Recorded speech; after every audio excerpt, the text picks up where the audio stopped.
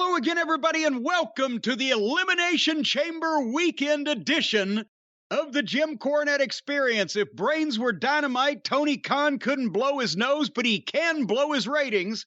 And Vince McMahon wants $9 billion for the WWE, and it goes up on eBay Tuesday morning. And joining me to talk about all this and more, Hawaiian Brian, the podcasting lion, the king of the Arcadian Vanguard Podcast Network, Mr. Co-host to you. He's the man who's currently offering the Arcadian Vanguard Network for sale for $12.6 billion. The great Brian Last, everybody. Aloha, Jim. A pleasure to be here once again. And that sounds a bit low, but, you know, if you want to talk, we could talk. And but you're motivated. You're a motivated seller. Swami's barking. You don't mention Swami anymore. He's barking in the background right now. Maybe that's why. Well, because you keep, every time I mention the dog off air, you keep screaming for the dog to shut up. I say, well, there's the faint barking of little Swami, and you go, shut up, Swami. I'm afraid you're going to traumatize the poor thing. First of all, it just so happens that when we record happens to be around the time that the mailman comes, the UPS driver comes, the FedEx driver comes, the laser ship driver comes. They all come within this like 2-hour window. They all come. My mind went instantly in the gutter. Within this short window, they all come. They all come. At your house. And Swami goes crazy when they come. And, well, you know, you ought to be thanking the dog. That's a watchdog for you. I agree. When I'm not recording, I completely agree. When I'm recording, I'm like, why can't someone out there shut the dog up? What happens if the Shiites come and invade your home while you're...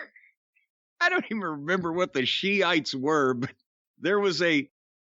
But Ricky Morton was afraid of them. There was a story. There was a few guys that was on a certain substance in the 80s that closeted themselves up in their home one time, looking out the windows because they were afraid that the Shiites were coming to take them away or something like that. But anyway, the dog is taken up for you. What happens if there's a threat something like that while you're recording? If there's a threat while I'm recording and Buddy Landel's not here with me partying, what do? If it's the back of the house, I'm not worried. If it's the front of the house, I just gotta wait till they get to the back of the house. No, what I'm saying is you want the dog to bark. Oh, yeah. Yeah, even if you're recording. If there's a a threat of imminent danger, a home invasion there at Last Manor. And then Swami will bite them all on the ankles. My issue, the other problem is, it's actually not all his fault. For whatever reason, whenever stuff gets dropped off, like the Amazon person will just sit in front of the house for like 5 minutes. They put the package on the doorstep. And then I guess like they're waiting, they're figuring stuff out. I don't know. Oh, But he barks the whole time. You naive young boy. That package, it's only a ruse. It's only a cover. You know who that is sitting out in that van? That unmarked panel van with Missouri plates? That's your internet service provider. They're checking on the guy that's living inside your walls. That's how they do it. It's been a while since we visited your conspiracy theories about how I didn't realize you thought that was technological a legitimate infrastructure delivery. works. Why do you think you never remember ordering whatever it is they drop off? No, I always remember ordering what they drop off. Is this what happens to you? Is this what happens to you? There are sometimes people just carry things into my home and go off to another part of the house to set them down, and they come back. Sometimes there are 3 people go in, but only 2 come out. I don't know. I'm just telling you got to keep an eye out. Who opens the door for them? Well, I do. So you welcome them into your house? Yeah, because they've got uniforms on. They're obviously official. What kind of uniforms do they have on? Well, sometimes they're overalls, and sometimes they're like jumpsuits, orange jumpsuits. Sometimes they have numbers across the chest, right at the breastplate there. But nevertheless, you know, I'll tell you, it's been crummy weather. Just real briefly, I want to bring people up to date on the weather.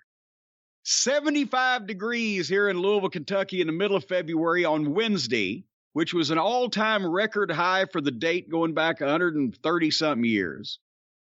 Thursday, the next day, it rained 2 inches of rain and stormed and lightninged and thundered most of the day. And it snowed on Friday, where the high barely creeped up to 34 degrees here at the castle. So, and we're going through it all again next week. Next week it's going to be 70 degrees, and then we have storms, and the next week it's fucking 30-something. But you know what? I haven't told you this story yet, because this was going to be well, it was a big deal, but it was a bigger deal than I thought it was. But this past week was Valentine's Day, and obviously the thing that everybody does on Valentine's Day is they go out to dinner with their betrothed or their beloved or their fiancés or financiers or whatever the case. And it's a horrible night of the year to try to get a reservation or good service at a restaurant because they're all jammed, they're all packed. It's just chaos, right? And so me being smart, being an intelligent guy, I told Stacey this year what we'll do is we'll have a Valentine's dinner at home that we'll cook ourselves on Valentine's Day, and then I'll have reservations at that wonderful restaurant that we had our anniversary dinner at in downtown Louisville, Brendan's, for the day after Valentine's Day, when there'll be absolutely nothing going on because everybody's gone out and shot their wad, as they say, on Valentine's night. So it'll be a ghost town, because that's the way I like a lot of room. I get to claustrophobia. I don't want people on top of me even before the pandemic. I don't like crowded, congested streets and traffic and problems with parking. And this is going to be so easy, Brian, because there is a hotel right next to the restaurant that has valet parking. And you can buzz right up right in front of the fucking door of this place and drop off at the valet and walk right in, sit right down, and whatever the rest of the words are of that song. And it's just easy peasy pumpkin pie, right? So that's what we're going to do. And that's what we do. I said do. So Wednesday, and the reservations are for 6:45 so that we can have the big meal that I know we're going to have and still get home in time for me to not be up past 10 o'clock because, goddamn, I'm old and I need my sleep. So we go down, we leave, and we're past traffic time on the way to downtown, and this is going to be easy. And as soon as we get off the 3rd Street exit and come to the light, every street that we can see up the hill is jammed, and there's people with the glow sticks waving people into the parking and waving them through the intersection. You can't even use the red lights. They're going to determine when you can stop and go and all this stuff. What the fuck's going on? I said, is there some kind of game at the arena? The Yum Center. Almost throw up a little bit when I say that. We went from Freedom Hall to the Yum Center.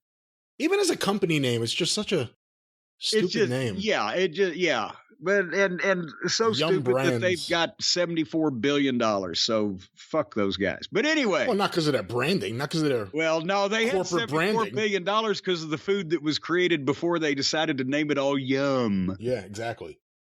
Nevertheless, I'm like, what the fuck's going on with all this? There's got to be something at we're going to be down here, and if it's going on, that won't affect the restaurant.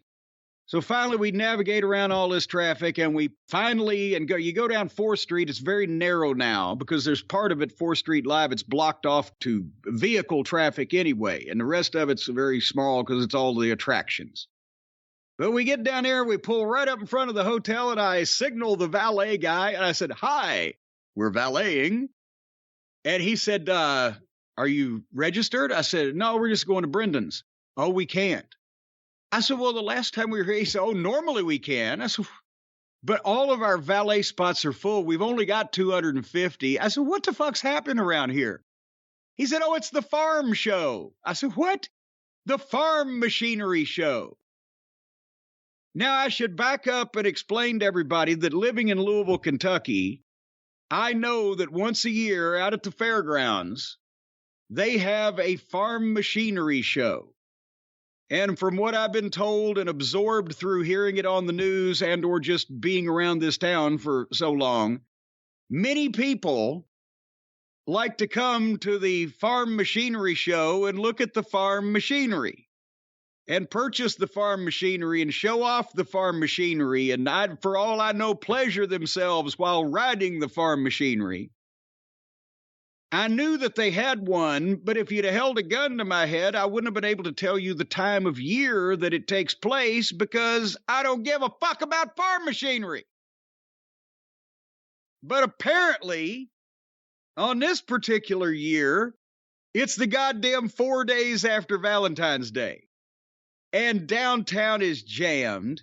And they can't, and their parking is full. And that's part of the Stace can't walk long distances because of her back and the treatment she's having on that. So this is going to be easy. Oh, you can just go right around the corner and park in the garage behind the Sealback, I think it was. All right. So we go around the corner and pull back in this alley, good God, and up this ramp that looked like a fucking water slide. If I'd have driven Black Beauty, I wouldn't have been able to get up the thing. And park and walk through the thing and around and chase the cat that ate the rat and finally get to the restaurant and go inside this restaurant, and it's fucking jammed. And this is one of the higher end restaurants in town, but apparently it was all the farm show clientele because every adult male was either wearing a baseball cap, a cowboy hat, or overalls. It looked like the fucking national gathering of the Junior Samples fan club. Google him, kids. It's hilarious. So, oh, Jesus, but we have the reservation, and the lady that took care of us last time, Eliza is her name. She saw us, and we had her there as one of our servers at the table, and they gave us the booth right there that we saw that when we first came in. I said, boy, it'd be great if we had that booth. And that's exactly where they put us. And that's exactly where we sat for the next almost hour and a half before we got our appetizers. Oh, my God. Because, and I mean, I'm not complaining about the restaurant. I'm complaining about the circumstance. The food is always fantastic. And it was eventually here. And the service last time was impeccable. But this was not only slam, but this wasn't romantic couples like at each table that would have been celebrating Valentine's Day. This is a goddamn, every gathering is 4 to 6 to 8 to up to 10 fat fucking men that are apparently ordering and eating and drinking everything in sight and asking a ton of questions. And the servers are fucking all look like they're having a goddamn nervous breakdown. And the kitchen is slammed. Were you the most dressed up person there? Yeah, actually, yes, I was. And I wasn't even wearing a tie. I had a shirt, long sleeve shirt, and a pair of slacks on. And I won't say I was the most dressed up. There were several females there that were very dressed up. It apparently had been on display over at the farm show earlier in the day.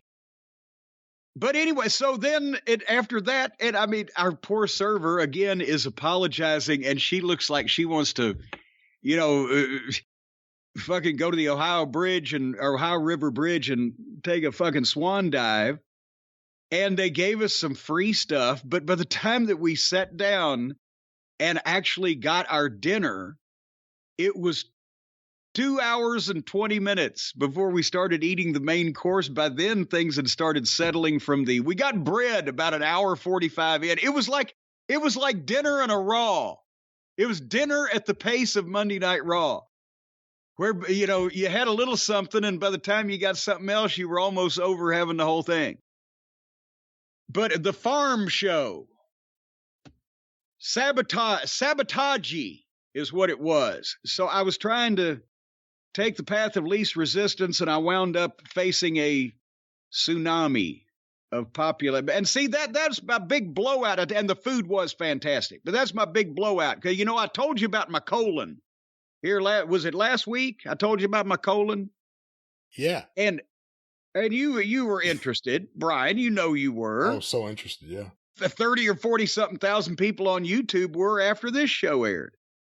Who can talk about their colon and get that much interest? I ask you. But nevertheless, I'm going to be nice to my colon. I've Mandy Rose.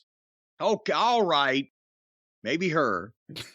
I learned many years ago that it would behoove you to care for your uvula. And also, at the same time, you don't need to go bowling with your colon. You need to take care of it too. So that was my big blowout, and I'm trying to go 2 weeks without eating any red meat. And do you know what the record is in my life for going without eating red meat? No. I think about the first 18 months of my life. I think whenever the first time that I started eating red meat, since that point, I can't imagine it's been a week that I would have gone by accident. You know, maybe one day I had fried chicken. Next day you have fish. Next day there's a pizza. There's no red meat. I don't know, how I would have. I've never tried to actually abscond from red meat. But I was thinking about exercise. I was looking at some of those exercise bikes, but then fuck, exercise bikes get you nowhere. So instead, I'm going low carb. I'm cutting out the red meat for a couple of weeks, eating more of the wheat stuff. What? Could you do a meat-free day? Do you think you could do like a meat-free Monday? Well, now let's not just. Do you want to inflict that on our listenership or the world? It's one day. It's one day. It goes by quick. You have some other delicious things. Well, wait a minute. What, does fish count as being meat free? It's in the eye of the beholder. So whatever you wish. Well, if that counts, then I have meat free days. Somewhat often. Does fish count as meat to the vegetarian and vegan? Well, I guess vegetarians and vegans are different. So I don't know what the vegans think or what the vegetarians think. Oh, meat. Now you're typing it in. Now I'm typing it in. Is fish meat? Is fish meat? Fish is the flesh of an animal used for food, and by that definition, it's meat. However, many religions don't consider it meat. There are also several important distinctions between fish and other types of meat, especially in terms of their nutritional profiles and potential health benefits. Well, now that's what the Presbyterians say, but what do the vegetarians say? I just clicked, is fish legally meat? What? No, that's no. Only if the fish is over a certain age. Well, wait, this is interesting. The American Meat Science Association in Zurich, Switzerland, defines meat as red meat, beef, pork, and lamb, poultry, fish, seafood, and meat from other managed species. Whatever that may be. But you always hear meat and fish like it's two different things.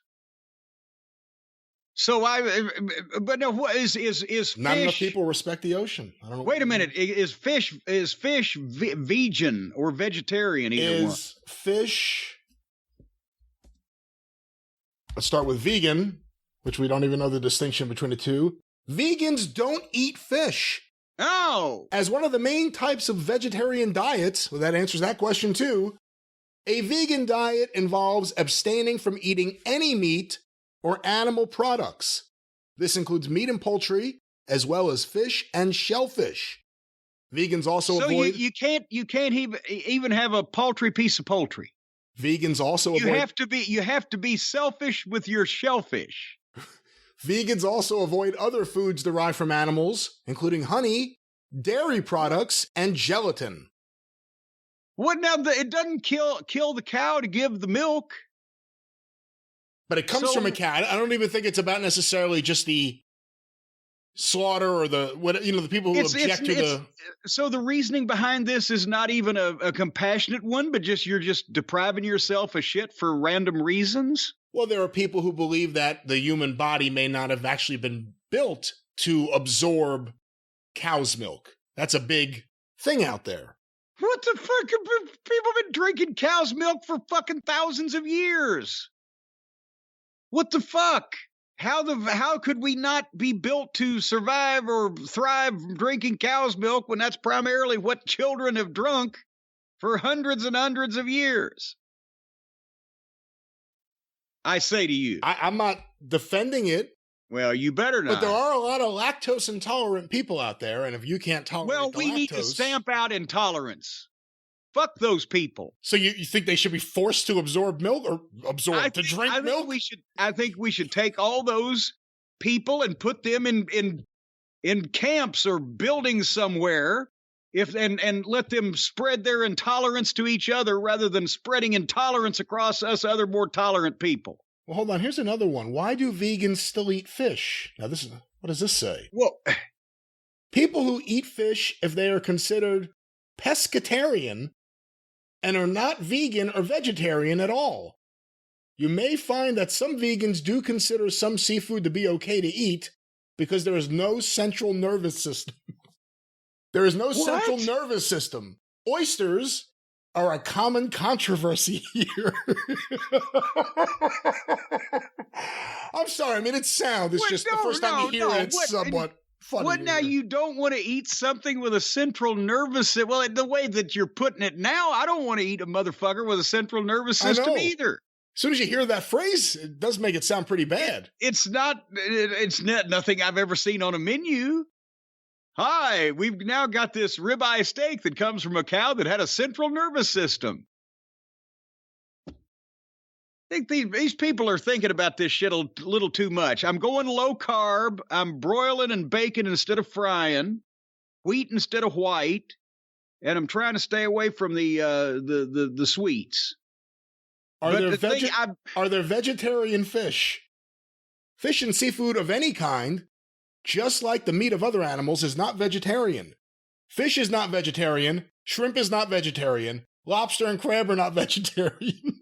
And eating any kind of animal who lives in the sea, lake, or river is not vegetarian. It's Methodist.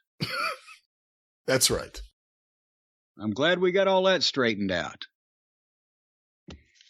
Speaking of, I'd like to give now some recognition to some people in the cult. Over the past week or so, thank you, Joni Aries out in Washington State. She sent Stace and I a nice Valentine's Day celebratory cake and a nice little package with a card and everything. And in that card, and it was a letter, and you were even mentioned, Brian. Hear that?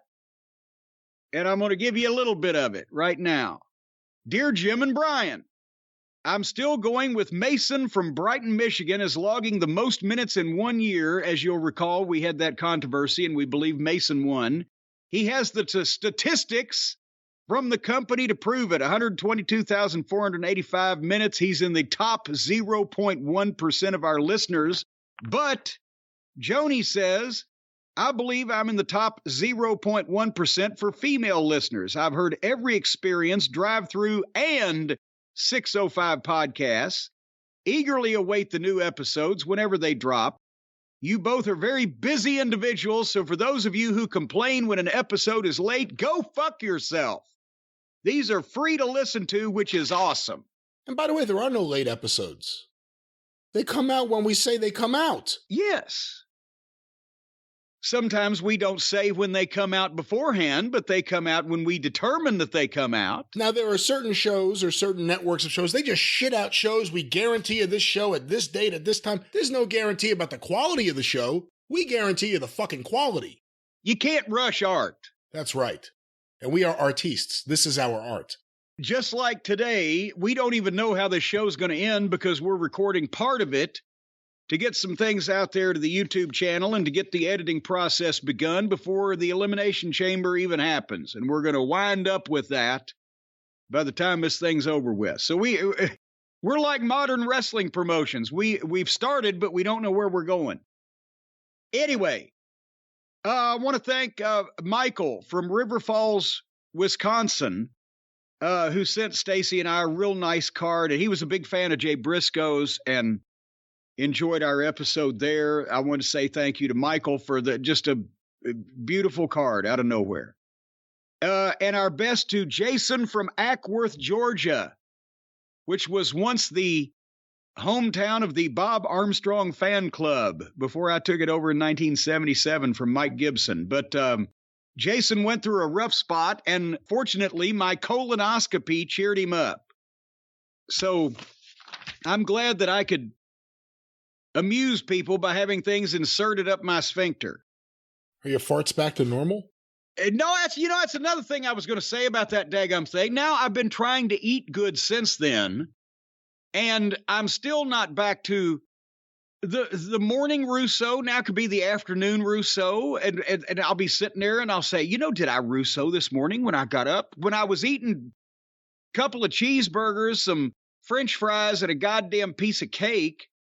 Every morning I'd get up and Russo first thing as soon as I got up, and boom, and I was done for the day and everything was fine. I cleaned myself out, had this procedure, and have been watching my diet and eating more. Last night I had a salad and corn and rotisserie chicken, and I am taking a shit yet.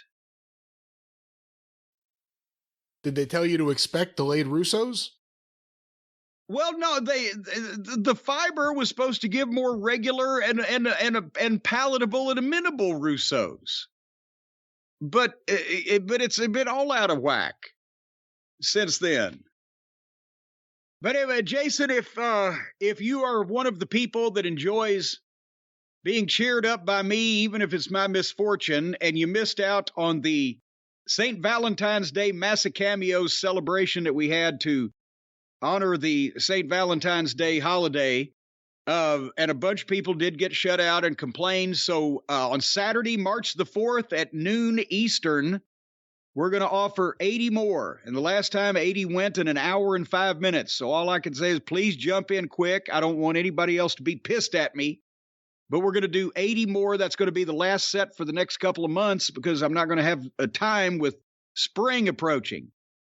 But again, Saturday, March 4th, noon Eastern at cameo.com/Jim Cornette, or you can just go to jimcornette.com and click on the Cameo button on the front page, and there she became as it was. And I will say anything, as we've said, that's not illegal, and if you want me to issue some kind of veiled threats, if I can figure out some verbiage that will not get me in any potential hot water, I'll do that too for you. Or I'll just talk bad about you, and there's not much you can do about it. Brian, you haven't gotten your cameo yet for your next door neighbors for me to officially, announce your entry into the neighborhood.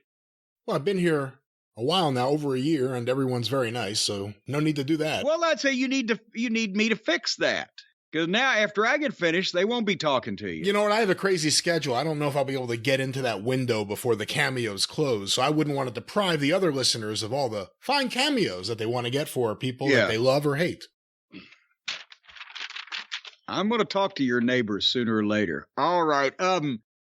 We got to mention a couple of people again this week that have passed away. And to start, an old friend of ours, and his name may not be familiar to a lot of the listeners around the world or the younger folks, but Brian Bukantis passed away just a day or so ago as we record this.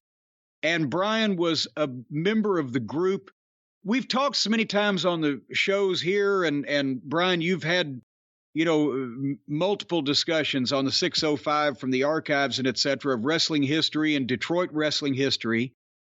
And there was a group of guys that were the original kind of group of modern smart fans in the Detroit area that later on became photographers and publishers and performers themselves. Gary Kamensak, Gary Mancuso, our friend Dave Brzezinski, Supermouth Dave Drayson, the manager, and Brian Bukantis. And, there's a guy who was devoted a large part of his life to producing a lot of the stuff that people in that part of the country saw in terms of the arena programs and the fan magazines taking pictures and the publicity that went around the world in the magazine, especially with the Sheik, being such one of the biggest box office stars in the business at that time in the early 70s and mid 70s.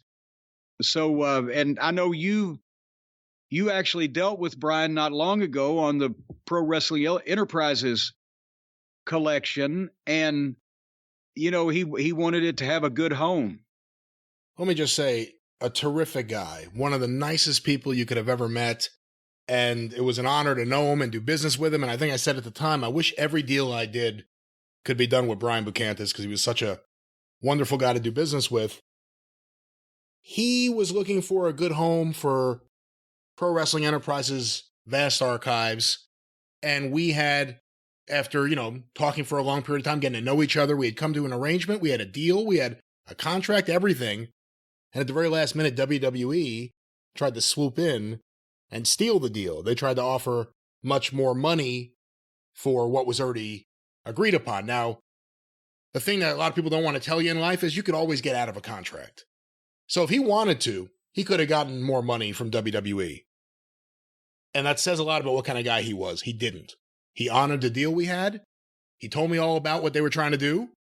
And he wanted to make sure it wasn't just going to be stuffed in a warehouse, that it would have a good home and it would have some care. And for everyone who listens to the wrestling news every single day, that exists today because of Brian Bukantis, and just a terrific guy. And if I could say one other thing, because obviously we send our condolences and sympathies to his family, but specifically just the greatest group of guys, him, Dave Brzezinski, Gary Kamensak, Gary Mancuso, just great guys, and send a lot of love to them too.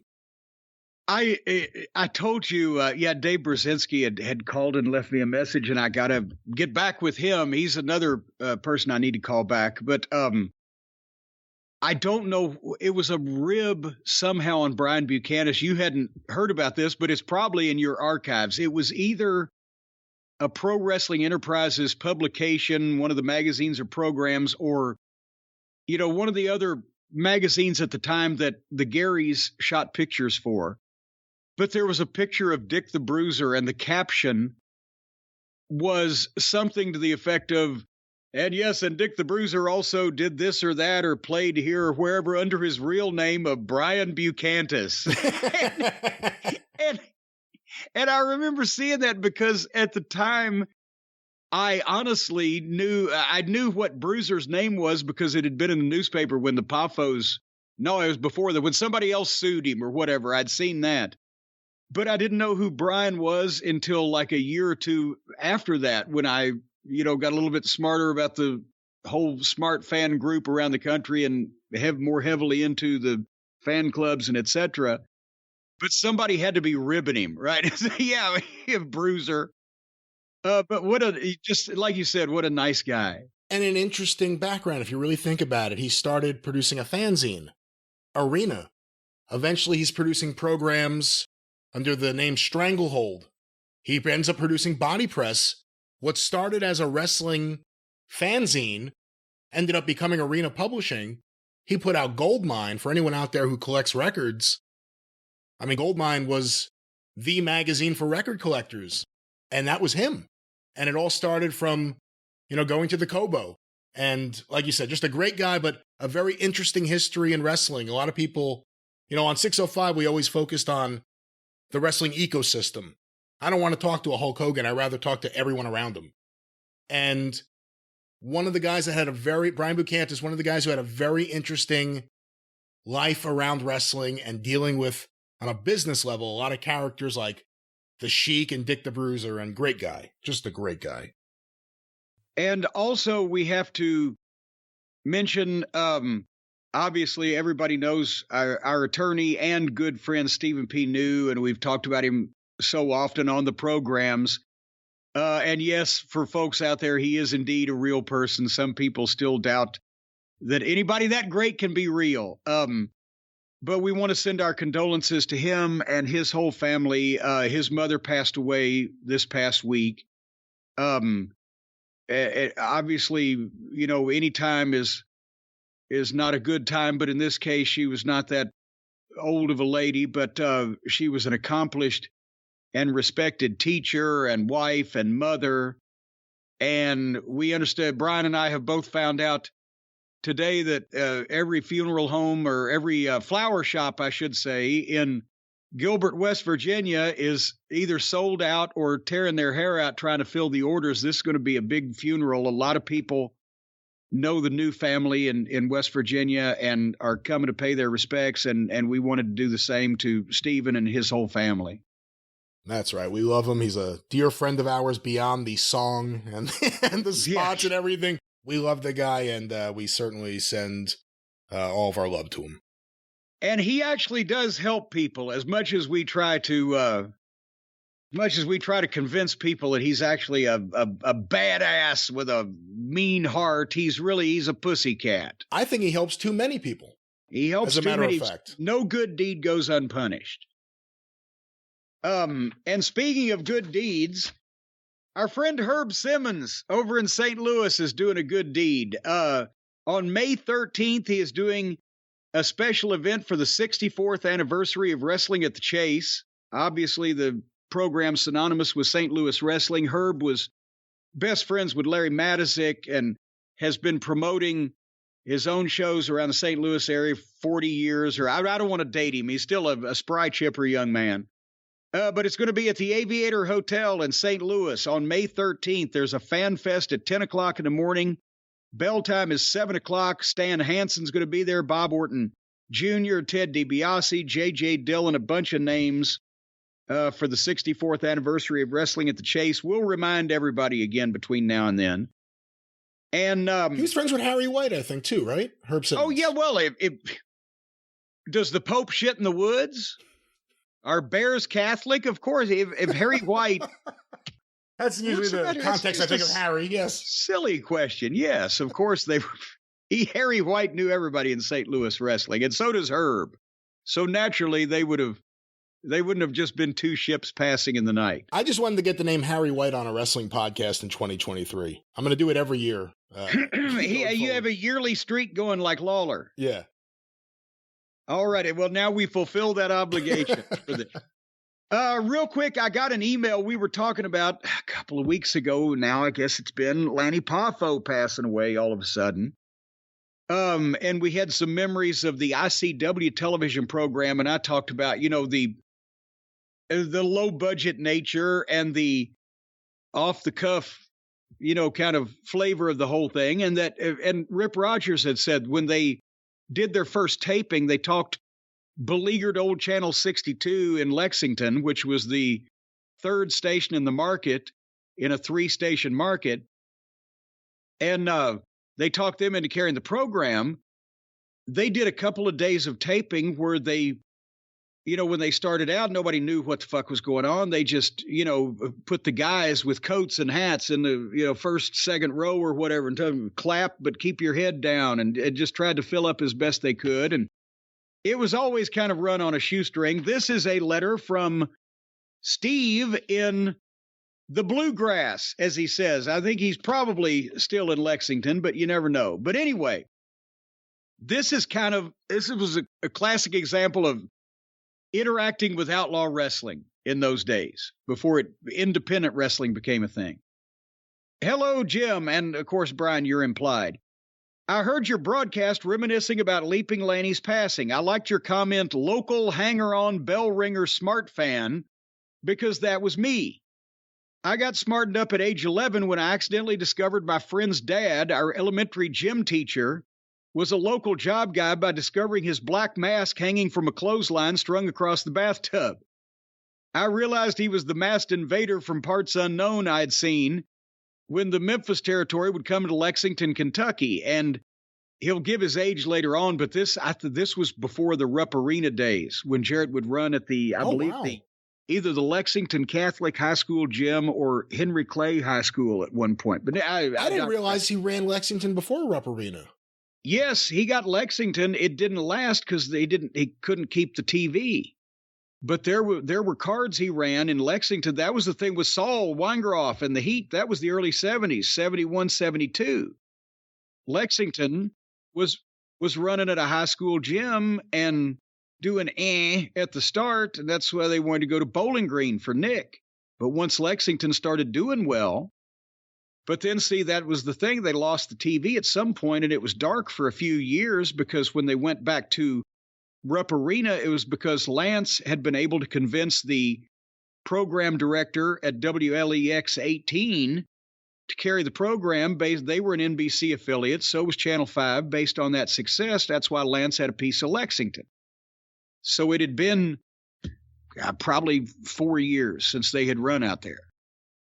But nevertheless, I go back to the email.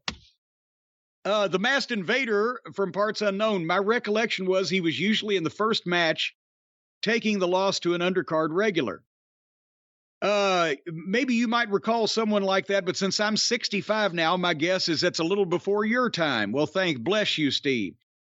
Anyways, being a bright kid, while I didn't yet understand the work nature of the matches, I did understand the athleticism and how falling correctly made the show. You might imagine the surprise of my friend's dad when he discovered me trying to teach myself to take a bump by falling directly on the hard ground. He semi-smartened me up, explaining we need to make it a show before we do the finish. But it made sense to me, but he actually showed me a few basics of a lockup to a headlock to a go-behind and a hip toss, all of which made me a bigger fan.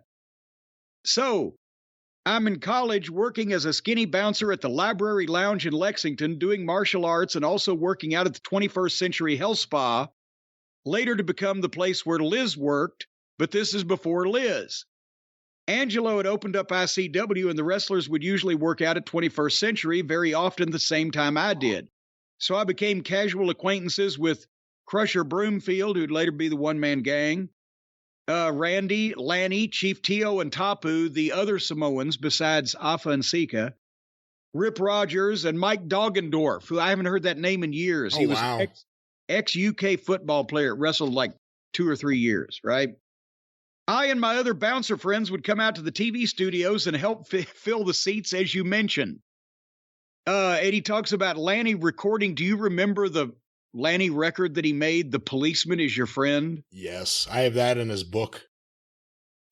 Folks, Leaping Lanny Poffo released a spoken word poem over the Battle Hymn of the Republic, The Policeman Is Your Friend. And that's what I was talking about, was he was so babyface, cheesy babyface.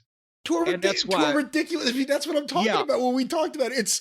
It's not just like, hey, don't do bad things. It's like, the policeman is your friend. I wrote a poem about it. What? Yes. No one wants to hear that. Well, and that's, again, that's why a lot of the guys were in Randy's corner. But anyway, Steve continues on. I mean, the guy fans, I should say. Help women Steve cross the continues. Street. Yes. Lanny and George Weingroff were tag team champions routinely, feuding with the Devil's Duo with Jeff Sword and Doug Vines, and later with the Convertible Blondes, Pez Whatley, Rip Rogers, Gary Royal. I eventually knew Liz, or just knew who she was, because I was a senior broadcasting major and she was studying that also. She also worked at the spa and had some classes with my own girlfriend. My semi-friendship with the ICW gang led to them visiting the bar I worked at, if they weren't wrestling, into more recreational visits at a local house in Lexington where Randy and others would actively participate. And that's the details on that. But basically, he finishes with, here's how I had a 4-second wrestling career in ICW.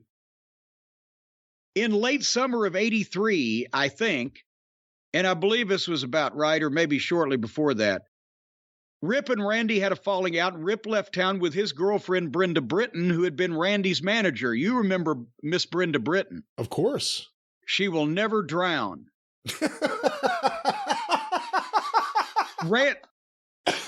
Randy was looking for a manager and asked me, because I had a smart mouth, do you want to be my manager? The idea was I would be Randy's personal physician, Dr. Ira Feelgood, with my bag of chloroform, brick, disinfectant spray, baby powder, scalpel, etc. Ira. The premise was, because Randy was still a heel, he'd win by cheating, barely escape with the belt, but I wouldn't be so lucky and send him home happy, blah, blah, blah. And he says he considered doing it, but he only had 1 semester left of school. But they were doing a TV taping, and Randy told me to come down to the studio, and he gave me a pair of trunks, which I actually think were one of the midgets, and a pair of boots, and told me I had a match with Ricky Starr, who was not the Ricky Starr, but a local guy they had then. It's the opening bout, and Tim Tyler, the TV announcer who replaced John Beck, announces Ricky Starr versus Sensational Sonny King for 1 fall. The bell rings, and before we can lock up, Randy runs in the ring, throws me out of the ring, and then he kicks Ricky Starr and clotheslines him out of the ring. At that point, he cuts a promo on Ronnie Garvin, and that's it. So that's my 4-second wrestling career as Sensational Sonny King. And that had to be a rib also at the time, because when did Sonny King he was there in 81, right? In Memphis? He was still there in 82. 82. This must have been around 81 to 82.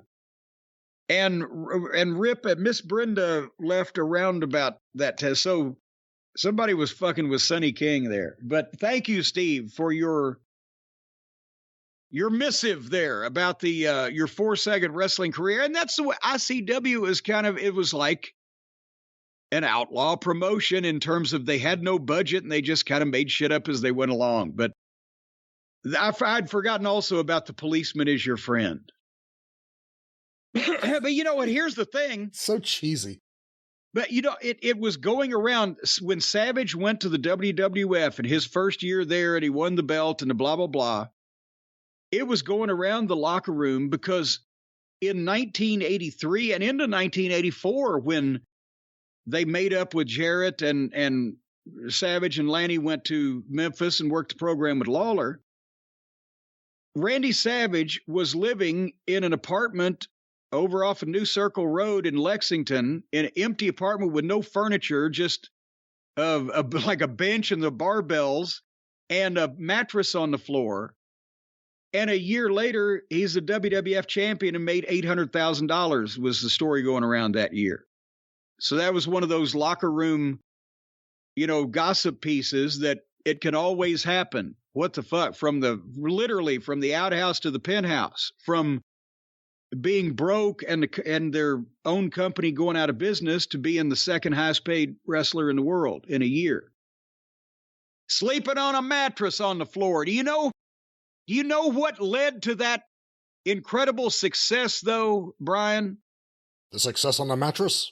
The success of Randy Savage becoming the second highest paid wrestler in the world at that time after sleeping on a mattress in his empty apartment the year before. It was the brand of the mattress is what I'm going for. It was because I know you don't know about this, but I'm going to reveal this. This has been kayfabe for many years. Angelo Poffo, the miser, right? The cheapest man in wrestling, didn't like to wash his clothes because it would break the fibers down and you'd have to replace them quicker. Never spent a dime that he didn't have to. He was one of the first investors in the folks that now have become HelixSleep.com. Oh, that's not true. So no, because don't make Randy statements Savage like that. Randy Savage had the first ever prototype of the Helix Sleep mattress. Now the most comfortable and greatest and best-selling mattress and most fabulous thing to sleep on ever. He had fabulous. He had the prototype is what he had there, Brian. He had the very first one. And after sleeping on that prototype Helix Sleep mattress for 1 year, he was ready to go out and be the biggest star in the world. And if the same thing can happen to you, folks, if you get one of these Helix Sleep mattresses and you sleep on it for a year, I guarantee you that you'll be the WWE champion. Either that or you don't guarantee that. You champion. Can't guarantee any of this. No. You will get up and go kick everybody's ass. You might be an Olympic champion. You might stretch Kurt Angle. Might. I like might. Well, actually, might makes right. So I'm right. And it's all because you're going to get the best sleep of your life with this Helix mattress, no matter what you look like or what your preferences are, no matter whether you're skinny or a big fat satchel ass. You could be the fat lady at the circus, and they've got a mattress that will fit your unique preferences. They've got luxury models. They got mattresses for big and tall sleepers. That means tall and fat. Even a mattress made just for kids, regardless of whether they're fat. You got fat kids, skinny kids, short kids, tall kids. It's a mattress made for kids. That's right. And how do you know which one's going to work the best for you and your body? Well, if you're a grown adult, don't get the kids' mattress because your feet will hang off. But otherwise, you go to HelixSleep.com. I'm trying to find that here just to make sure I'm right. HelixSleep.com. How could I forget? And you take the quiz. And they'll match you with your perfect mattress in under 2 minutes. How do you like to sleep? Splayed out on your back, curled up in the fetal position because of the state of the world today, on your stomach, ready to take what comes, whatever it may be. You tell them what you like, and they'll fit you with a mattress. And then it'll show up at your door, along with a couple of shady-looking individuals also saying that they'll offer to mow your lawn. But shoo them off because they're not affiliated with Helix. Right. No, they just, if they see the Helix Sleep mattress, the box on your front porch, they'll know that you're discerning and have fine taste, and they'll be scoping you out for potential later home invasion. So get that Helix mattress in real quick before everybody else finds out that you're of good taste and have fine items in your home. And then you just unbox it and you sleep on it. Every night you sleep. Every night you're going to want to go back to sleep again. I know this sounds hard to believe, but folks, I guarantee you this. If you put the Helix Sleep mattress in your home, every night of your life, you will want to get back on it and go to sleep again. Even if you slept the night before, you're going to want to go back to sleep again that night because it's that comfortable. For the record, we absolutely think that's what will happen, but we can't guarantee it.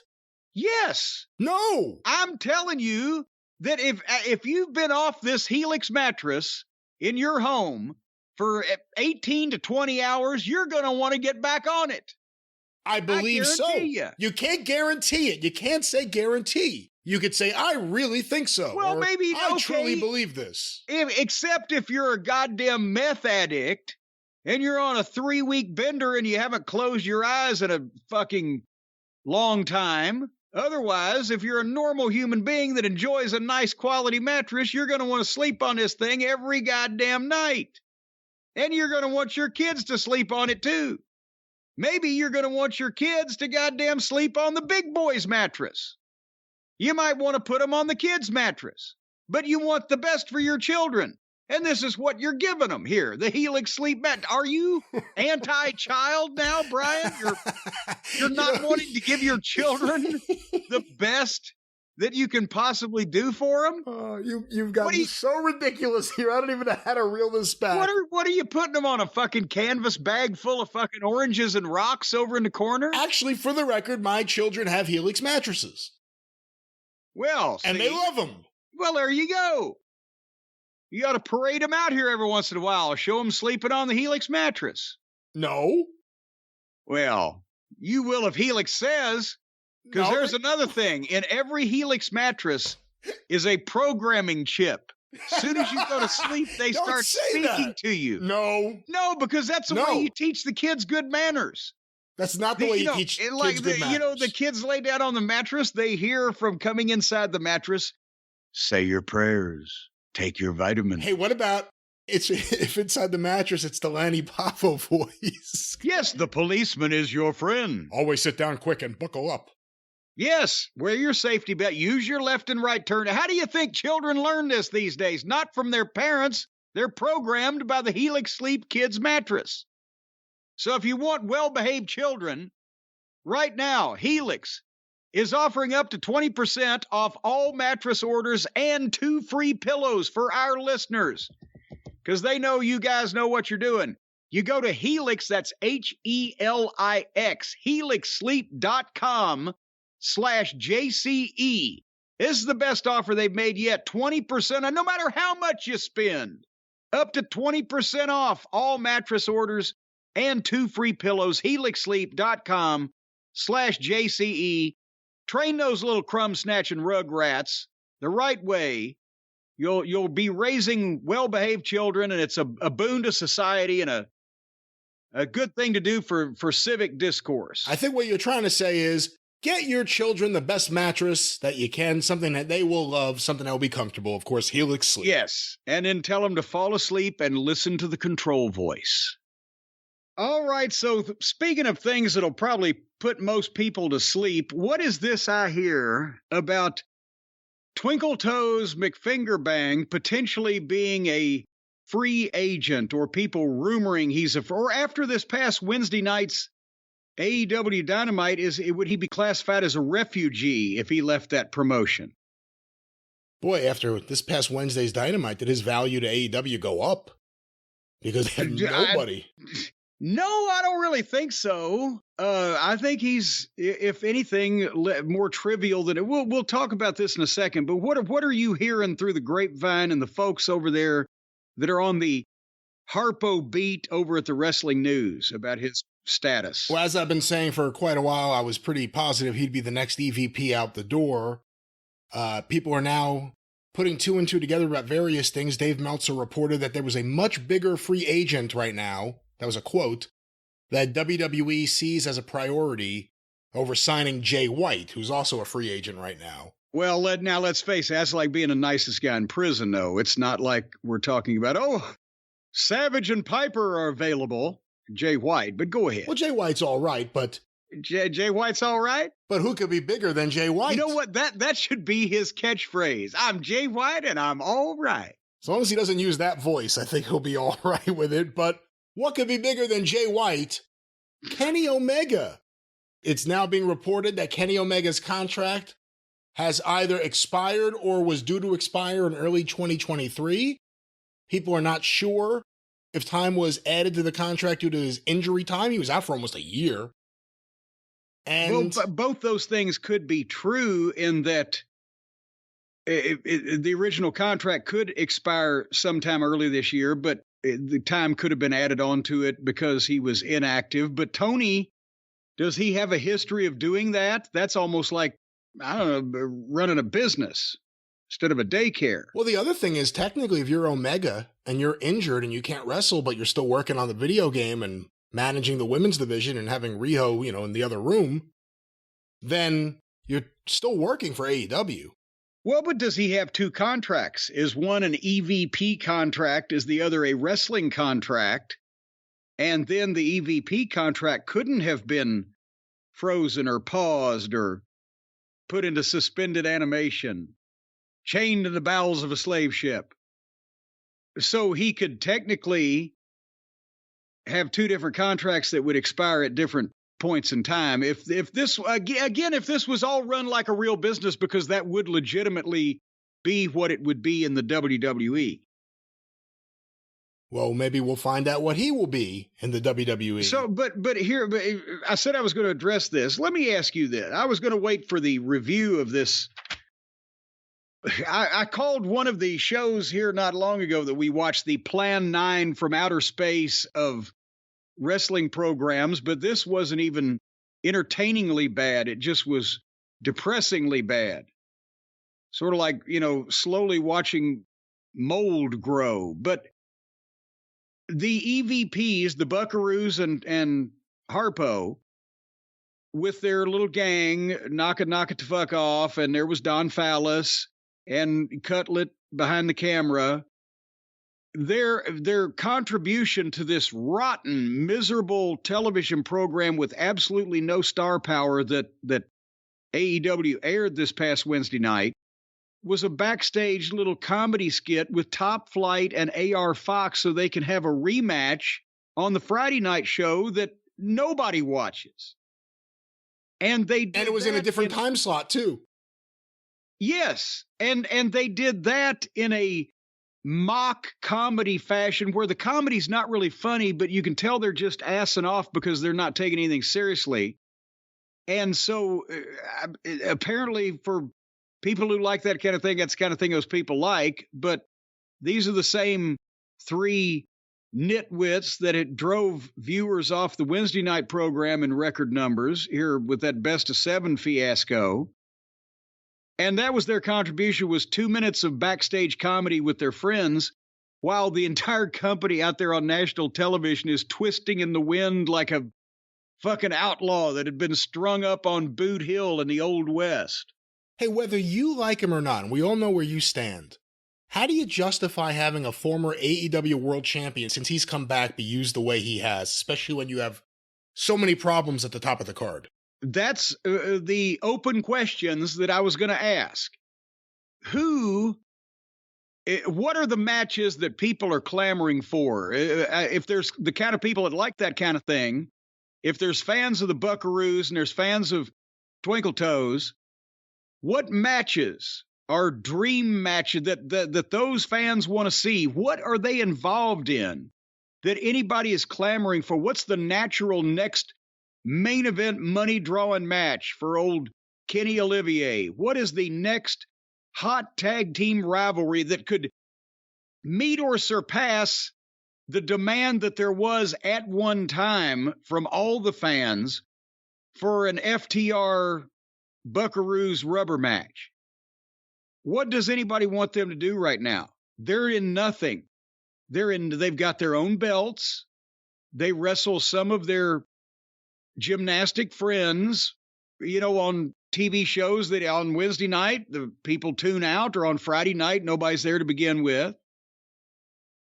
What money drawing pay-per-view match would you put that in now? Now, some people, it would be a dream if they wrestled Top Flight with trampolines surrounding the ring. I'm talking about, what would you try to draw money with in a main event or feature pay-per-view match involving any of the three of these guys right now with the rest of the roster in that company that anybody would be interested in to the level of any fucking thing? What would that be right now? Well, there's only two potential things. And let's just also say, obviously, they're going with House of Black versus the Elite, which we talked about them going in that direction. Well, boy, there you go. Top Flight and AR Fox to the House of Black. Boy, that's going to be exciting. That's going to get tons of interest.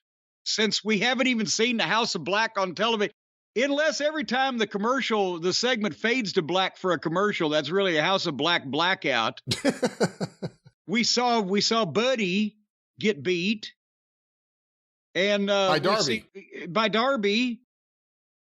So okay, go ahead. I'm sorry. I think there's only two potential things right now with the roster there that could make some money. Nothing with Jericho. I don't think anything with MJF right now in those guys. I think possibly if it was actually booked well, and right there is the thing that would cancel this, Blackpool Combat Club, who, by the way, have no one from Blackpool now aligned with their club, versus the Elite. And of course, the one that's the big one for the company would be Punk and FTR versus the Elite.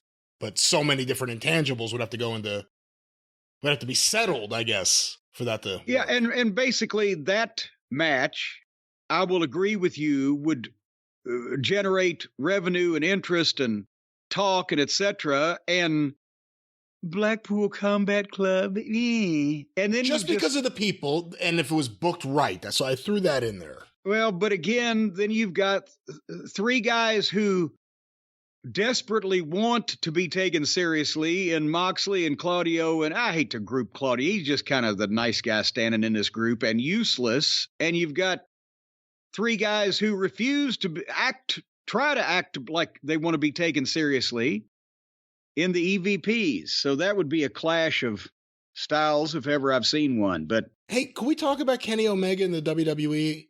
Because, if Young Bucks went there, I said it without if the Young Bucks went there, and they weren't in NXT, if they were on the main roster, we kind of could see who they'd be working with. We kind of have an idea of what they would want to do. It would be different in the WWE confines, but we could see it play out.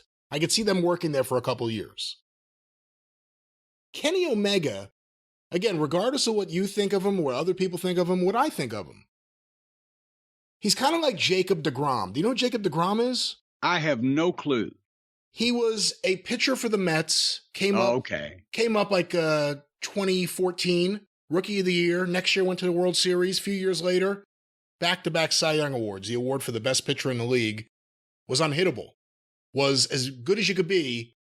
Since that time, in 3 years, he's pitched 36 games. The Mets didn't give him a big contract. He went to the Texas Rangers, got a big contract. Season hasn't even started yet. We're in spring training. He's already hurt. If you're WWE, knowing what your schedule is, for main eventers or for people who are on every show, how could you sign Kenny Omega? Do you have any faith he could actually stay healthy and work any kind of regular schedule? Well, I agree that's a concern, because what is he now, 37, 38? He's now older than Ricky Morton or Robert Gibson were when I brought them to Smoky Mountain Wrestling as the Rock and Roll Express. 39. There you go. So he's a 40-year-old guy. He's got no proven record in their only competition of drawing any ratings. Quite the opposite.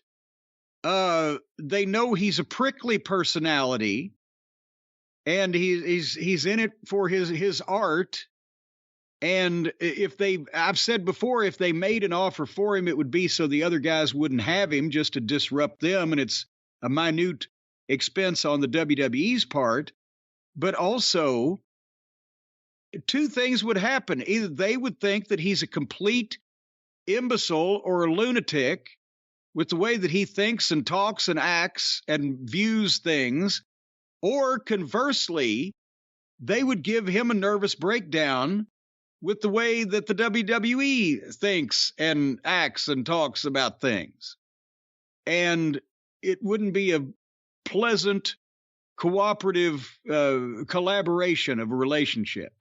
So either one, I think it would be entertaining just to see what the big flame up of whatever description, or whenever they, I mean, we know he doesn't mind acting like a complete fucking imbecile in public, but when they, do whatever they would tell him to do that would violate some principle of his for his art, oh boy, here we go. I don't think he could do it. I don't think Kenny Omega would be able to work within the WWE system. Also, the other thing is you're taking a bunch of guys like Dusty Rhodes, in a sense. Taking a bunch of guys who had power, and all of a sudden they're just guys on the roster. A bunch of guys who did only what they wanted to do. Next thing you know, they're being told who they're going to work with or what they're going to say. And these guys aren't Cody Rhodes in terms of what they can go out there and do on the mic, so they're probably not going to have the leeway that a Paul Heyman or a Cody Rhodes or whoever else actually has leeway does.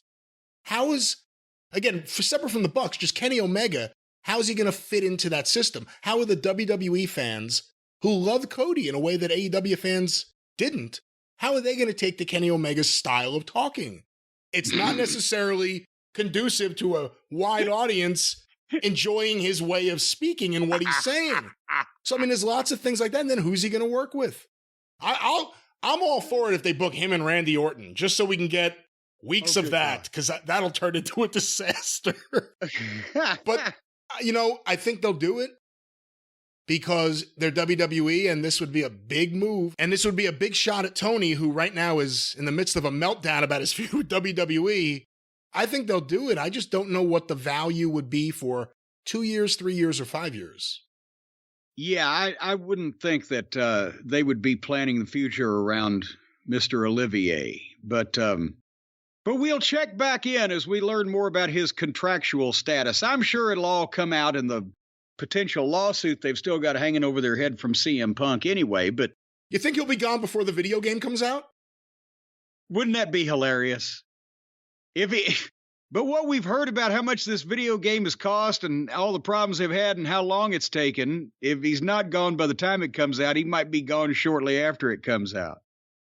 Yeah, again, trust a guy to develop a multi-million-dollar video game who has had plenty of experience playing video games.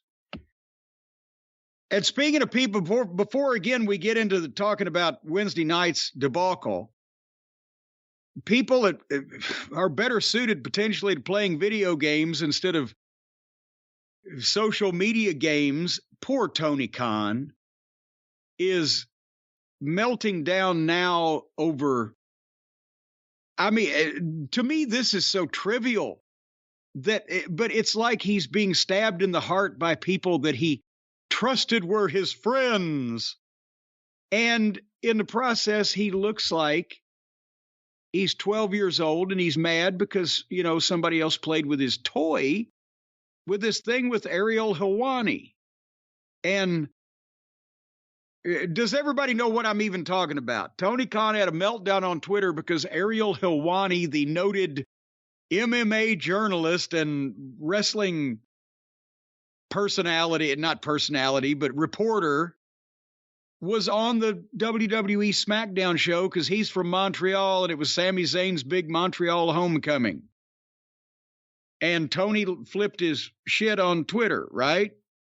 Yeah, I mean, this has been building for a little while, and there have been issues we talked about him on the show that came out of that interview he did with Ariel Helwani, where Ariel really hounded him about everything that happened at All Out, and Tony wouldn't say anything. And then Ariel wanted to know why he wouldn't say anything, and Tony wouldn't say anything. And from Tony's side, Ariel, a former client of Nick Khan, interviews WWE guys, doesn't press anyone about Vince McMahon, doesn't ask anyone hard questions. By the way, is Ariel successful enough to have an agent? I mean, he's on TV. If you're on TV, you're successful enough to have an agent. I've been on a lot of TV shows. I've never had a fucking agent in my life. So what kind of deal are you looking for? Well, now, first of all, what do you want to do? What do you want to do? We'd have to figure the Monroe brothers into this thing because I want to bring in a whole faction. All right, nevertheless. So Ariel gives the WWE the softball questions and appears on their program. To some. Again, it's all in the eye of the beholder. Yeah. Or the ear of the behearer, as in this case it would be. Right. But Tony feels like he was tough on him. The thing that makes it silly to me is we're talking about Ariel Helwani. He's a journalist that covers wrestling and MMA. We're not talking about Walter Cronkite. We're not talking about Bob Woodward, for fuck's sake. Of course, everybody's going to fucking favor the people that are goddamn putting them on the fucking air. I don't say Tony should like it, but did he have to so obviously pitch a fit about it? Do you have the tweets in front of you? I have the chain of tweets here. And chain of tweets. Like you said, whatever you think about Ariel Helwani being used in that position to be in the crowd several times during the show, the man on the street, Ariel Helwani for WWE, Tony tweeting about it made it a bigger issue than it was. Yeah. The first tweet, sent 16 hours ago as we're recording, from Tony Khan. You're a fraud, Ariel Helwani. You're as legitimate of a reporter as Tony Schiavone. Hashtag AEW Rampage. And he tagged Tony Schiavone's Twitter. So, and here's the thing. If I'm doing my math right, that was literally 5 minutes before SmackDown actually went off the air that he tweeted this. And he basically, in trying to insult Ariel Helwani, buried and insulted one of his announcers. Well, you're as fucking rotten as this fucking guy that does my television show. Who, by the way, is pretty rotten on that television show. So let's be honest. At least he knows it. At least he's admitting it finally for the first time. But to be perfectly honest with you also, Tony was a good baseball announcer. He actually did real sports. You watch a lot of baseball? Well, no, he did it for years. He had to be pretty good at it. I don't know. I haven't seen any signs in anything he's ever done in wrestling in the last 25 years that would indicate him being any good as a commentator anywhere. Back to the psychological fucking insanity of Tony Khan. Of all the people that he had to compare Ariel Helwani to, he uses one of his own announcers to hold up as a bad example. Even if it's true, is that advisable? From what I understand, as soon as that tweet went out, Jim Ross wiped his brow and said, phew. But Ariel Helwani replied at 10:43 p.m. last night as we are recording, "Thanks for watching, old friend. Can't wait for our next chat. Also, don't listen to the snowman, Schiavone. You're a legend in my books." The snowman. Snowman Tony Khan. Is it snowman because he's melting down, or snowman like Buddy Landell like the snowman? if it don't snow, we can't go. I don't. That was left open to the ear of the behearer, and interpretation on the part of the. But Tony replied to that, just for the record, 14 hours ago. Good luck with the unbiased journalism. He's a guy that writes about wrestling. Again, we're not talking about goddamn international affairs. We're not talking about Bob Woodward interviewing 8 presidents or whatever. We're talking about a guy that writes about wrestling and or MMA, which is its, cousin in the respect of hyperbole and etc. Does he write stuff too? He's a reporter, right? Doesn't a reporter write shit? I don't listen to Ariel Helwani. I've heard his name, and I'm aware of that he's out there in the world breathing air, but I don't have his goddamn fucking inventory right in front. His goddamn resume right in front of me. But the point is, again, we're not talking about we're not Howard Cosell here. Of course, he's going to be biased. He's in Montreal. They say, come rally the fucking fans in the crowd in Sami Zayn's hometown. Of course, he's going to do that. Let Tony bring him to goddamn fucking Laredo or wherever they're at these days and rally the crowd. They'd probably take him down like they took down Doink in Philly. Does it help Tony at all being on Twitter? No, it doesn't. It doesn't help him being on camera, on television, speaking publicly, or on Twitter, because he comes off sounding like Richie Rich. The videos of the awkward hugs, the screaming promos, cutting the, or announcing the matches, where he comes off like he's always wanted to do this, which he has. And there's no spokesperson for the promotion that in any way looks professional. Tony does not need to be on camera. When Tony Khan goes to the bank, they should turn off the security cameras. He doesn't lend himself to fucking doing himself favors on video. Speaking of not doing himself any favors on video, you want to talk about this show? Want to talk about Dynamite? Yeah, that's what I'm talking about. All right. You want to talk about what I'm talking about? We can talk about what you're talking about. All right. This was February 15th, a date that will live in infamy. Where's a goddamn Edward R. Murrow or a Lowell Thomas when you need those people to lead you through hard times these days? The first 30 seconds of the program was almost the best part of it. They and in their defense, it was very classy and a great thing to do. They aired a graphic for Jerry Jarrett at the top of the program.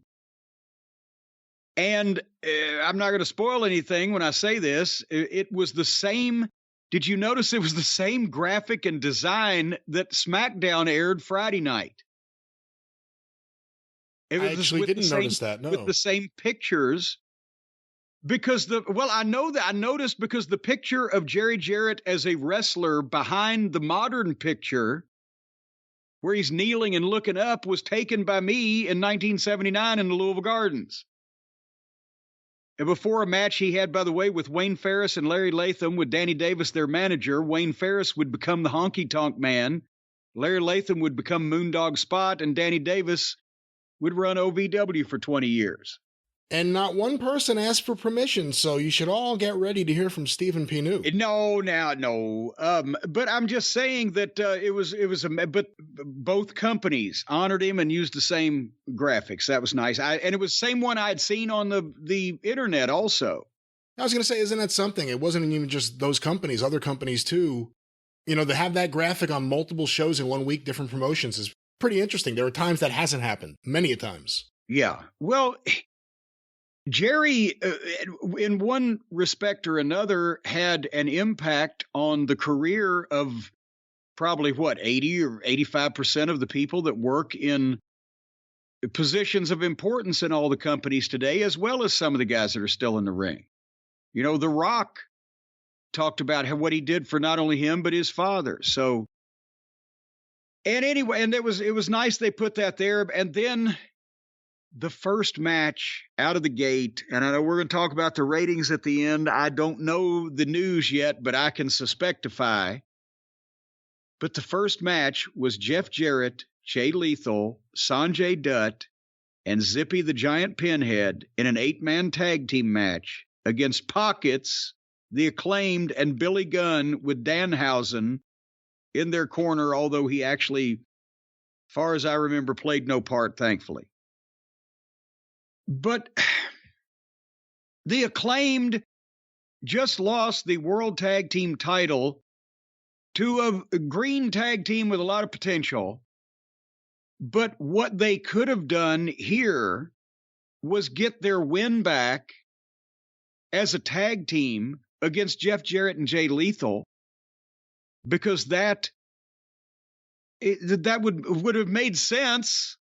I'm not talking about the goofy interplay that Tony has dreamed up on his YouTube shows. I'm talking about to rehab the Acclaimed's image by having them beat a tag team that can give them a good match, make them look like $1 million, and do a job in such a way as it doesn't hurt themselves any more than they already have been hurt by the booking.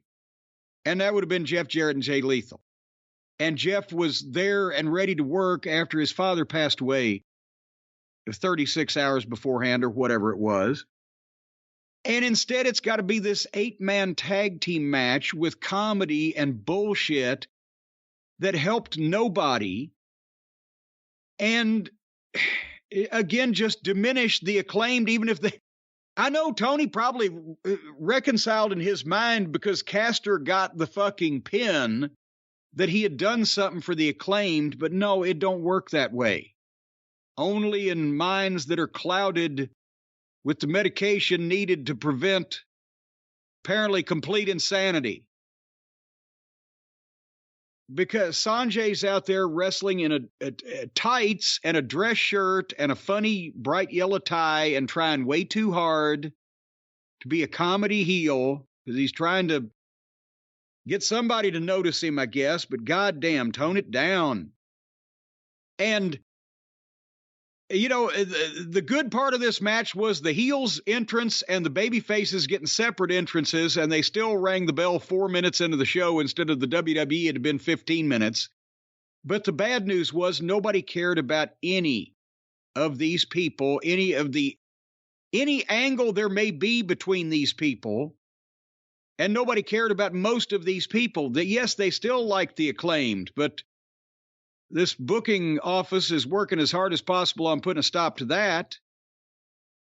And again, if this had been a showcase for the Acclaimed to get a win back after their loss and just say something about trying to come back after the Guns, have been lovely. But otherwise, nobody cared. The people didn't care. Pockets makes anything he's involved with a joke instantly.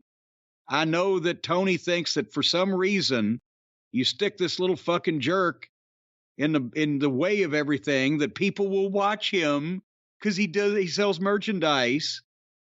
It gets in the way of what Tony's trying to what he should be trying to do here, which is keep his talent that's over. And this was criminal misuse of Jay Lethal. At this point, it's ridiculous that he can work with anybody, and he's an incredible employee and talent human being. And he's been pigeonholed as Jeff's, tag team partner and little buddy because he was booked into irrelevance before Jeff got there. Why even have Jeff Jarrett wrestling in a nothing match like this when he could go in the ring in a single or a tag with anybody on this roster, and there's not one son of a bitch that he couldn't teach something while he was working with them, have a good match with them, and get them over. But he can't do jobs every goddamn week and twice on Sunday, so why waste his wrestling appearances when he can't even be in here long enough with any of these guys in an 8-man atmosphere to teach them anything? Why use him in this way in any way? They just had a graphic for his dad on the screen, so he came out. I was like, oh, what are they going to do? And as soon as you saw that the Giant and Sanjay were ready to wrestle, it was, oh no. And then you saw their opponents. And there's no way you could book this match. There's no way you could write this match either horizontally or vertically and not think that it would drive people away, that people would see this and instantly know this is an episode I can miss. This was a major miss. You brought up Orange Cassidy, how much merchandise he sells. Remember way back, like at the beginning when you would kill him, rightfully so, people would say, oh, but look at how good his YouTube views are for his video. Because people see some freak doing stupid shit. They want to see the video, whether they're a wrestling fan or not. How good are those views now? How many people are going out of their way to see Pockets now in videos? I've said it before, this guy has cooled down a lot. This guy's like Doink the Clown in the beginning of 95. You can't tell the same joke for 3 years in a row. And there's nothing else to him. And we've said that from the beginning because you could see it if you had any goddamn common sense and experience in the wrestling business. So it's a one-note song that after a while is just going to get on people's fucking nerves. And the Acclaimed look lost facially. Like they know it. They know this is not good and it's been bungled. And you know what? Here's the thing. They're trying too hard on the interviews. Remember, I mentioned it the other day. They're trying too hard. Everybody loves the Acclaimed and we're the most popular. They're realizing it's slipping away because somehow they've got caught up in this fucking thing that's swirling the drain, and they're trying to work harder to compensate, but they're coming off as almost heelish, like telling people how much they're supposed to love them. It's starting to flip. But this match, I don't know, Sanjay, what he's been eating or drinking. He stinks. He stinks. I like Sanjay. I've worked with him. He has a good mind for wrestling as far as organization and helping in the office and with the TV show and production or whatever. But now he's on camera. I guess he's trying to get over by acting sillier than fucking Pockets does. And this whole thing was a mess. It was umpteen different matches. Jeff and Jay were trying to lead something at some point with a little heat on Billy Gunn. And again, Jeff and Jay could be a good tag team. They even had semi-matching attire and look like professionals. And that's the kind of heel tag. When the Midnight Express was moved down to mid-card in WCW, and it was the idea to have the good match on the card and put somebody over. That could be them. At least at this point, it would be regular, but nevertheless. But they had a couple matches, because remember, I've not been a Jeff Jarrett fan, at least the idea of him being in there. I think he's really good in the ring, but it's not about that to me. But they had a couple matches in a row, and it may have been the Acclaimed, I don't remember, where I was like, man, this is really good. Other than Sanjay and the Giant, who were useless, yeah, Jarrett and Lethal in there getting the crowd into the match. Since that time, I don't think I've seen them in one tag team match, and then they're out here for this. They just put a graphic up for the guy's father, and then they have him come out to be one of the many heels in a forgettable throwaway match to open the show. Makes no sense. And anyway, so people didn't care, and nothing happened in the match, and nobody likes Zippy. That's pretty much. What'd you think of him in the ring? Well, when Pockets went to give him the Superman punch, and Zippy's supposed to catch Pockets' hand because he's a giant, and he fucking missed it, and Pockets had to hold up, and then they bobbled for it. I fast-forwarded the finish. They beat Sanjay with a leg drop to the nuts, and everybody scissored each other. And this is the way they started the program. And they have made me sick of the Acclaimed now. I was as big an Acclaimed fan as anyone. They've made me sick of the Acclaimed the way they've been used. It ain't looking up. But speaking of looking down, if you look down, you will see the next contest. This was apparently a Texas tornado match for the reason that they were taping in the state of Texas. Did I miss? I know there's some backstory that happens on YouTube or on Dark, or somebody says something mean about somebody on Twitter. But have I missed any meaningful explanation as to why the two teams that have never faced each other before ever, including one team that has never teamed up with each other before ever, should jump into a Texas tornado match, all four guys in the ring, no disqualification? Lazy booking? Isn't it beyond lazy booking? Lazy booking is when you do a no DQ match in a program where the guys are actually doing something together. This is just out of nowhere. Again, when fans with too much time and energy sit in their basements late at night in their teenage years and make up dream matches, this is kind of what you get. Hey, can I say something? Please do. Not to take anything away from what Claudio could do in the ring. I like Moxley when he would come out with Kingston a lot better than when he would come out with Claudio. It fits so much better. Well, they're the odd. They're Felix and Oscar.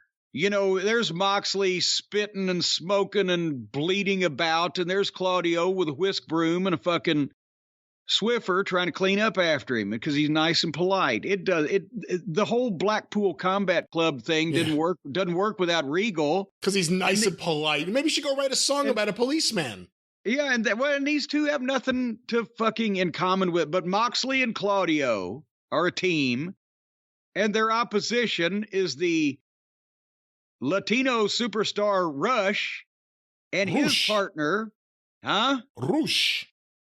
You better check into that colonoscopy, too. You've been having those spells here lately. And his partner was Preston Vance, who apparently, as far as I can remember, was the big goof wearing a mask with 10 written on his chest in Sharpie in the Dork order.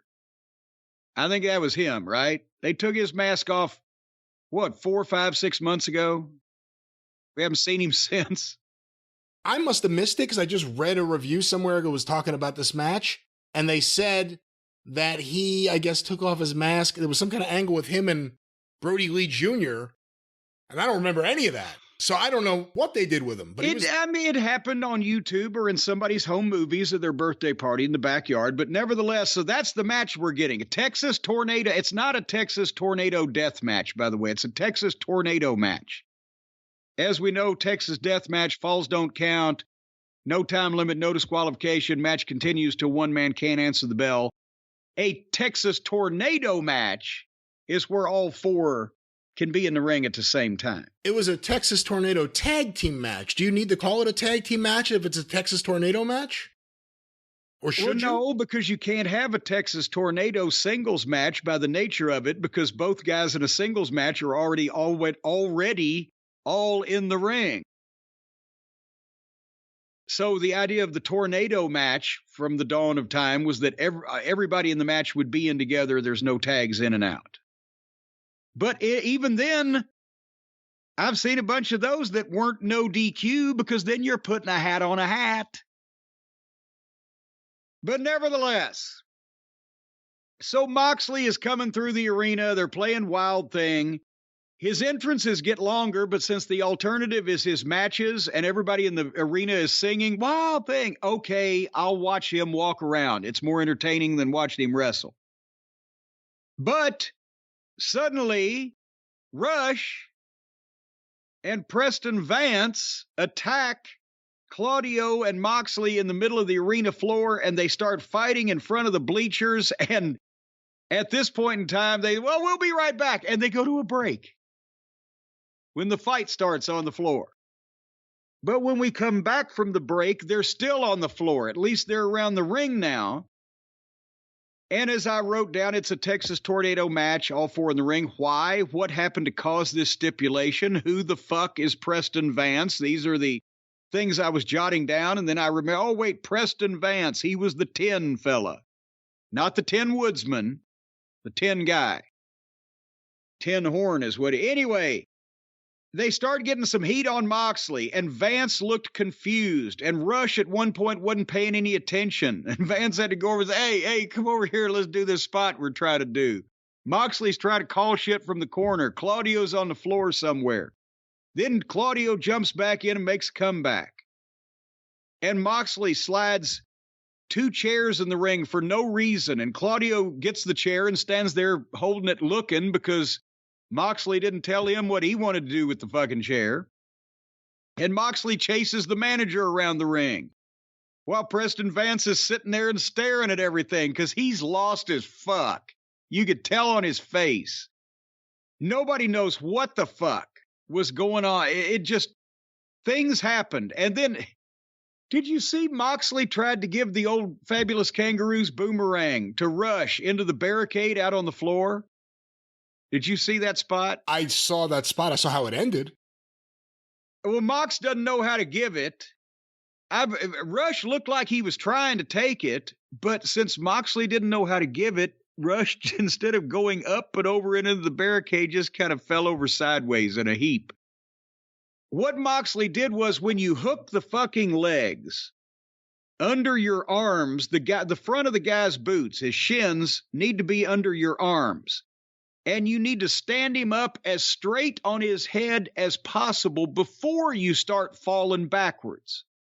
Because if your knees don't get above his ass cheeks, or below, I should say, since he's upside down, if your knees don't get to the small of his back, when you go backwards, he can't come up. You're bending his knees. You've got to get under his ass, not under his thighs. Moxley barely got under his thighs and started going before the guy was even set. And he squatted for a minute over Moxley like he looked like he was trying to take a shit on him in the woods, and then just fell over sideways because he couldn't get any more momentum up. Anyway, after he did that, Moxley got back in the ring, made sure he was facing the hard camera, flipped the double bird, and mouthed, "Fuck you."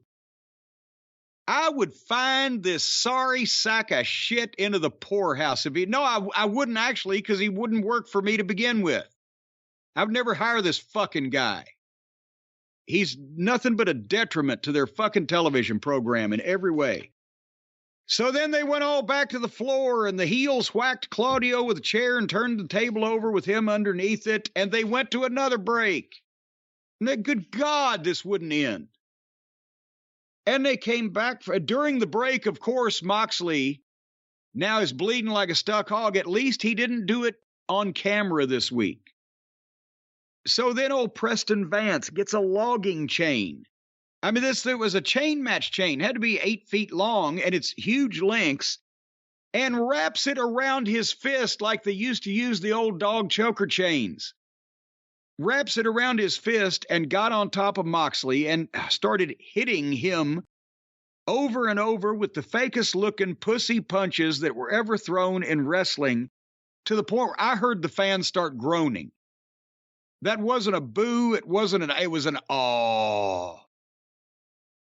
And you can't do that anyway, because God, if you used a chain that big, it would break your hand, as well as bust the guy's face open. But then Claudio came back in, and he made a comeback and got the chain, and he wrapped it around his fist, and even though it's still fake because it would have broke his hand, he threw some punches with that chain. It looked like Preston was trying to get away from it. And then Preston Vance gets color. So now, if blood was to have any impact in a major main event angle, which it usually does, and oftentimes when there's not blood in something like a major main event angle, there should be. But after everybody's seen it from some fucking job guy that's never going to fucking be featured again probably on this program, and this fucking balding, shit-looking motherfucker that bleeds every week. I'm so frazzled I can't form a cogent simile. He looks like a goddamn homeless bum under an overpass with his filthy clothes and his rude demeanor and his balding head and his lack of any physique whatsoever. And he thinks he's goddamn a cross between Terry Funk and Bruiser Brody. And he bleeds every fucking week. And the girls bleed. I can't wait for an announcer to bleed. Now they're just everybody on this program and everybody on this roster is just cutting their head for the sake of doing it, because it means nothing, because everybody does it. Even in shit that means nada, like this match. And then after that, everybody hit everybody. And then everything came to a halt. And then they got in a four-way. And then the manager, Jose, just came in and hit Claudio with a chair. And then here comes Wheeler Useless, and he jumps on Jose, the manager. And guess what they did, Brian? Do you remember what they did? Do you remember? They fought off. They fought off. And I wrote, will this ever end? And I started fast-forwarding at that point, and finally Moxley tapped out. Surprise, surprise, wouldn't you know who won the pony? Preston Vance. And again, I wrote the jeans, the torn T-shirt, the bald head, the bloody face, the frumpy boots, the homeless bum, the potty mouth. He's got Tourette's syndrome when he gets on television.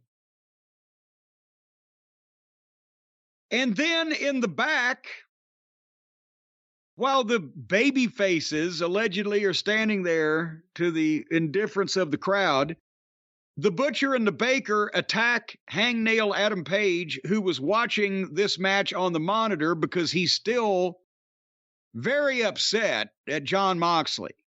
Very upset. Only I think there's going to be a fight in the locker room between Moxley and Page. And then the Dork Order come out in the pre-tape and run the Butcher and the Baker off, and then they go back to the ring where Moxley is still standing in the ring flipping birds to the camera and imagining and fantasizing and pleasuring himself that he, in his mind, that he's Stone Cold Steve Austin. Your thoughts? I think Moxley sucks. And I've said that for a while. He's my least favorite guy in AEW. His matches are terrible. He bleeds all the time for no reason. Who's had it easier in AEW than him? Doesn't have to get a physique. Gets his wife a job. Gets Tony to hire other friends like Saraya. Doesn't have to put in any effort, seemingly at times. Gets time off in the middle of a major main event run because he has to modify his personal behavior. Hey, that I don't have a problem with. If he has a real problem and he needs to do something, do it. But I also remember hearing that he was going to take a vacation and he didn't because of All Out. You know what? Take a vacation. Take a vacation. Get off TV already. Let's stop talking about Moxley because you know how I feel and you feel the same. All right.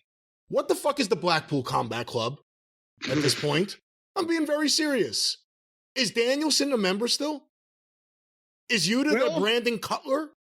Like, what is the Blackpool Combat Club? And no one is from Blackpool. You know what they need to do? They need to bring Pip Sabian in and make him the coach of the thing and change it to the Liverpool Combat Club. Is he from Liverpool?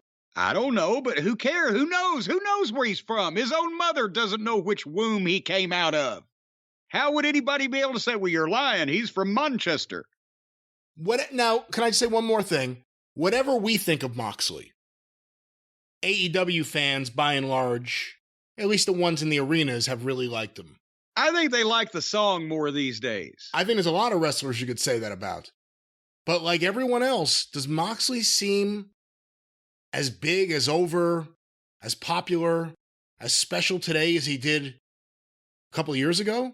No, he's been put in a group, and the group was unfocused and then lost its mentor, and then he was put in a rivalry with another alleged babyface, but still acts like an asshole to them. But fortunately, that other babyface, Paige, is nowhere near a strong babyface, so he's a weasel, and people can pick sides against him also, but it just confuses the issue, and then all they want to do is cripple each other. So, boy, I want my kids looking up to heroes like that. So he's been marginalized, trivialized, and taken the bloom off of him by being booked like a fucking idiot like everybody else on this roster. Hey, I think part of it's Tony, but part of it's Moxley. Moxley's one of those guys that gets a lot of his input. Tony listens to him. This is Moxley. Remember, we've said he thinks this is good. It's not good. It's terrible. I know, but he thinks it's good, so he's on board with it. He's one of these guys that idiot. He needs WWE supervision. He needs them to say, here's what you're going to say, and here's what you're going to do. I think he needs an ankle bracelet at this point, Moxley, much less a supervision. But moving on with the program. Jim Ross showed back up. He still works here. Nice to see him every millennia or so, but he's doing a sit-down interview with Wardlow. And remember, because JR and Mick Foley made magic 25 years ago, then we'll do a sit-down interview with JR. It'll make him a star. Problem was, I don't know if you specifically paid a close enough attention to notice, or you just thought that Wardlow can't tell a story in a clear and concise manner. I think, but the editing of this brought to light that Wardlow couldn't tell a story in a clear and concise manner. He was talking about his split with Samoa Joe at the start. That was going to be the topic. And then suddenly you could tell that there were jump cuts because they were having to try to piece this together potentially in what time they had allotted for it, 2 minutes or whatever.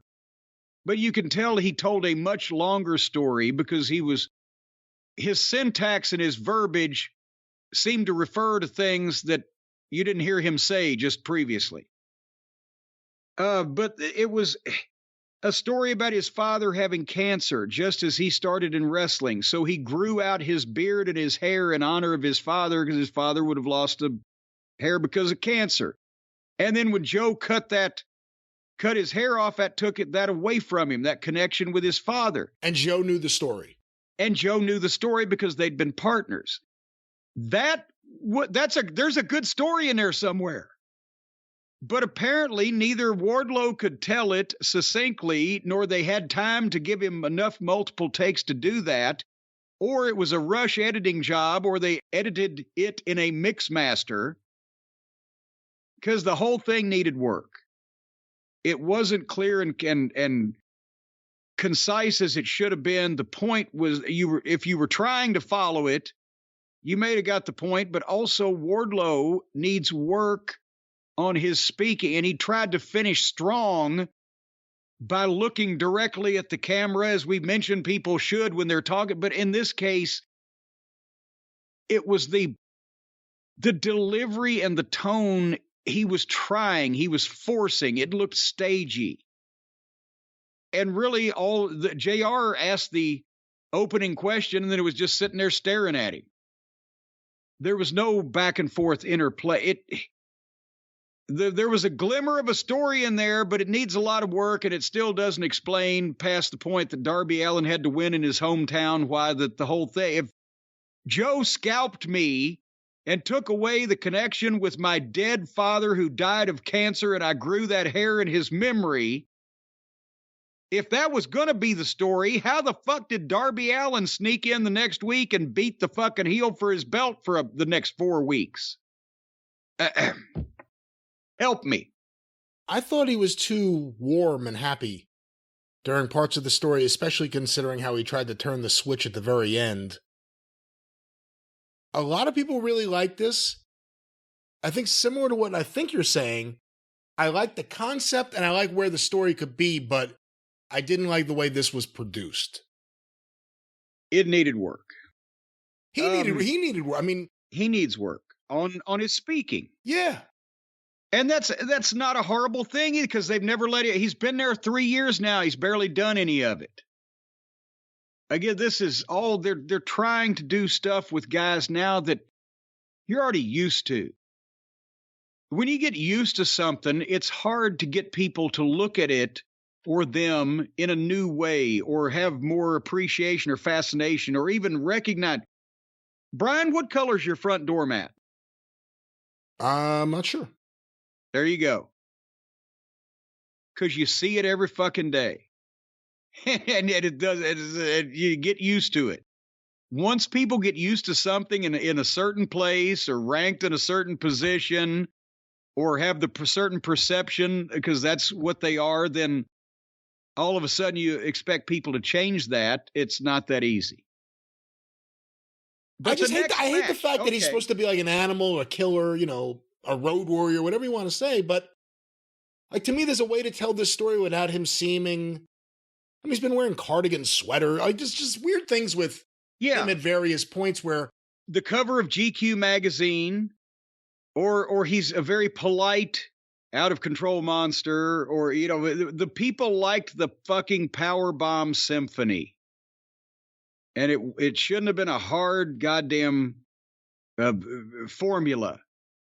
Powerbomb people like that on television, be a man of few words, only a top heel with help gets the fucking guy down and gets some heat on him, and he comes right back and starts a march to get even, beating people and or making an impact physically in quick fashion on TV, leading up to a pay-per-view match, blah, blah, blah. Instead, he was mad at security for a while. The next match is the one that got to me. Josh Woods against Mark Briscoe. And Woods had Sterling, the lawyer, and Tony Nese and Arya Daivari, Sean's brother, in the corner with him, and there's nothing the matter with that. And I'm not going to knock Josh Woods. He's an ex-MMA guy. He's the guy that I managed in my last match as a manager, by the way. Did you know that? You've said that before, yeah. At WrestleCade several years ago, well, not the guy that I managed, but the guy that I managed against when I managed Severn. Dan Severn. I said that wrong, but you knew what I was talking about, so you didn't call me on it. But I managed Dan Severn against Josh Woods. He's an ex-MMA guy. He's been working in Ring of Honor. He's a great-looking athlete. He's legitimate. And when Mark Briscoe came out, it woke people up that had not been didn't look to me like a very good time so far, but they knew who he was, and they were excited to see him. And again, here is where Tony Khan has been gifted something that all he has to do is take care of. He doesn't have to plant it and grow it and water it. It's been handed to him. Just put it in a nice place and let everybody look at it. And he can't figure this out. The way they put this together. Number one, even Mark Briscoe's a very professional guy and would do anything, and may have even said to Josh Woods, hey, you're already here, brother. I'm going to win, so I'm going to give you most of the match. Some producer should have shut that down at the fucking behest of Tony Khan, the booker himself. They had a match that not only went through a break, but also was involving other people and distractions and unnecessary falderall around the ring. Mark Briscoe, until the latter stages of the match, barely had any offense. He's still at a point in time where he, as a single, needs to be established as a guy that's capable. Just because everybody knows that, in the words of Bill Watts, meaning the fans, doesn't mean that you don't have to tell them again. They had just got this match started. They were serious, and they looked like grown men. And then suddenly they do a spot where the heels at ringside pull Mark out to the floor and start beating on him. And here comes Felix and Penthouse, and they hit ringside, and they get on the fucking heels that pulled Mark out. And guess what they did, Brian? Guess what they did? Guess. They stayed in ringside, and they helped out in the match, and then they high-fived the fans. No, they fought off. Oh, that's right. They fought right off. And the whole match, meanwhile, had ground to a halt. Mark has had exactly one match on their television. It took place a month ago. But now they do an apron spot as soon as the other guys fight off, where Woods suplexes Mark off the apron, flat back to the floor, and they go to the break. So I wrote, the babyface has done almost nothing before the cutoff for the heat. We got 20 minutes of that rotten tag team match earlier. They give us 2 minutes of this with interference, and they go to the break and disrupt the fucking flow. So, anybody wondering why I never even considered taking the fucking job for this guy and these people? It's shit like this. When he gets shit handed to him and he can't even figure it out. They come back from the break. Mark is firing back, but Sterling distracts. Wood stops him again. And finally, Mark makes a comeback and gets a chair and sets it up and does the old Sabu triple jump, leaping cannonball thing over the top or whatever. Hit a razor's edge off the ropes for a 2 count, and then he calls for the J Driller, and I'm thinking, yeah. And Wood stops him again and gets a 2 count on a German. And I'm, what the fuck? I said these famous words in the Ring of Honor production truck about Michael Elgin and Grizzly Redwood 10 years ago. Who the fuck are we pushing here? And Woods beat up Mark some more, and they went back and forth. And then Mark hit a Death Valley driver. Boom, beautiful. Bounced to his feet, went up to the top and hit the froggy bow. 1, 2, 3. Finally, and got a big pop. But Tony does not know how to use what he's handed because he hasn't already thought of it. And it doesn't fit in his, meticulous plans that he's laid out because he doesn't sleep because of whatever the medication is. I'll give you Mark Briscoe. He's for the past month, he's been bulletproof. Once they got the clearance to put him on television, he should have been getting a 5 or 6 minute win every week over anybody to establish that he's there. He's forging on the Briscoe name as a single. He's going to be a player. He's got a winning record, and we're seeing his shit, and we're liking it. And his personality has a chance to get over. And all of his quirks.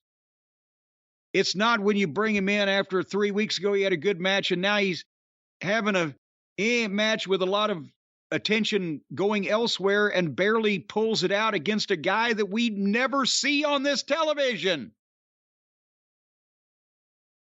Yeah, another issue go too. Ahead. You said that Josh Woods, and again, we've never seen him, so how are you supposed to really care? Came out with several people. How many people were on this show? The Dark Order are all on this show. 8 people in the opening match. I mean, this show is just packed with people. A lot of people. No stars. Here's another example. What do you think about this? Cody Rhodes in the WWE. He tears his pec and is out for 9 months for surgery. They turn that into a positive. And by the time that he comes back at the Royal Rumble, the packages have been played and replayed constantly. And the footage and the comments have been reinforced in everybody's mind. It's like he came back from the dead and triumphed, over all adversity from a torn pec, right? They know how to make a star. Oh, Hobbs, Powerhouse Hobbs. From what we understand, his brother was murdered right in front of him. And we've heard it twice in passing in packages over the last 3 years. Hobbs, who they started rebuilding again randomly in videos that would show up for like 2 or 3 weeks, and then we haven't seen him again since. You made the monster. Apparently, we made him to go away for quite some time. But that's what I'm saying. On the other channel, if somebody gets a shin splint, they have come back from terminal cancer. In this company, you get somebody handed to you that through outside measures, not involving you, Brian Pillman's Dark Side of the Ring episode, what we just talked about, Hobbs's brother, Mark Briscoe's brother, and the circumstances. And they don't know how to pick up on it. And they drop it every time. You know what, Brian? At this point, to be quite honest with you, at this point in the program, I was needing somebody to talk to. I was depressed. I had anxiety. My butthole was quivering and clenching up inadvertently at random times. You know, that's a sign of severe anxiety when you have butthole clenches at random times. Have you ever had the butthole clenches at random times? I haven't. I'm unfamiliar with this. Well, sometimes when life gets you bogged down, folks, you may feel overwhelmed. Your butthole may be clenching at random times, or you're not projecting out your best self the way you want to. Working with a therapist can help you get closer to the best version of you. It can help you take out your strains when you see talent on a television program that you love and respect being mismanaged. You need to talk to somebody like I'm talking to you, Brian, and the folks out there can talk to our friends just like you are my friend, Brian, and they are our friends.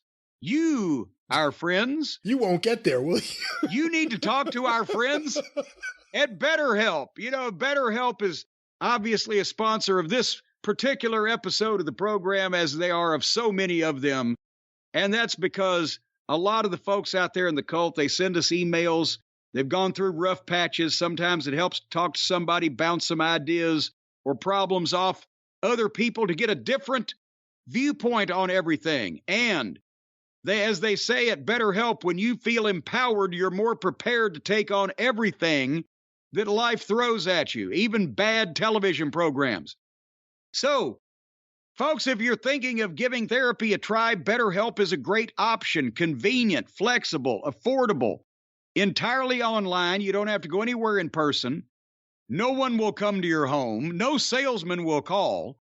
Just fill out a brief questionnaire to get matched up with a licensed therapist, and you can switch therapists anytime for no additional charge.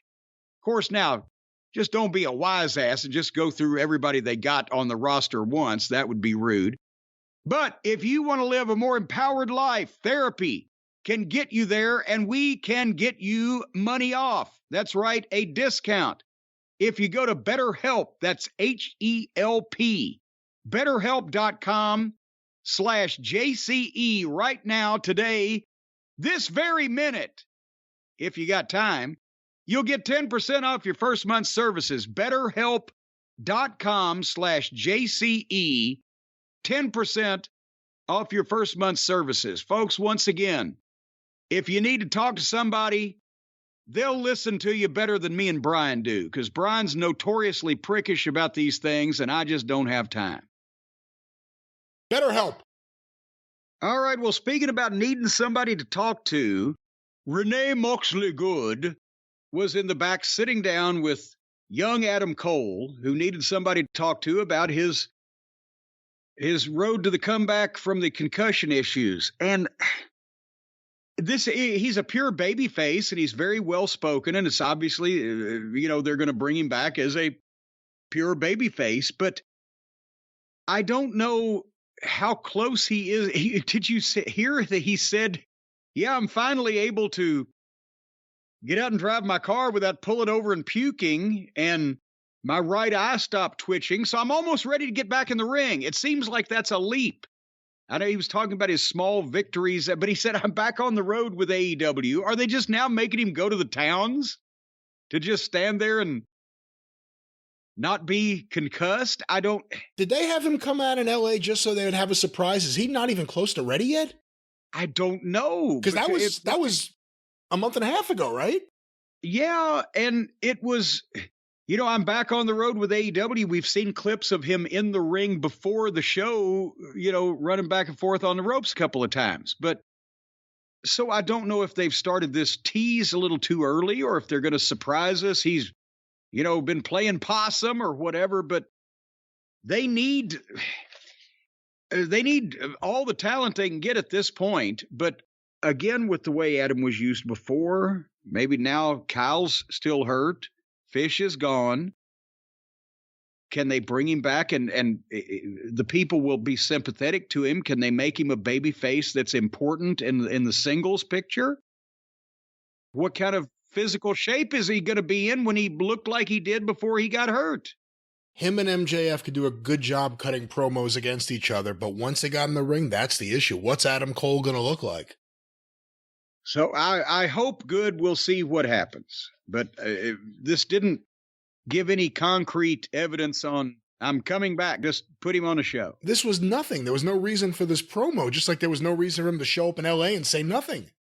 Well, they had to stretch it out a few more minutes so they could get MJF in the ring at the top of the 9 o'clock hour. That was the reason for the promo. And they made sure he was in the ring because they started him at 8:56 p.m. Eastern.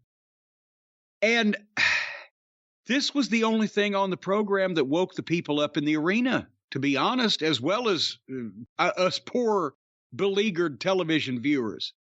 The fans were all over him. They chanted asshole.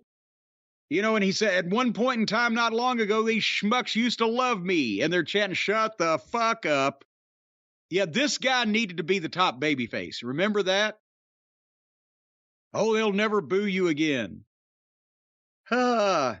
So he's in the ring. He takes up the space at the same time while being blasé about it. He uses the handheld some, but then he speaks to the people in the arena as well as the people at home. I wish he would say sport instead of business. Every time he said the reason why people get in this business. It's not fucking, selling used cars. It's if you just say reason why people get in this sport is to be the champion. Doesn't make any difference. Nobody's going to set the seats on fire, but it sounds better. Anyway, the show needed this because the fans were into it. He did a good promo. He was selling the main event at the pay-per-view. A 60-minute Iron Man match will be a challenge. Danielson's the best guy to have it with. We'll see what happens. But he did the promo, and then he brought out Bryan Danielson's former mentor, Christopher Daniels. And they do the deal where MJF says, I want you to tell the truth about Bryan Danielson. And immediately Daniels rolls over on him and says, hey, MJF gave me this ridiculous amount of cash money in this envelope to knock Bryan Danielson on TV, but I'm not going to do it. The truth is, Bryan Danielson's this and that. He's better than you, does the whole promo. And finally he says, Danielson's going to knock your dick in the dirt. And I wish Chris had been that good of a talker when we had him in TNA, but this was a good promo. He was at a couple of times he was turning kind of awkwardly to the handheld behind him instead of paying attention to MJF at that point. But basically the bottom line was that's why you hate Bryan Danielson, MJF, because it's everything you say about him, it's you're a fraud. And then MJF slaps the microphone away from him and they have a heated face-to-face and Daniels tries to walk away. And MJF grabs him, and Daniels hits him with a perfect slap. Perfect. And MJF immediately kicks him in the balls and puts the arm bar on him. And as he's cranking the arm, then Danielson hits the ring, and MJF powders no contact, which was perfect also. So I would just as soon have seen that for 12 minutes or whatever and called it a day without the rest of this program being on either side of it. But I think they got the point across there. What'd you think? I thought MJF was good. Apparently, during the commercial, he was really on fire with the people in the building. I wasn't crazy about Christopher Daniels here. It felt hoky's not the word. I just didn't believe him. And he comes right out there and immediately goes right to the thing. And I don't know. I didn't like Christopher Daniels' performance here. And plus, we know Danielson was just in the back the whole time waiting. Yeah. Why didn't he come out there and smack MJF?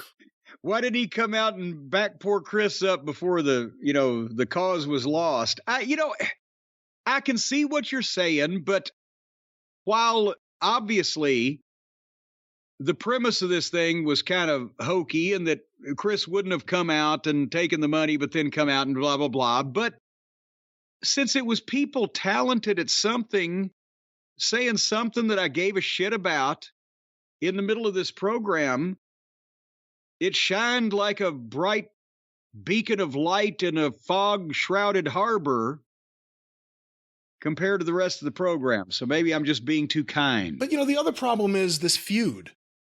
This is not the Danielson of several years ago. In the ring, he's great. If you like those kind of matches especially, because I feel like he's doing a lot of the same things over and over for me. But I've liked a few of his matches. The Roosh one I really liked. He's not talking for himself anymore, though, is he? Really? Is he talking? He barely talks when he barely does. Talks. Is he talking you into this match? He's not talking me into this match. Whatever they did with Regal, that's all gone. That did nothing to talk us into this feud or this match. He ran out there and did this. He's beaten multiple guys like every MJF opponent has. I think MJF's doing a great job, and he's maybe one of the very few people on that entire roster you could say that about right now. The big issue I have going into this pay-per-view, I'm interested in seeing the match, but I don't think angle-wise or booking-wise enough's been done to make people care that MJF's about to wrestle Bryan Danielson. It's the same thing same flavor of thing they've been doing. Okay, beat all these other heels and then you get the match and blah, blah, blah. Danielson was taking over the ring and cutting these long promos, what, year and a half ago? Yeah, year and a half ago. Yeah. All right, well, speaking of taking over the ring, the Trampoline Cowboys were up next as Jungle Boy took on Brian Cage. And Jungle Boy, when the match started, did 3 dives in the first 30 seconds. Cage powerbombed him on the apron, and they went to the break. And they came back, and they were going back and forth. And it was every indie wrestling match ever. They did a bunch of moves to each other. Cage, a reckless buckle bomb and an F5 for a 2 count. Sloppy shit on the ropes. And then finally, Jungle Boy started doing some shit and rolled him up and pinned him. And then they play the music again, the Baltimora, so the fans can sing, oh, oh, oh, oh, oh. It's always oh. Is it oh, or oh, oh, or ole, ole, ole, ole, or oh? Well, what else do you want? If it's not oh, what's it going to be? A, E, I, or U? How would that sound? Let me hear it. Sometimes Y. Yeah, why? That could be it. Why? I yelled that a lot during AEW Dynamite, actually. How about E? Or even... That may be a tough one. But nevertheless, so they sing and then suddenly they play music. And here comes Christian in a suit and a sling. And Jungle Boy immediately charges him in the entranceway like he's going to attack a one-armed man on sight. And as he gets to him, Christian sprays him in the eyes with a spray of some kind, we assume pepper spray or whatever, then takes his sling off and hits his move on Jungle Boy on the floor and left him laying. So that hot program from 9 to 12 months ago is still fresh in everybody's mind. They get Christian back and put him right back into this. Is this what anyone wanted? They need experienced talent at the top of the card and people that can talk and carry segments. And so Christian gets plugged back in with Jungle Boy. Jungle Boy ain't at the top of the card. No, that's what I'm saying. He might be at the top of the car. Yeah, he's going to sit in one of those little kid seats, the car seats. He'll be at the top, strapped in, possibly waving at people through the moonroof. Brian Cage, he really does remind me of a male cheerleader. He looks like a monster, but everything just looks so like soft and fun. You know, like I could just see him doing cartwheels and smiling while he does them. He looks like a monster. He's got whatever he's injecting. It's doing the job. But then he goes and he wrestles like he's not a monster. And we've seen it now from like a year and a half of no TV time. All of a sudden he's been on TV like, what, 5 out of the last 8 weeks? Yeah, and ain't any better. Not a lick better. And ain't any more over. And this show is not any more over. Renee Moxley Good announced that there would be a confusing series of battle royals to pick teams for a 3-way tag team title match at the pay-per-view, but then the Acclaimed and Billy Gunn came in and said it'd be a 4-way because they want in it too. So now they can just say that and it becomes a thing. And they're going to have some type of battle royal to I don't know what the fuck. It's going to be a 4-way tag team title match to ensure that we all get tired of everybody. And these promos are not helping the Acclaimed, as I mentioned. And then that's the place where they put the comedy segment with the Buckaroos and Don Fallis and Harpo and Knock It Off, talking about the NBA Finals and Top Flight and AR Fox or MR Wangs or LIB or whatever his name is. Come in and challenge for a rematch of the match they already had on this the Friday night Rampage show that nobody... And they did some childish repartee about balls. And then Matt Buckaroo took the basketball and hit his cameraman Cutlet in the balls with the ball. And Tony pays them thousands and thousands of dollars to do this to his television. Well, technically millions and millions of dollars, and yeah, that's exactly. I mean, per show, thousands and thousands. Yeah. And then the big match coming up next. God, I can't wait to hear the ratings. I've deliberately let you present them to me. I know nothing because I'm just Pip Sabian with Penelope Pitstop in his corner against Hangnail Page. And whatever the fuck that Pip is dressed at, you can tell that he thinks he looks good in it. What is that outfit and that hair and that, what is he? What is he, Brian? He is someone being used on TV for no good reason. He hasn't improved much in the ring since the beginning in 2019. The fans don't really seem to care about him too much, yet Tony keeps shoving him on TV. All of a sudden. Remember, Hangnail got attacked earlier in the show, and the announcers were wondering, is his shoulder going to be okay? Is he going to be all right? He comes out, he's not selling, he's not wrapped up. He just goes so... The announcers should have reminded him instead of us that he got attacked earlier in the show. And then they start this match, and the first thing I wrote is, my God, Pip is on offense. Will this be competitive? The Clown Cowboy is supposed to be a top guy, and he's going to be competitive with Pip. And then they go back and forth, and they went through a break. He can't beat a child-sized twit. How is he supposed to be fighting Jon Moxley? So they come back and do some more stuff. They're acting like this is a serious match. And then finally, Page hits a power bomb and gets a 2 count. And then they go back and forth again, and finally he hits the dead eye 1, 2, 3. And that's where I wrote, was this the girls' match segment of the week? In terms of ratings drop, I mean. That's usually where it's placed. Your thoughts before we move on to the Blackpoolers coming out to confront Hangnail. This was their world champion You have to remind yourself of that. At least with Omega, he's in his own little universe, so you can kind of pretend like he's still a big shot, even though he interacts with 6 other wrestlers. Adam Page was the world champion.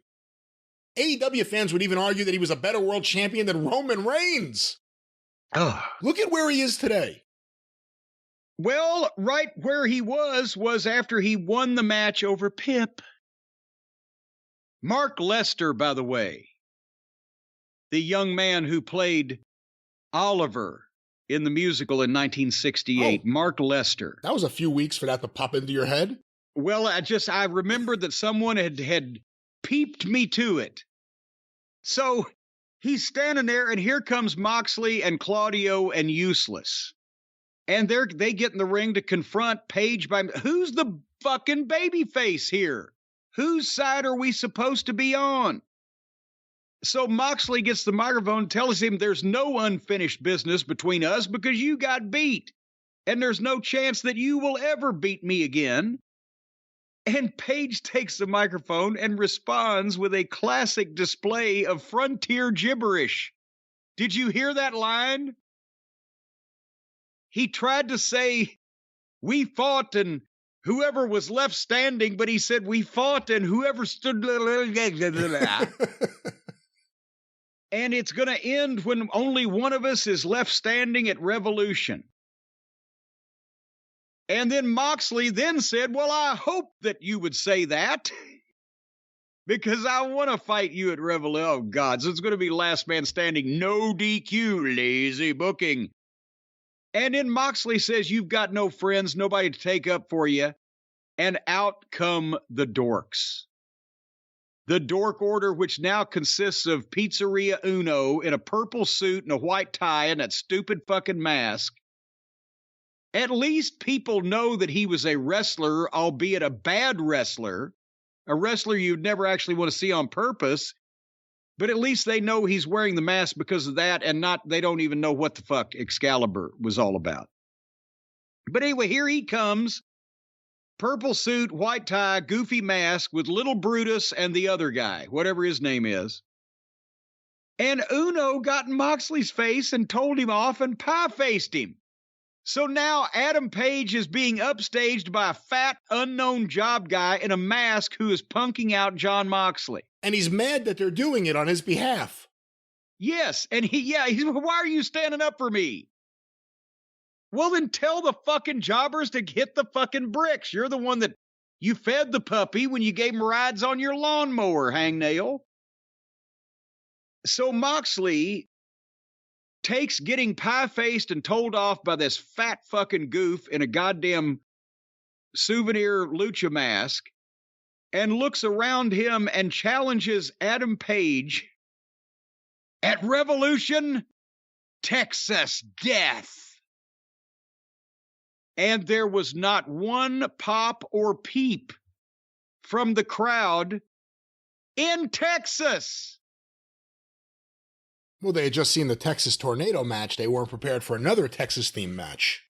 Well, they're not going to see it there anyway, because it's going to be in goddamn, where is this Revolution, their pay-per-view? Where's it going to be? I don't even know. The outer reaches of your mind. Yes. The Chris Colt experience.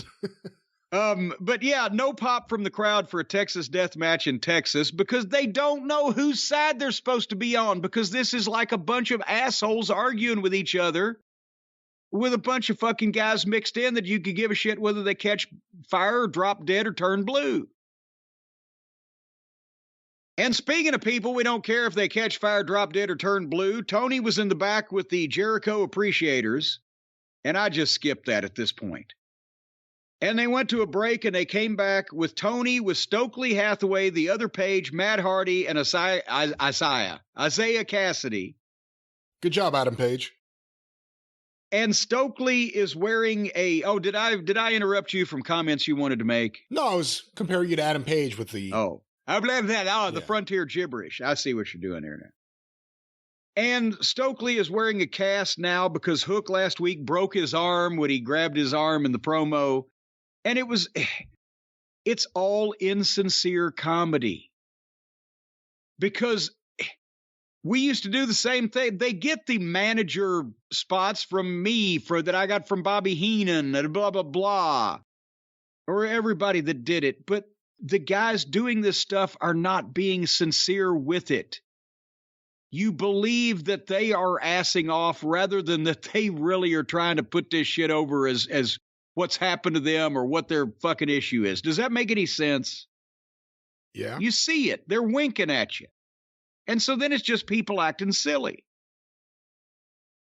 Speaking of which, the main event of the evening on this program, Toni Storm with Saraya versus Ruby Soho versus Britt Baker with Jamie Hayter.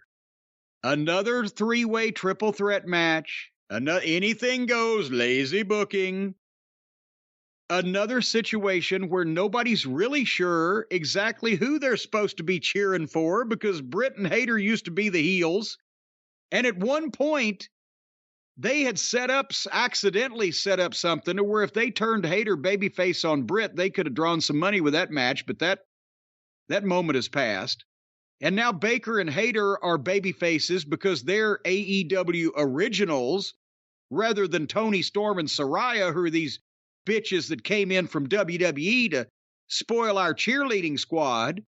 And Ruby Soho came from the WWE, but she sympathizes with basically the heels that were fucking with her 3 months ago because now they're holding up for AEW and she can't pick which side she wants to be on, so they're going to have a triple threat match.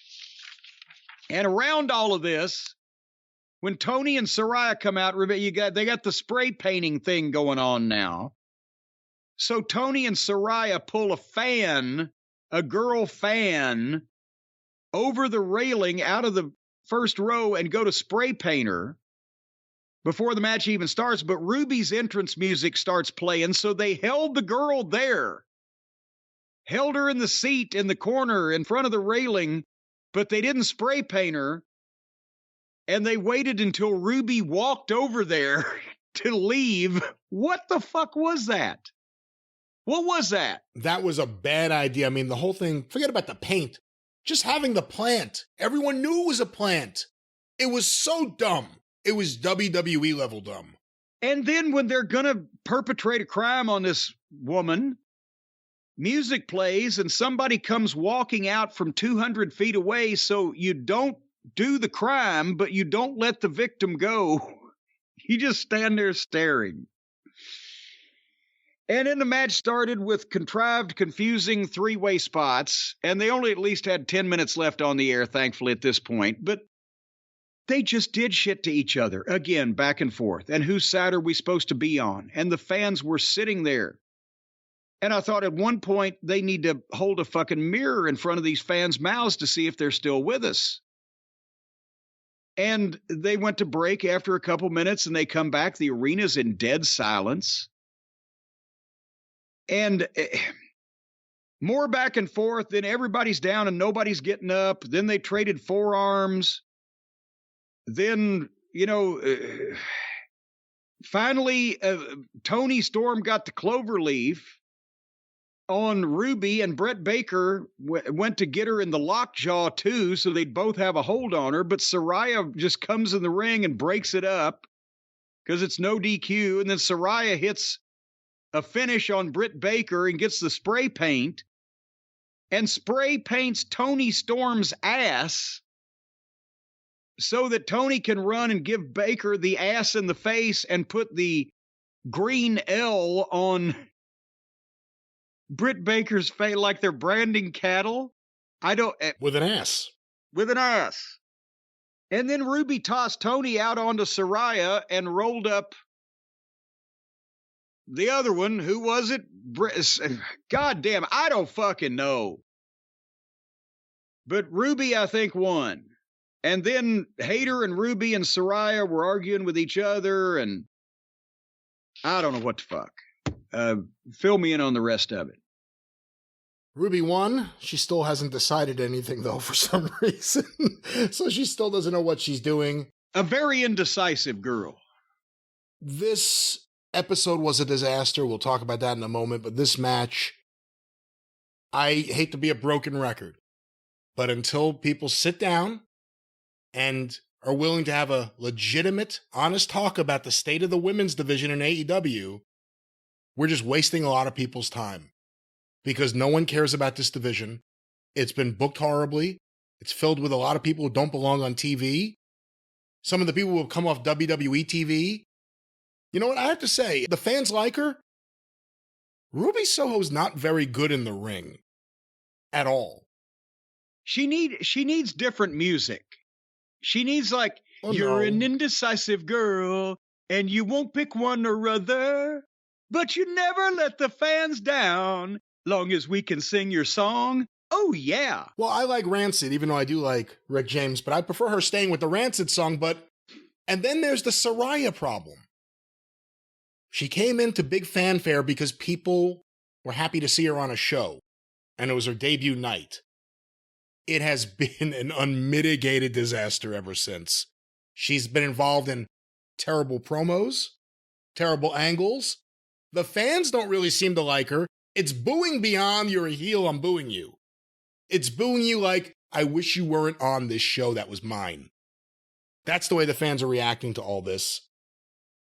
This women's division, it's getting harder and harder week by week to justify its existence. If anyone wants to be honest and have an honest talk about it. There should be a place for women to wrestle. WWE has top flight women on their roster. But the AEW women's division, how are you going to fix this? And as we've seen, when some WWE talent, male or female, comes to this atmosphere, and we find out that there's a reason in some cases why the WWE tells guys every move to make. Because without that, a lot of this talent is lost. You know, you're seeing more and more chatter from longtime hardcore AEW fans, the type that typically, especially early on, would put you or me down because we were haters of AEW, not listening to any of the genuine criticism. Those people have certainly started to turn the page.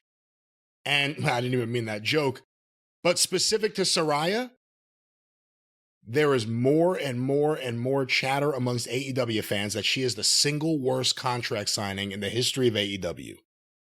They don't want to see her on that show. And quite frankly, there was no reason to sign her in the first place. And one wonders how much money that cost. But speaking of things people didn't want to see, and turning the page, on a long and lonesome highway east of Omaha, you can listen to the engine moaning out as one last song. You can think about the woman or the girl you saw the night before on television. And how many other people saw them also? What were the ratings for this program? This week's episode, AEW Dynamite, February 15th, 2023, 824,000 viewers was the average. Oh, Jesus Christ. That's down 70 from last week, which was down almost 100 from the week before, right? Did the Big Bang lead him in this week? I believe so, but I think the problem Who let him out? The problem, too, is if you watch this show and you see the Jerry Jarrett tribute, and then Jeff comes out and you see what that match is, and it's not going to be any kind of tribute match or anything. Not that there's a big audience for that, but the tone that it immediately set. And then during that match, they put up a graphic on the bottom of the screen showing the rest of the card for the night. If you caught that, I don't think you were staying around for the rest of the night. Segment one. Oh, go ahead. I was about to say, let's examine those quarters then. What was going on? Segment 1, 8 to 8:15 p.m. This is put together by Brandon Thurston, WrestleNomics. Jay Lethal, Jeff Jarrett, Satnam Singh, and Sanjay Dutt versus Billy Gunn, Orange Cassidy, and the Acclaimed, as well as the post-match. 938,000 viewers. Oh, that's the first time they haven't started with 1 million in I don't know how long. It's been a while, yeah. And it's never a good story from here, so if they're starting at that point, I'm wondering where they finished. Keep going. Segment 2, 8:15, 8:30 p.m. The Bryan Danielson backstage promo, as well as the Texas Tornado match with the Blackpool Combat Club and Roosh and Preston Vance, 829,000 viewers. Jesus Christ! After the first 15 minutes, they lost 109,000 people. Why would you tune in? Why would you stay watching? Orange Cassidy, the Acclaim being used by this, Sanjay and the Giant. I don't think a lot of people want to see Jeff, especially the way he's going to be used in this situation. You got to do something different. Why would you stay? But the 829 segment 2. Segment 3, 8:30 to 8:45 p.m. The final 6 minutes of the Texas Tornado tag match, or Texas Tornado match, as well as Adam Page and his backstage angle with the Butcher of the Blade, Kip Sabian, and the Dark Order, the Wardlow backstage interview, and the start of Mark Briscoe versus Josh Woods, including picture-in-picture. 901,000 viewers. Wow. So that's, again, now they're back up 72,000. Do you think a bunch of those people just said, fuck it, we'll come back in 15 minutes to see Mark Briscoe?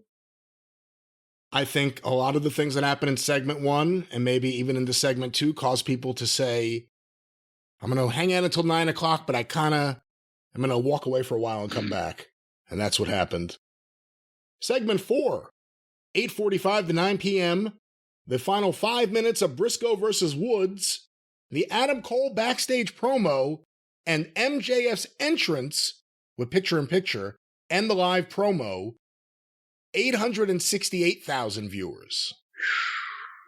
So they're back down 33,000. But the MJF promo at the top of the hour, because it went from 4 minutes till about 10 minutes after, did they gain anybody back for that? Because that, as we said, was the high point of the energy level of the evening. Segment 5, 9 to 9:15 p.m. MJF's confrontation with Christopher Daniels, the Guns backstage promo, and Brian Cage versus Jack Perry with picture-in-picture. 854,000 viewers. Jesus Christ, lost 14,000 more. Okay. 9:15 to 9:30 p.m. segment 6 here. The last 5 minutes of Brian Cage versus Jungle Boy. The post-match with Christian Cage, saving his fellow Cage brother, Brian Cage. The Acclaim's backstage promo. I just realized they both have the last name Cage. The Acclaim's backstage promo. Cages and pages in this company. Now you see why Vince McMahon got pissy about names, but go ahead. As well as the backstage promo with the Elite and Top Flight and AR Fox. And the beginning of Adam Page versus Kip Sabian with picture-in-picture. 763,000 viewers. Oh, Jesus. That's 30, 91,000 more have hit the road. And did I say, was that the girls segment? Or is that the one I said that about? You wondered what would happen there. Yeah, that is true. All right. Segment 7, 9:30 to 9:45 p.m. The final 3 minutes of Page versus Sabian. The Dark Order John Moxley confrontation. The Jericho Appreciation Society promo. 726,000 viewers. Jesus. And another 37,000. So we are now down 212,000 from the start of the program, and we started with less than 1 million to begin with. And finally, segment 8, 9:45 to 10 p.m. Oh, boy. The Firm's backstage promo and Ruby Soho versus Tony Storm versus Britt Baker. 710,000 viewers. They almost got below 700. So now this is the base audience. Was there like the Super Bowl? Was that on opposite on Wednesday night? No. Did they land on the moon this week? Anything like that? No kidding involved right now. There's a lot of people. So, and I think a lot of them knew better, that built up Tony Khan's head into thinking he could book. And there's a lot of people that focused on some of the pay-per-view successes, and you can't take those away, and said that that number and that gate, or whatever it may be, somehow means the booking is okay. There are people there in that company who like Tony Khan a lot, who, when they talk to people outside the company, will let you know what they think about the booking and the creative. despite the fact that they like Tony Khan a lot. I don't know if anyone's saying it to him, but despite his love of professional wrestling, Tony Khan is not good at writing a wrestling TV show or traditional booking. I think he does have talent as a promoter, putting matches together for a pay-per-view and getting people to want to see that. But as we're seeing here, they're talking me out of matches for the pay-per-view, as opposed to getting me to want to see them. They're focusing their TV on so many people, and so many people that don't matter. Brian Cage is going to drive off viewers. You didn't know that already? You didn't know putting the women's match in the main event was going to hemorrhage viewers? You didn't know that the Elite and the Jericho Clowns weren't going to hold any viewers? You didn't know that if you started your show with that 8-man tag match with Orange Cassidy in 2023, you weren't going to drive off viewers? You didn't know that? Because any competent wrestling mind or pseudo-wrestling mind who wrote that shit down on paper would see that. It was obvious to me. And the problem is when everyone says AEW needs to fix this, they need to fix this, they can make little repairs here and there. You could change the chairs on the Titanic. But the problem is who's writing the TV. And this project is Tony Khan's project. It's his love. It's what he really wants to do. Quite frankly, it's what he thinks he's good at. And I'm not trying to be funny or make fun of him or put him down. He's not good at it. And more people who know better, who have been afraid to say anything, need to say something. Because it's not just, oh, he needs to fix the Elite, or oh, he doesn't have CM Punk, or oh, this or that. No, it's everything. He shouldn't be writing the TV. It's not one of his talents. You said so much that I wish I had said right there. The only thing I'm going to add is you talked about, no, seriously. You talked about the pay-per-view successes. My bone of contention with this thing from day one is with this kind of television exposure and that kind of money, imagine how good they could be doing now if this shit had made sense from the start. And part of whether you want to be a good promoter or a good booker or whatever, part of it is identifying good talent and using it to accentuate it instead of be a anchor around its neck. And Tony's done the opposite. When guys do get over with his fans, it's generally through no doing of his. They pick out the people they like the best because the other shit confuses them. And then he drops the ball on those people. But the people that are not over, that don't keep viewers, that don't get them mainstream attention of any repute, he'll push them down your fucking throat because those are his friends, because he likes them, because they're nice to him, and they tell him that he's doing such a good job. And again, Tony has been disserved because there are wrestlers he's given a lot of money to that he really likes that haven't helped him, that have helped themselves in every single way, every time. The promotion never gets better. Things only keep getting worse. And, when this thing with Ariel Helwani happened the other day, or yesterday, Scott Cornish, the wrestling humorist, had a great line. Tony has too much free time on his hands. Give him another TV show to book. Because it's getting to the point where it's ridiculous. Jim, did you see the lineup for next week's Dynamite? No, I didn't. But while we close this segment out, run that one by me one more time. AEW Dynamite, I saw this on Twitter, on their official Twitter, this Wednesday, 8 p.m., 7 Central, TBS. Certainly. He's good. This is going to be an all-star extravaganza to try to get the bad taste out of people's mouth from last week. So he's going to have all hands on deck, some intriguing matchups with his best performers, and big name stars, right? This is Mid-South late 83. Jon Moxley versus Evil Uno in the main event. Oh, what? All-Atlantic title match. Orange Cassidy defends against Wheeler Yuta. We have a tag team battle royal. We haven't seen enough of those in AEW.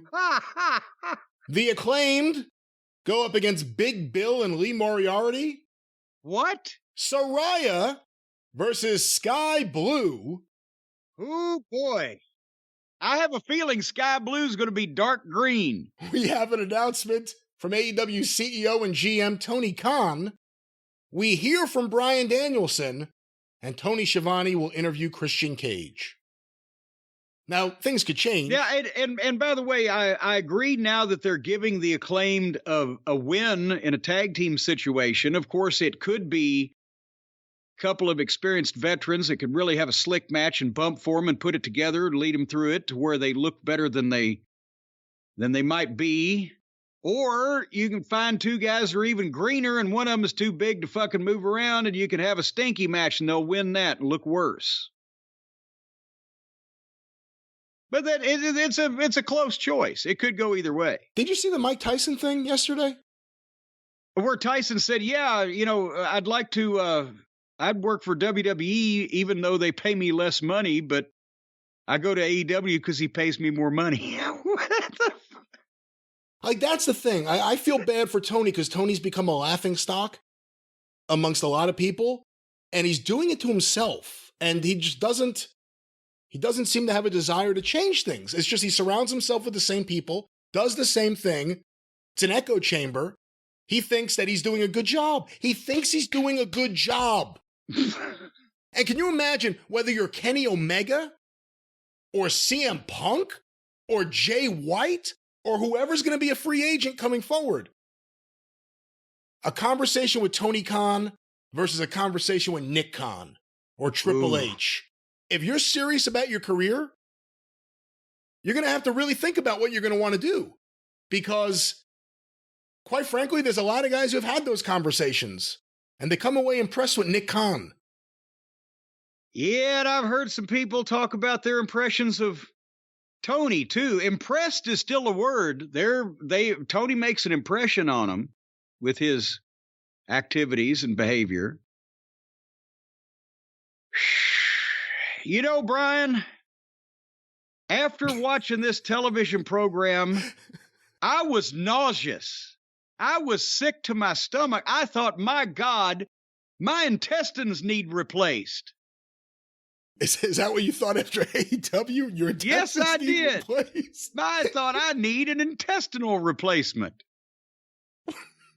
Well, what are you going to do about such a problem? Well, fortunately, I've been reading up on it, and I found out that I don't need an intestinal replacement. I just need to take care of my god-darn gut health. But you know what, folks, I'll tell you, if for any reason, if you're nauseated, if you're green around the gills, for watching a bad wrestling program, if you feel like you need an intestinal replacement, you need to do what I've done. I've gone to Seed. And I know a lot of people that have gone to Seed, and it's done them a world of good. And folks, I'll tell you what, I'm pretty convinced that you can go to Seed too, and it will do you a world of good, because our friends, by the way, at Seed.com, those folks have got your gut health in the uppermost part of their mind, and they are doing people a world of good around the world now. Because, you know, gut health, Brian, it's a complicated business, because the health of your gut determines the health of the rest of your body, your immune system, it's all interconnected. It's the leg bone connected to the gut health, and on and on. And the folks at Seed.com are experts. They have developed scientifically validated, clinically studied next generation probiotics for people and the planet, I'll have you know. And if you look over the information that they have sent us, you'll see that it's complete gibberish to folks like you and me. Well, I wouldn't say we don't know what the hell's going on here. We don't know how this gut health thing works. That's why we need to rely on the experts, the scientifically trusted experts with integrity and knowledge at Seed.com that have developed this incredible CDS01 daily symbiotic for your gut health. Because otherwise, the lay people like you and me, you get laid every once in a while, Brian, even though you're married. The lay people like you and me, we're in over our heads here. We're seeing stuff like pathogenic antigens and gut microbes producing metabolistic products known as metabolites that facilitate communication between gut cells and immune cells, maintaining homeostasis of the microbiome. We don't know what that means. Basically, here's the thing, folks. You got to have fiber. We've been talking about the fiber. I'm on the fiber now ever since last week with my colonoscopy. And the fiber is to help the poop go round, but also it does a whole bunch of things where it ferments and foments and sits down there. It's kind of like a compost pile in your stomach. And there's fatty acids and anti-inflammatory and antioxidant responses that go on. We don't know what the fuck's happening here. That's why you need to take I certainly this don't. fine. Yes. No. That's why you need to take this fine Seed DS01 Daily Symbiotic. It's as easy. See, for us simpletons that can't understand why higher levels of stress can trigger blooms of pathogenic microbes that promote dysbiosis and increase intestinal permeability, which, by the way, is also known as leaky gut. You don't want your fucking stomach to rot out and drip out your ass, folks. So what you do is you rely on the experts that develop this stuff, and you put one of these right on your nightstand with a glass of water, and the first thing in the morning, you get up, you take the DS01 Daily Symbiotic along with a sip of water, and you're good. Your stomach will stay inside your basic body cavity for the rest of the day. And you don't have to go to school for 15 years and learn how to read all of this other gobbledygook that the scientists have to come up with in order to keep us all healthy and safe. I don't even know where to begin. I don't even know how we're going to end. But why don't we talk about something? All you have to do, it's the only thing you have to do is go visit seed.com. That's SEED. See, we can't even spell a 4-letter word. We're imbeciles over here. We don't know what the fuck's going on. So they put it in pill form where it's just simple. You go to seed.com/drive and use the code DRIVE, DRIVE, that's 5 letters, to redeem 20% off your first month of Seed's DS01, registered trademark, by the way, Daily Symbiotic at seed.com/drive and use the code DRIVE. You can start a new healthy habit today. You can get good gut health inside your innards, the real deal in a symbiotic that everybody needs. You need more sin, folks. One that's backed by clinical trials, scientific data, and big words. So visit seed.com/drive and use the code DRIVE to get 20% off this daily symbiotic from Seed that you are going to love. Just go to Seed. I've gone to Seed. People have told me that ever since I started. All right, I know what we're going to hear already. We don't mind what he said, but he didn't say the big words. But speaking of big words, how about big numbers? Oh. Because have you heard the bird is the word? The price, the asking price that Vince McMahon apparently has in his mind for how much he wants from Prince Mohammed bin Solomon over there, or whoever is in charge of Endeavor these days, or whoever the front runners are, $9 billion for the WWE, lock, stock, barrel, and paralegals. Everything out the door, send the trucks, everything must go, haul it off. We've been hearing $6 billion, and we thought, okay, that's, we were trying to, you and I, over several conversations over these programs, have tried to justify why that a company would pay or some conglomerate or whatever would pay $6 billion for the company. If the theory is that if one of the broadcast affiliates would want to just save the rights fees by buying the company, but a large part of the company's revenue is the rights fees they were paying, and chase that down the rabbit hole. Now, $9 billion? What do you think there, Wizard of Wall Street? I think it all circles back to the Saudis because they're the only ones who could actually pay that kind of money without taking on massive debt. That's why it's a limited pool of who can actually purchase WWE. Because you're not just paying what it's worth, you're paying some semblance of a multiple here. And there are all these issues about how much they're going to get for the rights fees. There are a lot of issues going forward. There aren't a lot of buyers right now. Everyone's paring back. And this is a major purchase. This is bigger than most media purchases. Go look. So I think it circles back to the Saudis because they could pay, quite frankly, they could pay any amount of money. Yeah. And not have to take on various financial institutions as a partner to raise the money to do it. And they don't have to justify anything they spend either, right? They don't have to make a profit. They don't have to report to any stockholders. They don't have to say boo to a goose, as Adrian Street used to say. They can just say, here's billions of dollars, and we've got more in cash, and, we got a swimming pool of money, a Scrooge McDuck money bin.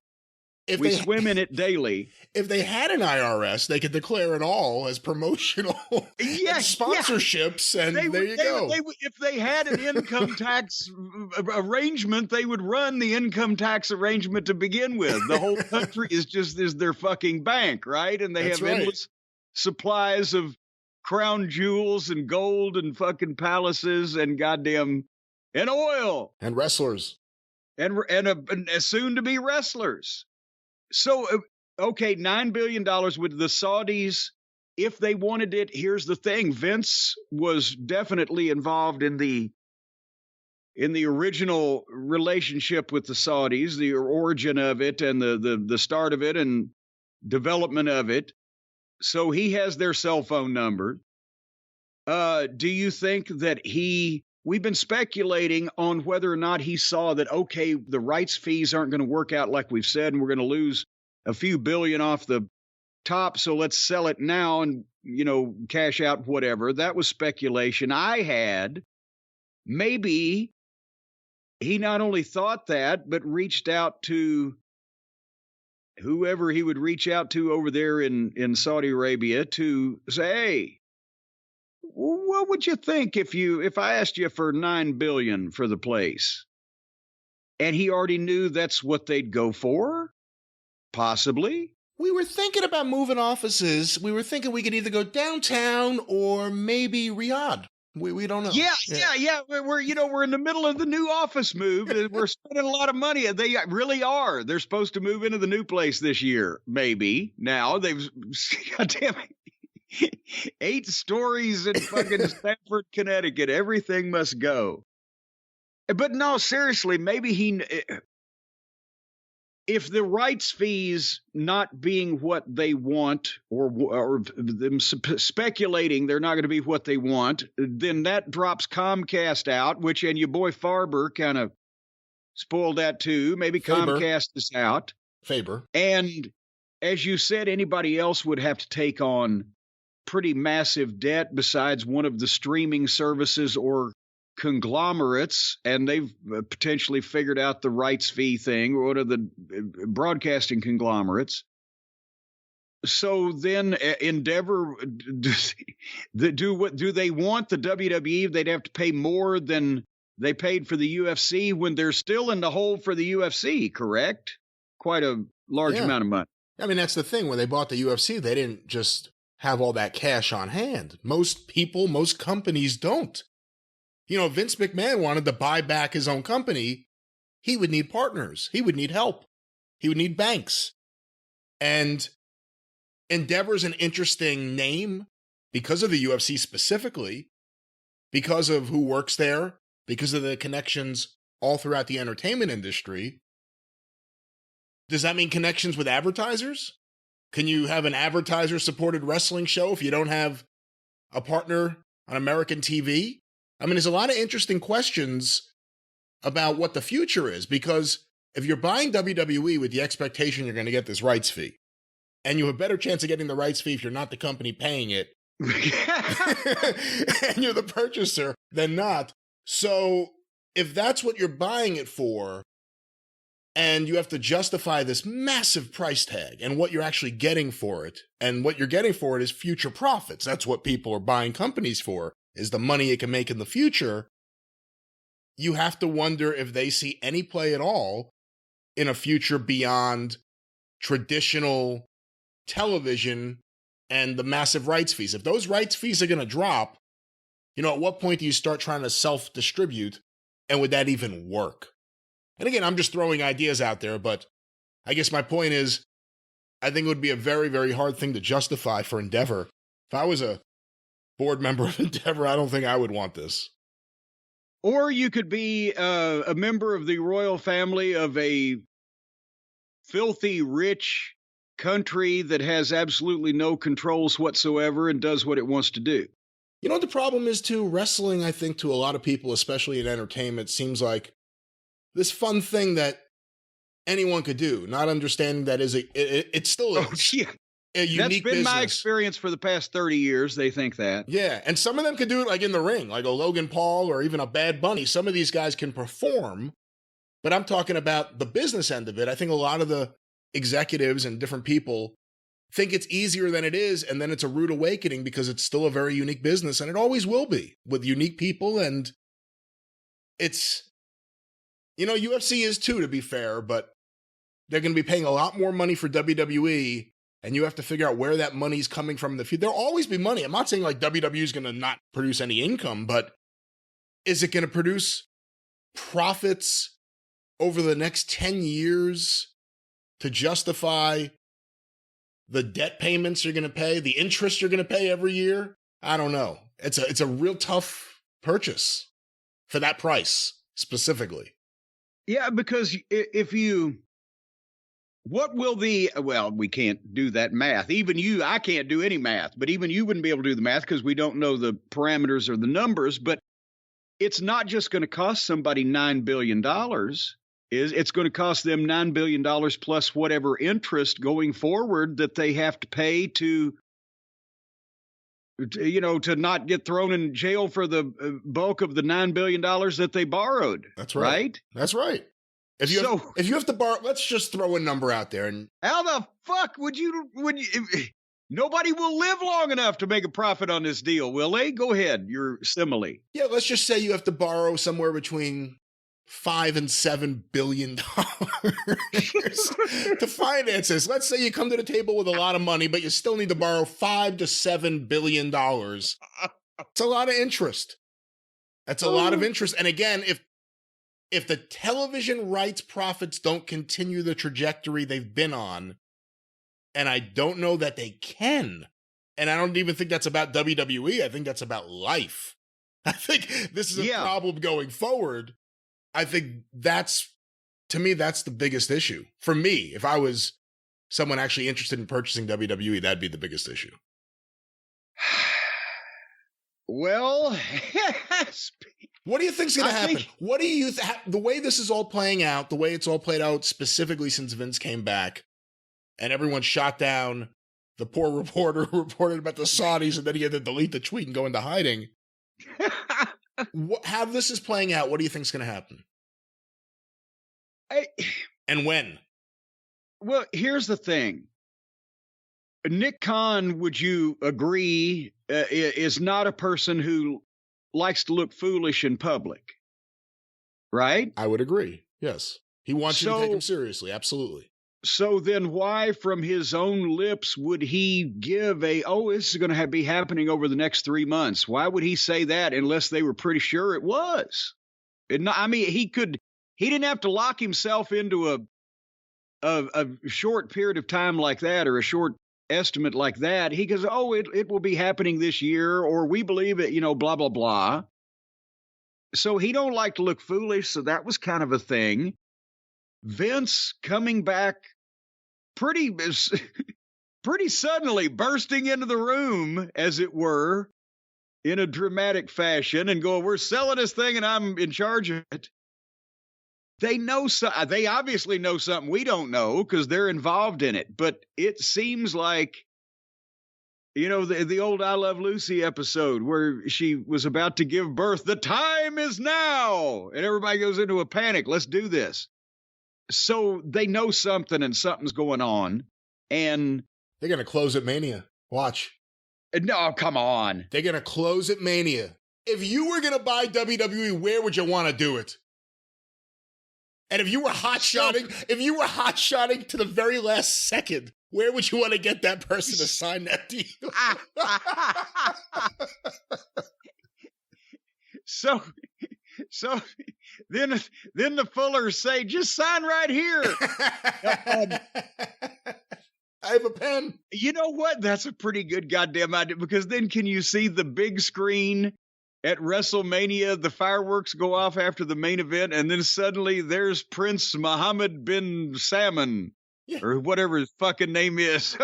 Welcome to Saudi Mania. Here's your new owner, and then he gets booed out of the building the first night. But wait, then he's the new owner, and he says, and we will praise Allah with the WWE. And then all of a sudden, No Chance in Hell plays. And here comes Vince, and he struts down the fucking deal without tearing his quads. And he says, but you overlooked the loophole. I'm still in charge, and I stand for America. And then every fucking show thereafter is the Americans versus the Saudis. By the way, what a heel turn by Vince, Mr. I wasn't in the military, but I love patriotism, and I pretend like military school meant I was in the military, and I love America. By the way, the Saudis have a bunch of money. I'm going to take it. All right, well, I'm going to split the difference. I think WWE will be sold to the Saudis, but Nick Khan will go to Endeavor. So you're saying Khan to Endeavor, WWE to Saudis, and I'm saying 25 or 6-4.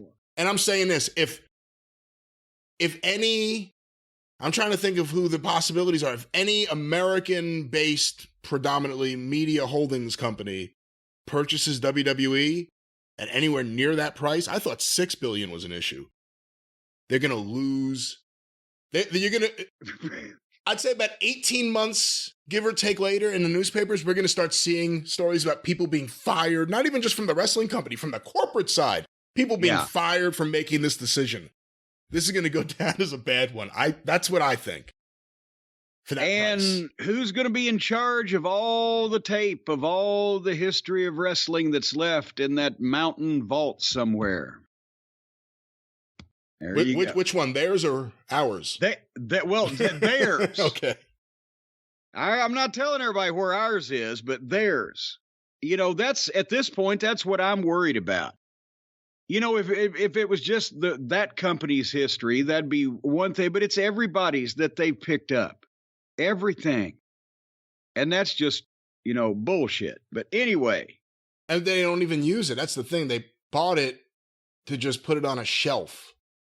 Like, it's not even, you can't go and watch all these hours of wrestling that they've purchased. And it's going to get worse. That's not going to get better. That's going to get worse.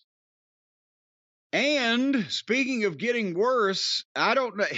When was the announcement made that Vince wanted $9 billion? Was it before or after Friday Night Smackdown, before the Elimination Chamber aired? Because if it was beforehand, the price has been devalued once this show aired. I think it was beforehand. I know it was beforehand. Well, now they're down to $8.5 billion just off this one program. Boy, I guess they figure, well, anybody that's going to fucking buy it's already bought it or going to buy it. So we'll just give them 10 minutes of Sammy, and then we'll just walk through the rest of it like we're in our sleep. It was a weird go-home show, other than the Sammy stuff. That's what we're going to do, too. We're going to walk through this briskly, and we're not going to go to sleep on anything. But they did the Jerry Jarrett graphic, too, which was classy. And actually, it was a little bit, I thought, a little brighter, a little better color, the way they did it or whatever. But this show was packages. It was basically the ongoing Bloodline Sammy story packages through the whole thing. And then there was random matches mixed in.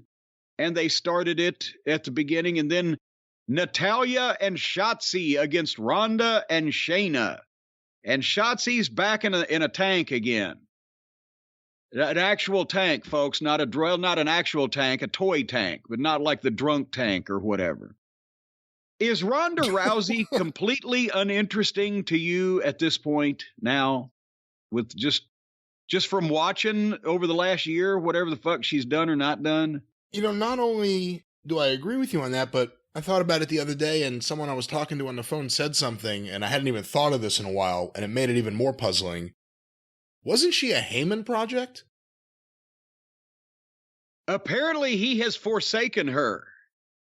I guess so. I don't know. Because I heard that in the past, but or maybe he just I don't want to get any on me. But anyway, she's Ronda. I mean, if you want to ask, the answer to your question is she's Ronda Rousey, and we're weeks before Mania, and all of a sudden she's in a mid-card women's tag team on the roster. Yeah. That answers everything. We should have seen less of her and enjoyed each time more than when they just had her come. Remember, they brought her back and she twisted in the wind in a battle royal, and it was awkward, and people started, kind of giving her the and she was uninterested appearing, whatever. The best thing she did actually was the Saudi Arabia show where she had to work in her karate gi. And she looked she looked intense, and she looked great that day. And then I don't know what's happened. Well, what happened here was the heels foiled the Hart Foundation finisher, and Ronda armbarred Shotzi.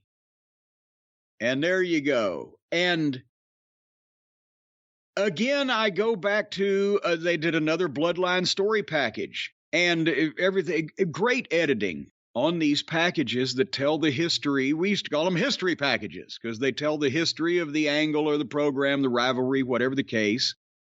But now we're 30 minutes into the show, and the only thing, we watched packages and the bleh match. You know what hit me during the Bloodline packages? The way that these backstage segments are such a big part of them, and the way they play into them. It almost makes it impossible to have a narrator for the packages. And then they ran into each other by the truck. Like, how do you do it? Yeah. I like the way that they do these packages because they get the alternate shots. They've ISO'd all the cameras. So just because what goes actually onto the program, they've got other alternate camera angles, and they slow-mo, and they get people's expressions, and it's very artsy. But we've actually lost, now that you've brought my attention to it, we've lost completely the idea of let's go back to last week's program and show you exactly what happened. VTR replay of an angle, and that takes away some of the you know what I'm talking about, not only in the territory days, but even in the Attitude Era or in WCW under TBS at the time. You would go back and look at the angle that took place. Here comes Austin, and he's saving it, and the people are going crazy in the stands, and they're cheering it. You're seeing it in real time again. And you relive that excitement and how everybody was caught up in it. And and then the shocking moment when he gets hit with the fucking ostrich over his head or whatever. Just play the tape back in real time to see what happened. Everything's a package now. Everything's edited and made to look dramatic, but you lose the energy that you got from the actual angle itself. Or am I just being pissy again? No, I think that's true. And the other thing to think about is every one of these backstage segments, they're great. And I'm not just talking about the Bloodline, but for those who think like, oh, they should be put up for an Emmy, there's like fake crowd noise being pumped in behind it. So how can you really judge the acting when you have all that crap? But yeah. Well, there's a laugh track in the 70s, or 60s or whatever, same thing, but it was still annoying. But speaking of annoying, one of my favorite parts of the show these days, my guilty pleasure, was up next. We were treated to another appearance by Skid Row. And they deserve their name. Come on, they deserve their name at this point. Hit Row. They are a hit. They are great. They let them rap again this time. And they've all three of them got microphones.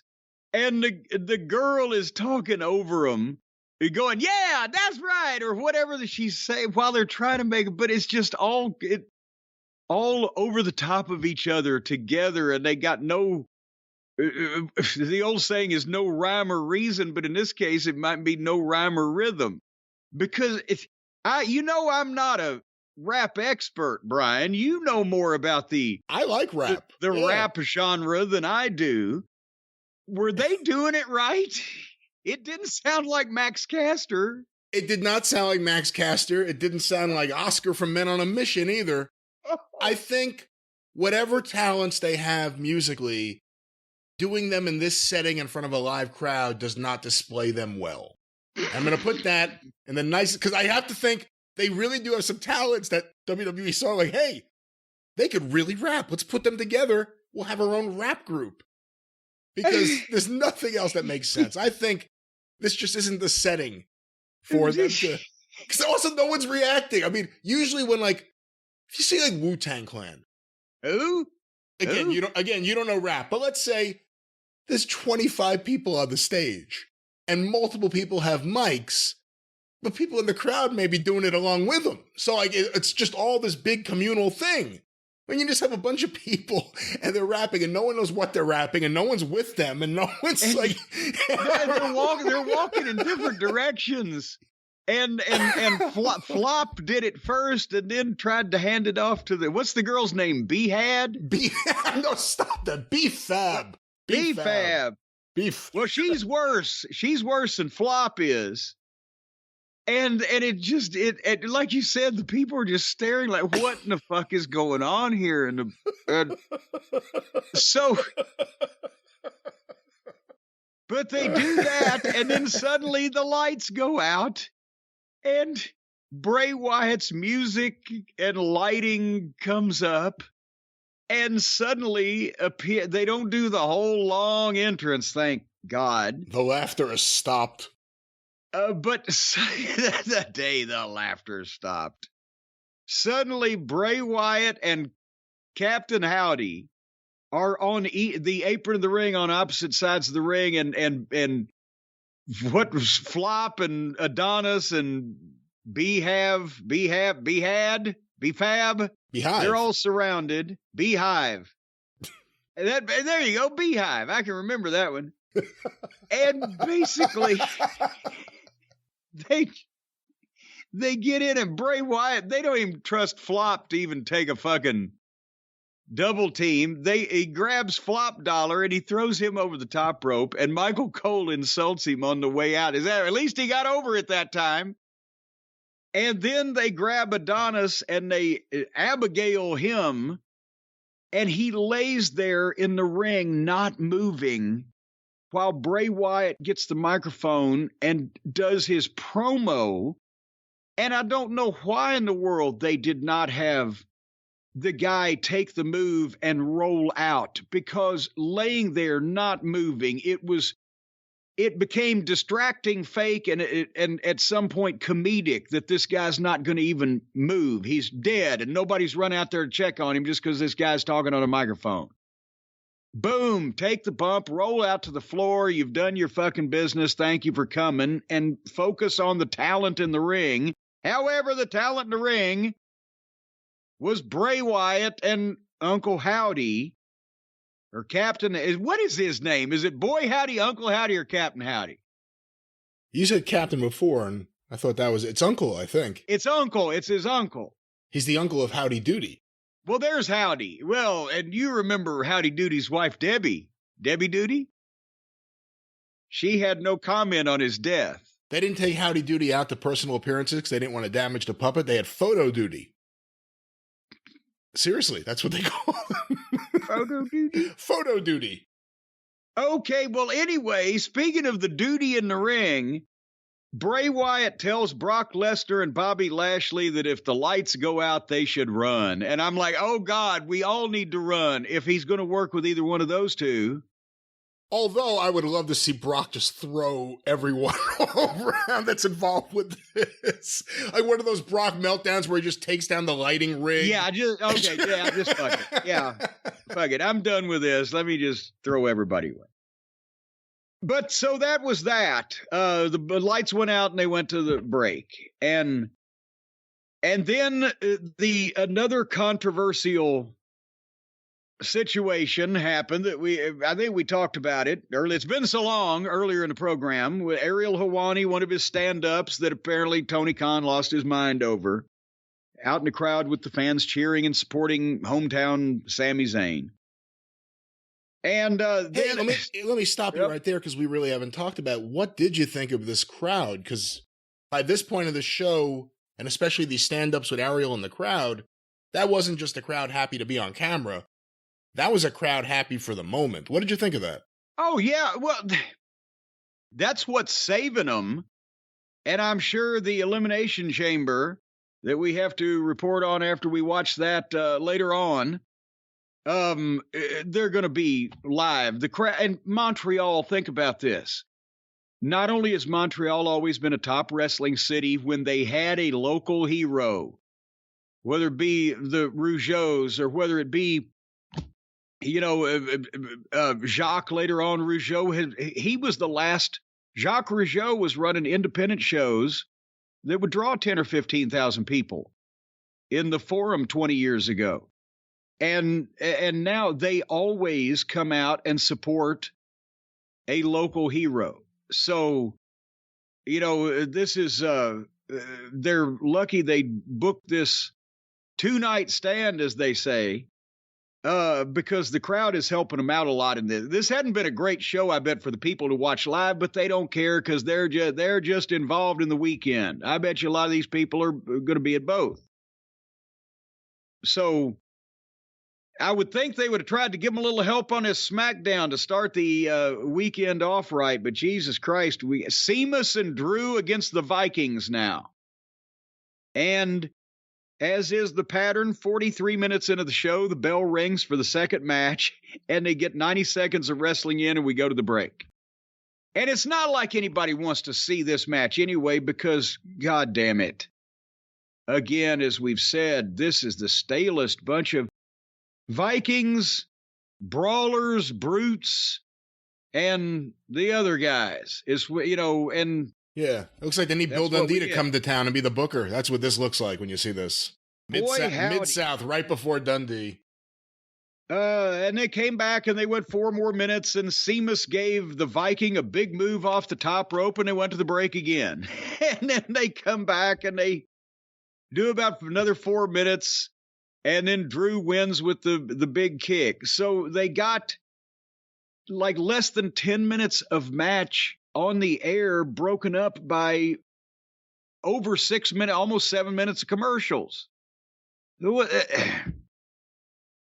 But at the top of the 9 o'clock hour, we know what's paying the rent and the light bill around there these days, because they continued the Bloodline and Sami Zayn package with them turning on Sami and beating him up at the Rumble and coming up to present day. So we're up on that story.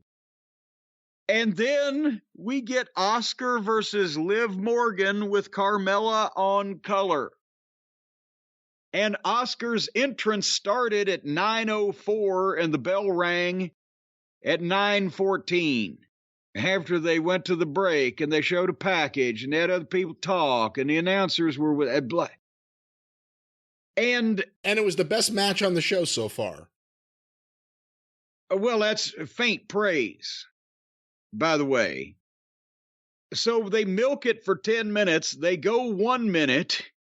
Raquel Rodriguez Gonzalez de Molina comes to ringside to yell at Carmella, and Nikki Cross comes down to the desk to start kissing Michael Cole on the head, and then bounces up and down on the desk like she's riding a portable Sibian. Google that one, kids. No, do not do that, kids. And SYBIA. Stop it. Do not do that, kids. Get your parents' permission first. And after 2 minutes of this match, they go to the break. So then they come back, and Nikki is still on the announce desk asking Michael Cole, will you be my friend? And Natalya has showed up at ringside, and Carmella is talking and sounds like Moon Zappa. And after about 3 minutes of that, Oscar wins, and all the girls jump in and do moves to each other. Moon Unit Zappa? Moon Unit Zappa. And that's what I saw there. Did I miss anything? Would you like to jump in on that one? I like Asuka, and I thought the action in the ring was okay. I hate, in general, before any kind of event coming up with multiple people, they always have to do this where two of the participants or some of the participants are in a match, and then the other ones are at ringside, and the other ones come down, and everyone gets involved because we're going to have the match tomorrow. They always do that. Each girl didn't even get 1 minute. The segment was shorter in minutes than the number of girls that were all interacting and fighting and arguing. And so how do you keep it fucking straight? I like that Raquel Gonzalez's thing. Is it Gonzalez or Rodriguez now? What is it now? Legitimately. What is it? Rodriguez. Raquel Rodriguez. Richard Ramirez is what her name is going to be by next week. I don't think so. I think they may regret that like they did when they named Gunther after a Nazi. But Raquel Rodriguez, what I was going to say is my favorite thing about her is that, like, her gimmick is, look, I have a back. That's all it is. It's just turning around and showing you, like, look, it's here. Well, might as well not show the front because that's the only place where nature shortchanged. Oh, stop it. Be nice. You see, you have to get rude. You have to take this down to the gutter. I wasn't being rude. I was just making an observation. Everything there didn't stop. You see, fill out like the observation ended. You didn't have to return to the observation. You just decided to observe some more. You're a real observer over there. I'm a real observer. All right. So Gunther was in the back talking about Madcap Moss. And as soon as I heard Madcap Moss, I rolled my eyes because I love Gunther so much. But this guy... But I've had to watch it because of Gunther, and now I'm not mad at Moss anymore. I'm mad at everybody else that's had a hand in whatever they have done with his fucking career. By the way, it was only 7 minutes on this match from the start of the entrances to the bell by the time they got all their shit out of the way. But he's still named Madcap Moss, and he's got the fucking girl in his corner. Some random girl. What's her name? Emma? She's not some random girl. It's Emma. It's Emma. Emma Peel? I'd buy Diana Rigg. I'd take her. But so her name is Emma. Emma. Who gives it? Well, and over there's Carol.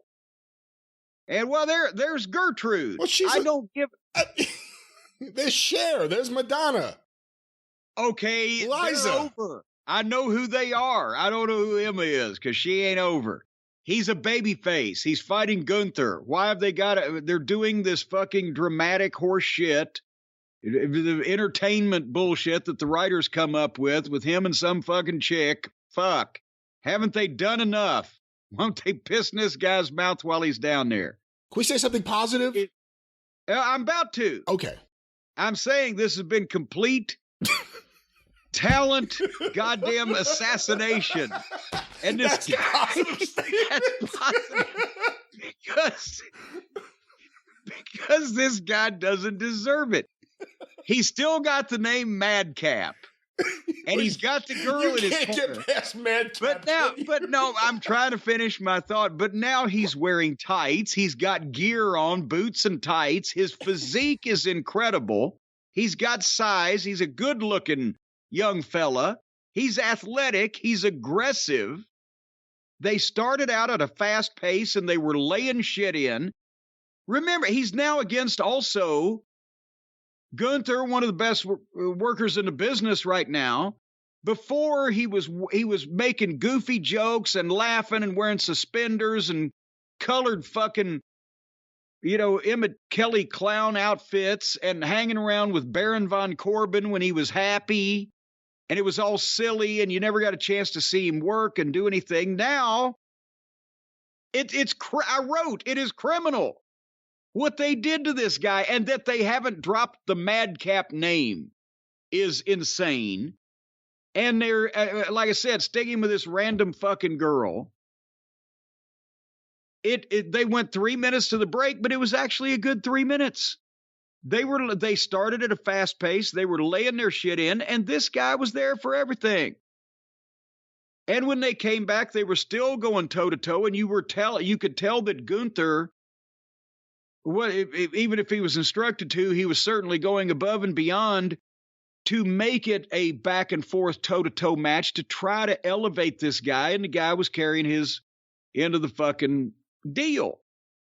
And finally, they did a chop battle, and finally Moss opened up and made a comeback. Everything made sense. The work looked good. Nobody cares about Moss in the crowd. Nobody gave two shits.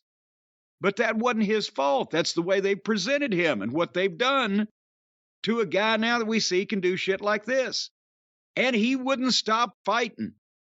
And he gave Gunther a sack of shit slam off the top rope. Gunther at 260 or whatever he still is.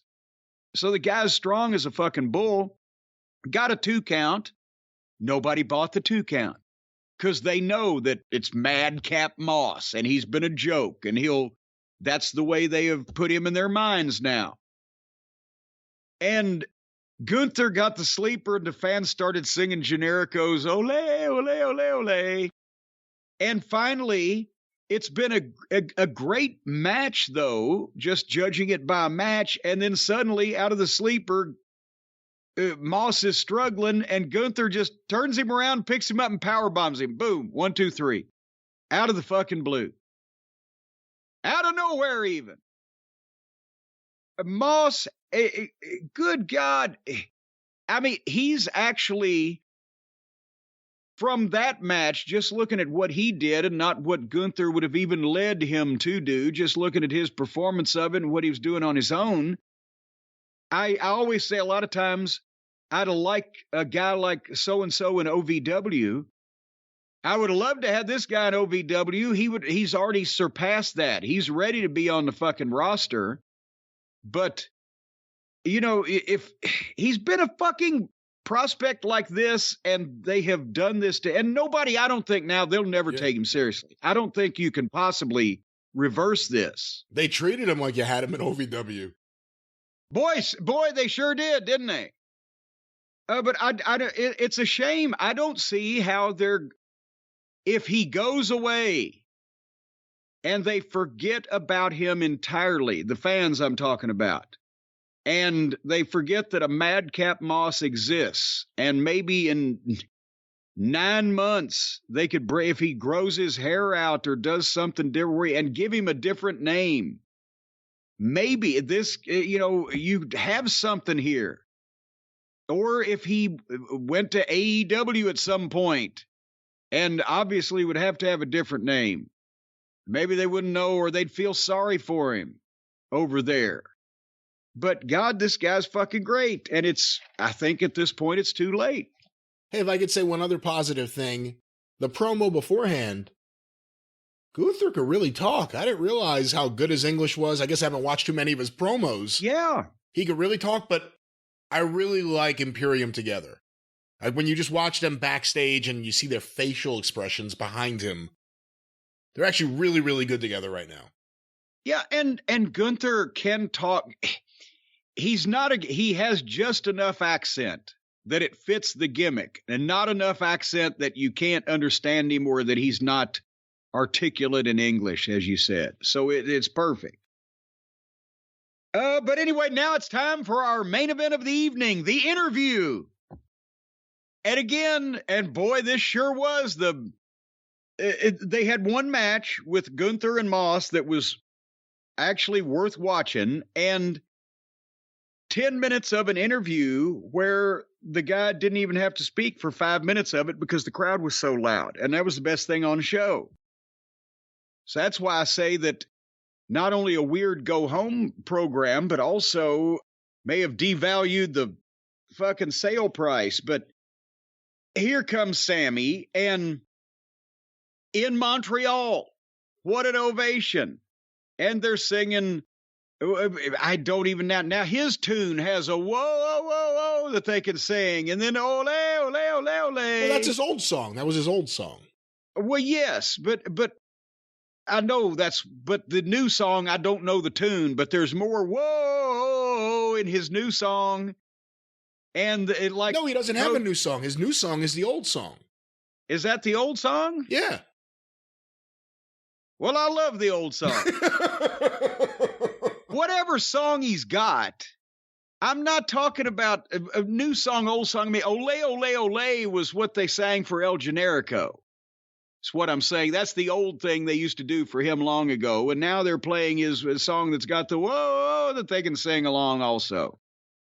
Whatever. There's a lot of whoa and go whoa and oh and ole, ole, oh. And everybody's got a oh. And Seth Rollins with the oh, whoa, or whatever. Where's Andrade? Ole, ole, oh. I don't know but nevertheless. Sami comes out and he's over, and he doesn't have to speak for minutes. I think it was like 5 minutes. And they chanted, "You deserve it," and Sami, and ole, ole, ole, ole. And Sami was great because on his face, he went through all the emotions. He was touched. He was laughing. He was serious. He had a tear coming down his cheek. And without saying a word, this was the 5 best minutes of the fucking show. Sami Zayn standing in the ring, the crowd coming all over themselves, and the emotion showing on Sami's face that was actually genuine. And then all he had to do is do the promo, which he did. You know, WrestleMania, everybody thinks is the big show, but the Elimination Chamber is once in a lifetime. And he spoke French and got a big pop because they're bi up there. Everybody in Montreal is bi, you know. Bilingual. They speak both the English and the French. And then he just said it's tomorrow night. It's Roman Reigns versus Sami Zayn and the entire city of Montreal. And Roman, you're going down. Oh, big pop and more singing and more music. I mean, it was perfect. That was, and somebody tweeted, said Cornette said that El Generico would never be a star. And I was right. He never was. Sami Zayn is, but El Generico never was. This is the fucking guy. And you remember the gimmick, Brian. So you can testify to what has been the best part of the Bloodline Sami issue. Has it been the matches or has it been the verbal interplay between Sami and the rest of the group? Verbal interplay and facial expressions. Well, El Generico was a mute. And he didn't have facial expressions because he had a mask on. And he was named after a fucking rib to be a generic luchador when he was really a ginger Muslim from Montreal. He refused to speak even when his promotion was bought by a television company and didn't want to lose the gimmick. And what was my assessment of the guy underneath? He can work his ass off. He can sell, especially as a babyface, and he's remarkably, deceptively strong for his puny physique.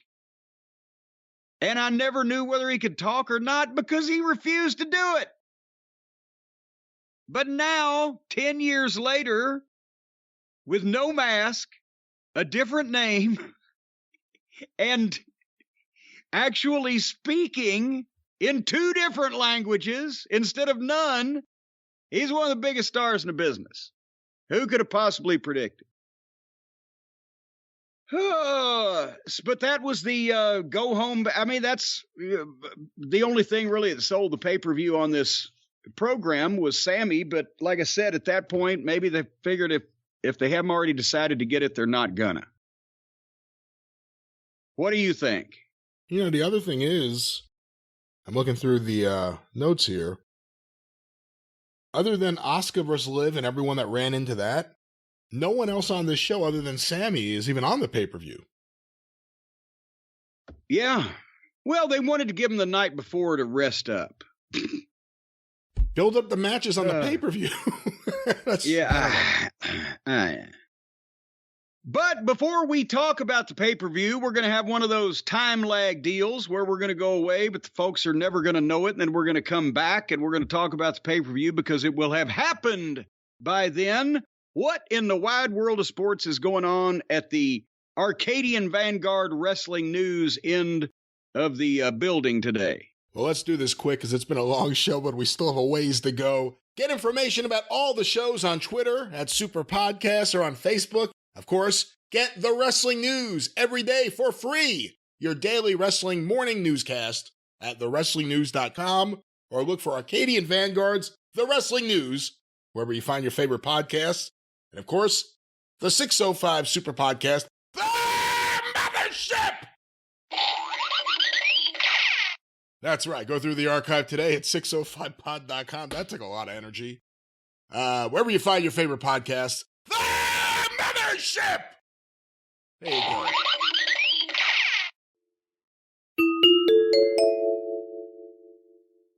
Well, boy, howdy, that 12 hours flew by in a heartbeat, didn't it, Brian? I need that breakfast. I need coffee. This is ridiculous. Oh, come on now. We've gone away and come back before the people had a chance to miss us. And how can you miss us if we won't go away? But now we have seen the Elimination Chamber. Okay. We should have some dramatic music. The dun dun dun dun. Like the angry muskrat, or did we ever determine what he was? The angry squirrel. People told me. Yeah, people told me, and I forgot what he was again.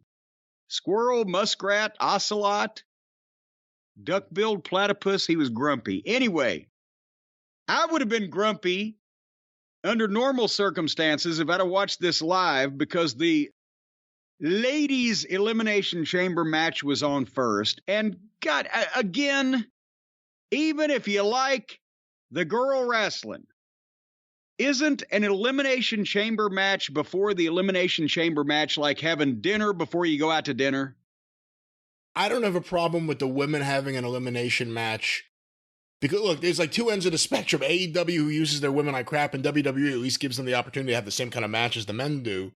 But I agree with you in the sense that I would, as a promoter, I would have two separate cards with two separate elimination chambers.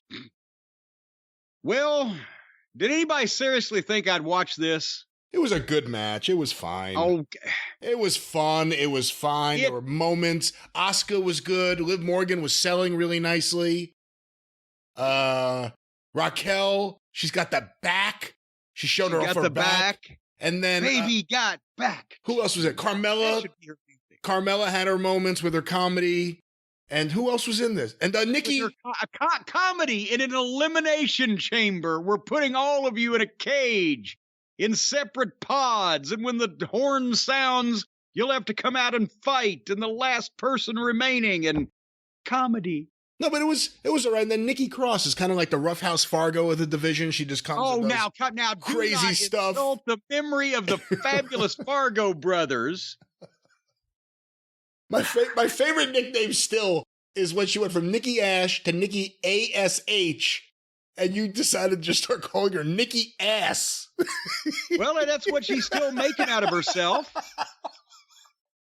But it was fine. It was all right. It's this pale, fishy, white, doughy girl running around acting like a goof that obviously... She's acting too goofy, I agree with that, but she's the crazy one in the division. Okay, then send her to therapy. I don't know what to tell you, but she doesn't... No, God damn it. Anyway... She's the killer Carl Cox of the women's division. Oh, Jesus Christ. Oscar won, and 35 minutes of pay-per-view time disappeared. 35 minutes by the time this was over. It was a good match. You know what? If you had given it a chance, you may have liked moments at different points. When I talk about the men's elimination chamber, I will illustrate, and it's not even anything against. Well, yeah, it is against most of these women. Natalya, Raquel's got some potential. Natalya, I forgot she was in there too. She was actually. This was one of the best showings from Natalya I've seen in a while. She was great. She's in Canada. But the point is, for the same reasons as when we get to the men's match, I'll talk about it. They had a gimmick match that needed participants rather than participants that needed a gimmick match. That's to foreshadow it. But let's move on to the opening of the wrestling program with men fighting with a grudge for some reason. Boy, you're over the top with this now. They're gonna. It's not even the start of the program. You won't even give them that. Sanitized, but give me some fucking somebody that's mad at each other gonna get in a fucking fight. God damn it, that's over 5'6". Someone should bus all of these women wrestlers to your front lawn so they could yell, "Acknowledge me! Acknowledge me!" I would. I'd be picking them off from up here on the third floor office picture window. Stop it. Anyway, Brock versus Lashley. I'm a pretty deadly son of a gun with a slingshot or a bow and arrow. I've got some of those suction cup bow. I could plant one right on fucking old Nikki's forehead. It'd stick there like fucking Richard Pryor in The Toy, yeah. Yeah. Okay. So anyway, Brock Lesnar versus Bobby Lashley. Okay. They've now fired this thing back up. They've switched Lashley back heel. Brock has suddenly become a babyface. Smiling Brock and suit-wearing pissy-ass Bobby Lashley. They're mad at each other. They've been hammering each other, laying each other out. And now here we go. Ding, ding, ding. Some smash mouth men's wrestling. Did the match last longer than the entrances? I didn't go back and put a stopwatch on both, but you could actually count the moves in the match. They opened up hot, and Brock roughed up Bobby, and then Bobby came back with a spear and got a 2 count, and a second spear and a hurt lock, but Brock blocked it and picked Bobby up and hit him with an F5 and got a 2 count, and a second F5 and got a 2 count.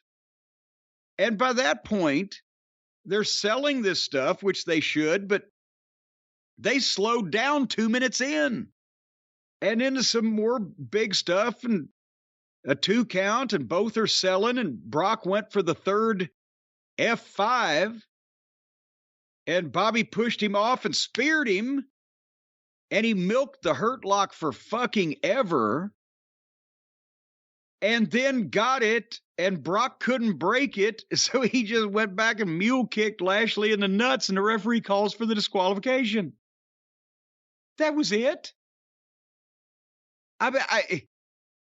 Obviously, they think, because there's no definitive winner or whatever, that they're going to book this again. But after that match, should they book this again? Plus, Bray Wyatt just called out the winner on SmackDown. Yes. And so, I was dumbfounded. That's and then of course, they give the people the Brock rampage. Brock F5's the referee and F5's Bobby again, and shit cans Lashley to the floor and F5's him through the announce desk, and F5's the referee on the broken desk, and it walked off. But in the meantime, what the wait a minute, hold on.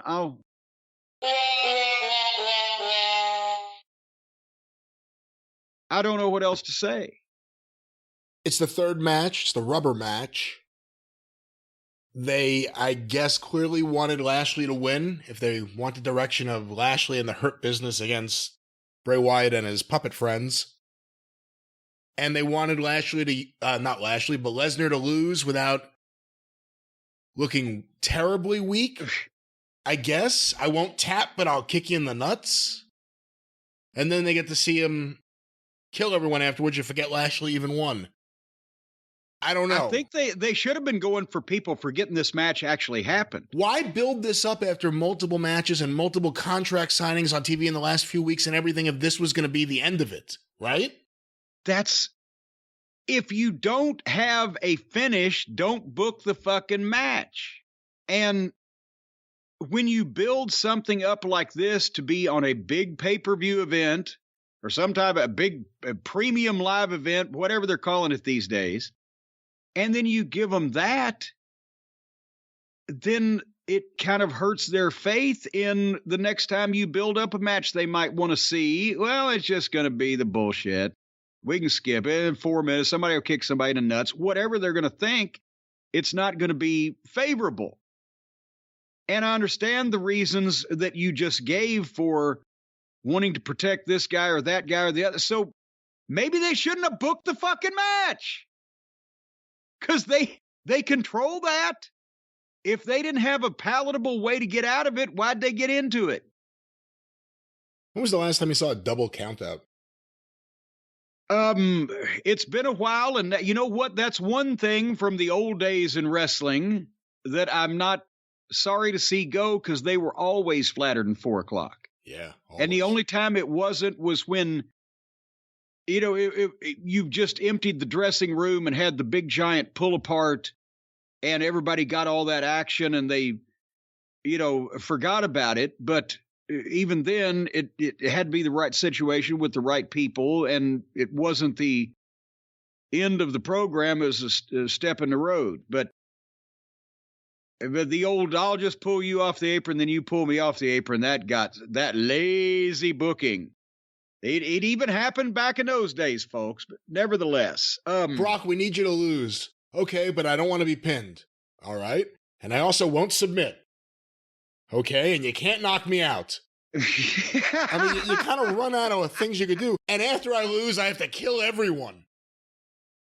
So are you saying he was calling to get advice on his finishes from Mil Mascaras? Is what you're saying? That's exactly what I'm saying, yes. All right. Did you see, speaking of packages, did you see Seth Franklin Rollins finally has come out of the closet and admitted that he is indeed the Joker? Did you see that? See, I thought the real star of the show was Becky as Batman. Well, that's what I knew it had to be from a Batman movie, but I wasn't exactly sure why. I thought she just maybe had a sore throat. I think she was Batman. I don't know what else this could be. I don't. But Becky and Seth Franklin did a bit where he was dressed as the Joker and dancing in slow motion, and then Becky came up and had a very gravelly voice, and they had some repartee between the two of them. But now he's officially outed himself. It is the Joker he's doing. It has been all along. It was you, Joker! It still sucks. And then they did a really good Cody package, and I thought at this point I'm watching a pay-per-view for the fucking packages. And then Ariel Helwani was in the front row with George St. Pierre. They're in Montreal. And again, a guy of the level, the name recognition, and especially in that market of St. Pierre being in the front row for a WWE show, that's a big deal. And they really laid it on about Helwani, didn't they? Well, I was about to say, Michael Cole said, well, there's Ariel Helwani. He asked the hard questions, whether you want to answer them or not. And then every time they'd say something like that, a snowman in Florida catches fire. So anyway, then they do a package on Edge and Beth and the Judgment Day. And I'm thinking, I'm really hoping I'm going to like this. And spoiler, I did. Edge and Beth against Rhea Ripley and Finn Balor.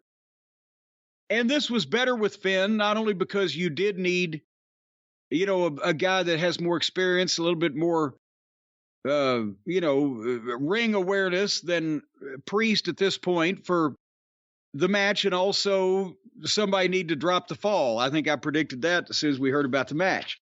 But it was mostly Beth versus Rhea. And we got a chance to see Rhea work with another girl that's comparable in size and has experience and can work. They had one little awkward moment early on and regrouped it. But these girls, they look like stars, and they're over, and they look like something, and they can work. And, that was, I think, this is another one of Ripley's steps up the ladder where you can see that she can be put in a lot of different positions and come out, looking good. Dominic missed the first interference cutoff spot on Beth and had to trip her a second time, but finally got it. And they got heat on Beth. And then Beth, they were milking trying to milk the hot tag, Beth to Edge. And at one point she had hit the DDT and crawled for the tag, but Finn pulled Edge off the apron, so she couldn't make the tag. And again, these girls, they turned it up. Rhea tried the glam slam, best glam slam off the buckles, but Beth fought out of it and hit a superplex off the top. Both of them sold it. And then we actually saw a hot tag. Because out of nowhere, Beth kicked Ripley into Balor, boom, and dove and made a hot tag. And here comes Edge. Big comeback, and they get their little modified sharpshooter deals. What is the Edgecution or the Edge? It's a play on words, whatever the name of the holds are. But Beth gets Rhea and Edge gets Balor. And then Dominic jumps up, draws the referee, and pitches Ripley brass knucks, and Ripley nails Edge. And Finn covered for a 2 count. Edge had to turn his shoulder. Beth was 1 second late on the save. But then the girls go to the floor. Finn goes for the stomp off the top. Beth stops him. Both girls power bombed both guys. They were already up on the ropes. They didn't have to pick them up from scratch, but that was a nice spot. And then at the finish, they'd lined up. Ripley's going to smash Beth with the chair on the steps, which is, again, a bit much. But Beth foiled it and turned it into a glam slam on the floor, and Edge dropped Balor and dove out on Dominic. And then jumped in, speared Finn Balor, and Edge and Beth hit FTR's finish for whatever reason. Because they're friends. That's why. Okay, well, there you go. On Balor 1, 2, 3, and boom. The right team won. The babyfaces had to win this. It was a good match. What else tell me what you thought. Am I being too effusive? Was I just too happy that they finally gave us something worth watching? I thought it was really good. I think maybe a little too effusive, at least for my sensibilities. I thought it was a little too sloppy at times, not just the Dominic spot. There were a few other moments. I will say, though, to me, this match was one thing. It was the Rhea Ripley show. Whether it was the makeup on her eyes whenever she was selling and her eyes would get wide and it looked incredible, but every time she sold, couldn't take my eyes off her. And it's not just because she's a beautiful woman for you dirty people out there. You dirty, dirty people. But like in the best way a wrestler makes it so that the little things they do are the things that stand out. To me, she was the star of the whole match. Everything she did looked incredible. And that's really my big takeaway here. It was an all right match, though. And, again... Crowd got really hot for the finish. Yes, there was a personal issue. The people hate Dominic, and he was able to, they were able to use him at ringside, but there was a personal issue. People know who each person is, and everything in the match made sense. Even if there were a few bobbles, I'd again rather people try to put together something coherent from start to finish and maybe bobble in the middle than just bobble all the time because they're just jumping back and forth for no apparent reason. Speaking of no apparent reason, they did a package on The Miz. Why? I wrote. They have pushed this clown to the moon for years for no explicable fucking reason. He does everything they like. Well, he don't do everything I like. Every now and then, he's involved in a segment, and you're like, I have to give it to the guy. He's all right. And then the next week, you forget all about that. And you're right back to, why is this guy on my TV? I hate this guy. He looks like a frog, whatever it is that you say. All right. Nevertheless, now it's time for the Men's Elimination Chamber, which is Austin, for the U.S. title, Austin Theory versus Montez Ford versus Bronson Reed versus Damian Priest versus Seth Franklin Rollins versus Johnny Gargano. And the entrances took 12 minutes. I guess that's not as bad with 6 guys. And actually, the entrances on the pay-per-view are quicker than the ones on Raw. The negatives I will talk about to begin with. At first, it's hard to take anything seriously with Gargano in it. Secondly, everything is so clean and sanitized. We know there's not going to be any blood, but there's this awesome looking gimmick cage with the chain links, and it's not the War Games. It's not a cage match. It's not the ultimate settling of a conflict between two individuals or two opposing forces or parties, teams, whatever. It's modern wrestling where they now have decided they have decided to theme a pay-per-view after a gimmick match, and then they decide who to put in it, rather than the stipulation coming from the people involved in the match. Do you, instead of having an angle between the two parties of whatever and making the stipulation fit the program to blow it off, such as Dusty did with the War Games or every other gimmick match, the invention of same that was the reason for it in all the history of wrestling. Now they've just decided we're going to have a gimmick match, and now we'll figure out who to put in it. When you created Hell in a Cell, I'm pretty sure you didn't think, okay, now here's your new annual pay-per-view event. No, it was an ultimate blow-off match, and we had to tweak different parts of a regular cage match, not only to make it different and sellable as even more dangerous, but also to fit the finish that we wanted to do to introduce Kane. But, and that's not to say that we were never going to do it again, because that's great when you establish a match like that. You want to, then that's why that gimmick matches drew and draw, or used to draw, whether it be the Texas Death Match or the cage match or the whatever the stipulation is, because the first time that the people saw it, it was the blow off to a big major feud, rivalry, championship, whatever the fuck, amongst two main event guys or opposing forces that did such a hell of a job that you remember it afterwards. So then maybe a year and a half down the road, or to whatever, 2 years, whenever it may be, that something comes up again, that you have another program between two opposing forces, that the Hell in a Cell or the Texas Death Match or the chain match or whatever that match may be would fit perfectly, then you have it.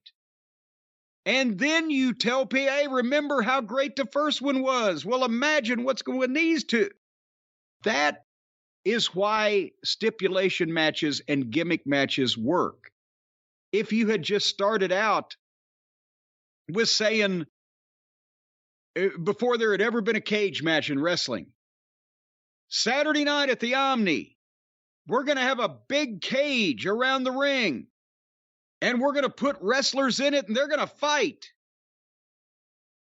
Would the cage match have ever become a thing? You put the cage before the horse in that case, to coin a phrase. I'm not going to belabor this anymore, but God damn it. Well, unfortunately, this gimmick match has become like the Royal Rumble, where it's an annual tradition between Royal Rumble and WrestleMania.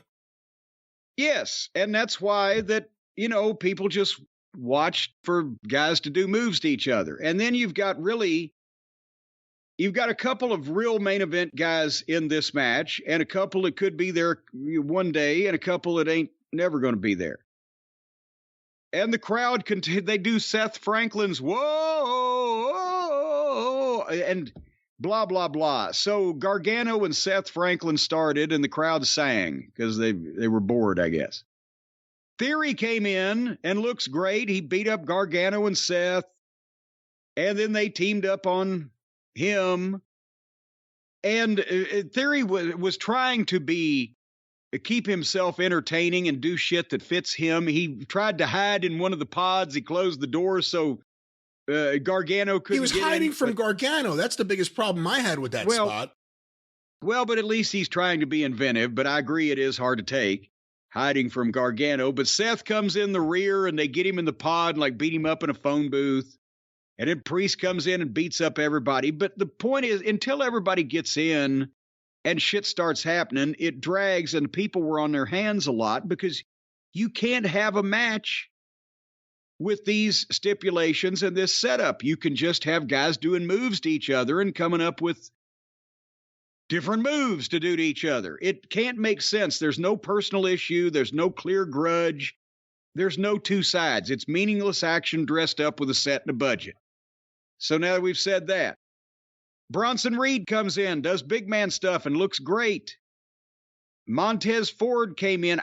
They're going to obviously try to make him a single. And I think athletically, he has all the talent in the world.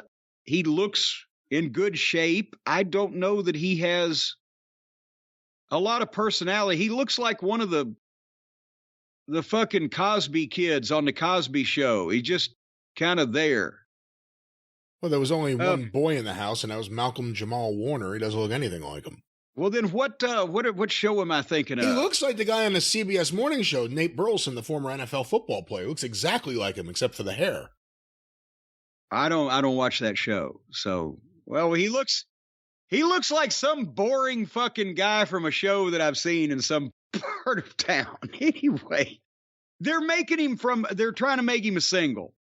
And he can do a lot of shit athletically, but I don't know that the people they were popping on the shit he was doing, but nobody thought he was going to win this thing because they're not far enough along yet doing whatever they're doing, making him a single. But he dove off top of the cage, and then 3 guys triple teamed Reed, and Ford splashed him 1, 2, 3, and he was out. I would have kept him around a little longer. Again, Gargano just being in something with grown folks but there's talent that I like in this match. Oh, I wrote here, I don't want to see Led Zeppelin play basketball either. So even though there's people I like in this match, I don't like what they're doing. Anyway, finally, Priest beat Gargano, yay. And then Ford beat up the other 2 for a while, but tried to splash on Theory, and Theory got his knees up, and then Seth stomped him, and Theory pinned him. And when Seth gave him the curb stomp, he stomped him side of his face first into the platform around the ring, which looks to be plywood or whatever. And then we got Seth and Theory, which is where I would have thought that it would have come down to begin with. And I'd rather actually probably have seen a single match between them. It would have been good. However, Brian, what is your opinion? Have you heard anything about Ford really getting hurt, or was that a work? I haven't heard anything, and I thought it was a work to get the door open. Okay, well, the reason why that I thought it wasn't a work when it was happening. After it happened, I thought it was a work, I should say. Well, yeah. Well, when it was happening, I thought there's no way he's got to be hurt because they're killing the fucking finish. And then when I saw that, I'll tell the people what happened.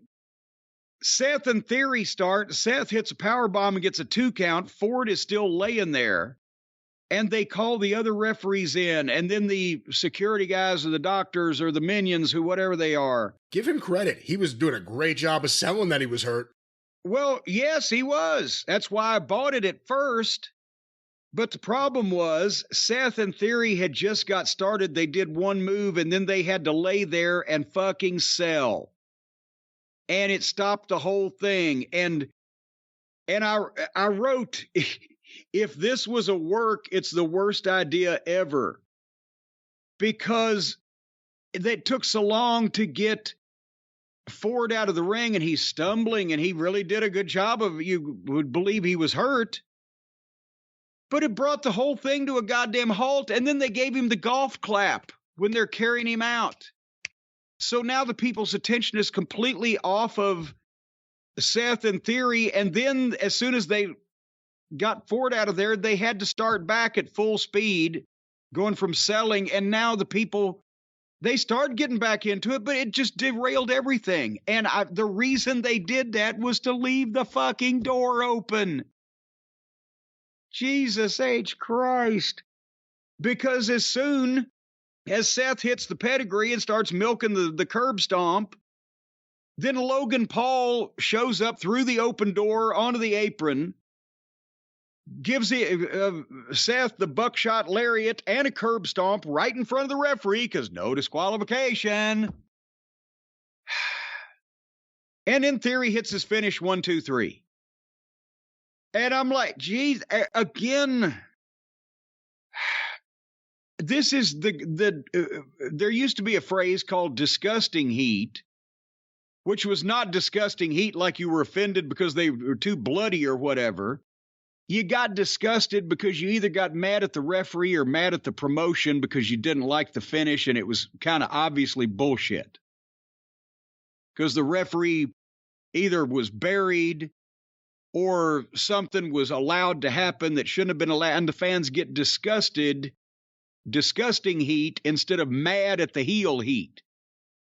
And I'm thinking that if they keep giving them these bullshit finishes, that it's more disgusting heat for people that tuned in the big show.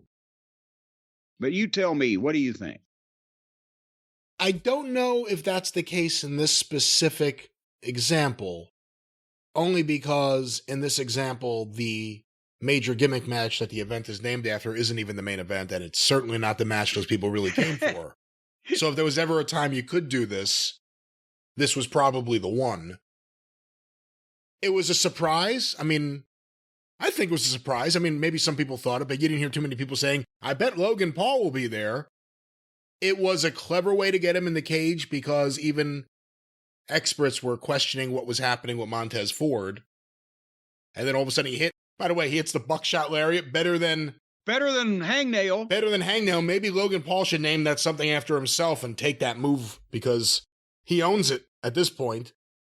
We're going to get Logan Paul and Franklin. That'll be interesting. Theory gets a win. He never really gets a clear-cut win. He's a heel, but maybe he isn't presented strong enough. I mean, he's running from Johnny Gargano and hiding from Johnny Gargano in this match. No one would ever hide from Johnny Gargano. He was trying to be a heel and work with the tools he had in front of him, I guess. What'd you think of the Montez Ford spot where he dropped himself like a bomb? Yeah, I mean, again, he's got such athletic moves and can get such spring and such height off of the top rope or whatever he dives off of. In this case, he was completely upside down hanging from that roof and just dropped and spun around and cross-bodied everybody. I think if they're going to make him a single, then I know they want him just to have a good performance in the thing, but I would have tried to break him loose a little bit before this, and that way when he comes into this thing, he's at least had some kind of track record, and you know, the people might have taken him more seriously, because again, they popped on his moves, but nobody thought Gargano was really going to win this thing, I don't think. Nobody thought Montez Ford was going to win it because he's a tag team guy and they marginalized their tag teams.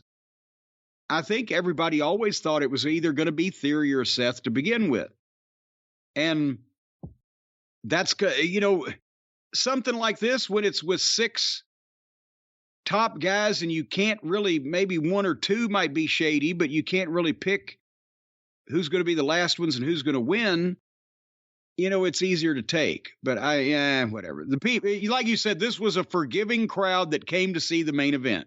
If you're going to put a Bronson Reed in this match, is this the way to do it? Have him eat multiple finishers one after another to justify him losing? I guess. I don't know why Reed at this stage of the game had to be in there to begin with. Instead of, but, well, I do know because they got nobody else over. We keep talking about it, but it's early for Reed to just get pinned and, you know, slink off into the darkness also. Hey, you know, how do they get out when they're eliminated? How do they get out? So the referee lets them out. Yeah, well, why did Ford have to lay there for fucking 45 seconds? And fucking 6 people come in and carry him, and they accidentally leave the door open when the door opens every time somebody gets eliminated and somebody had just gotten eliminated. Even before he got up, he did a good job of selling on the mat. Oh, he did a great job. When they were on top of him checking on him, I thought he was really hurt for a second. He sold like an auctioneer, but they were going to open the door anyway. Yes. Yeah. I don't know about their door maintenance, if that's your question. I will say though, surprisingly, after we did a segment on the drive-thru about the dirty wrestling rings, and you talked about Vince using a clean mat, a clean canvas for every Raw, apparently the policy now is a clean canvas for every match. Jesus Christ. Okay, and what they do is they put like 5 or 6 of them on top of each other and then just roll one off. Tear away. Yeah, but it's like a $10,000 canvas budget for each taping. Maybe they do that now and they don't change them out after each time. Because when Vince started, it was a new one for every TV taping, but you left the same one on. All right. You should have heard that argument when he laid everyone off. How about instead of laying me off, buy 100 less canvases next year? Yes.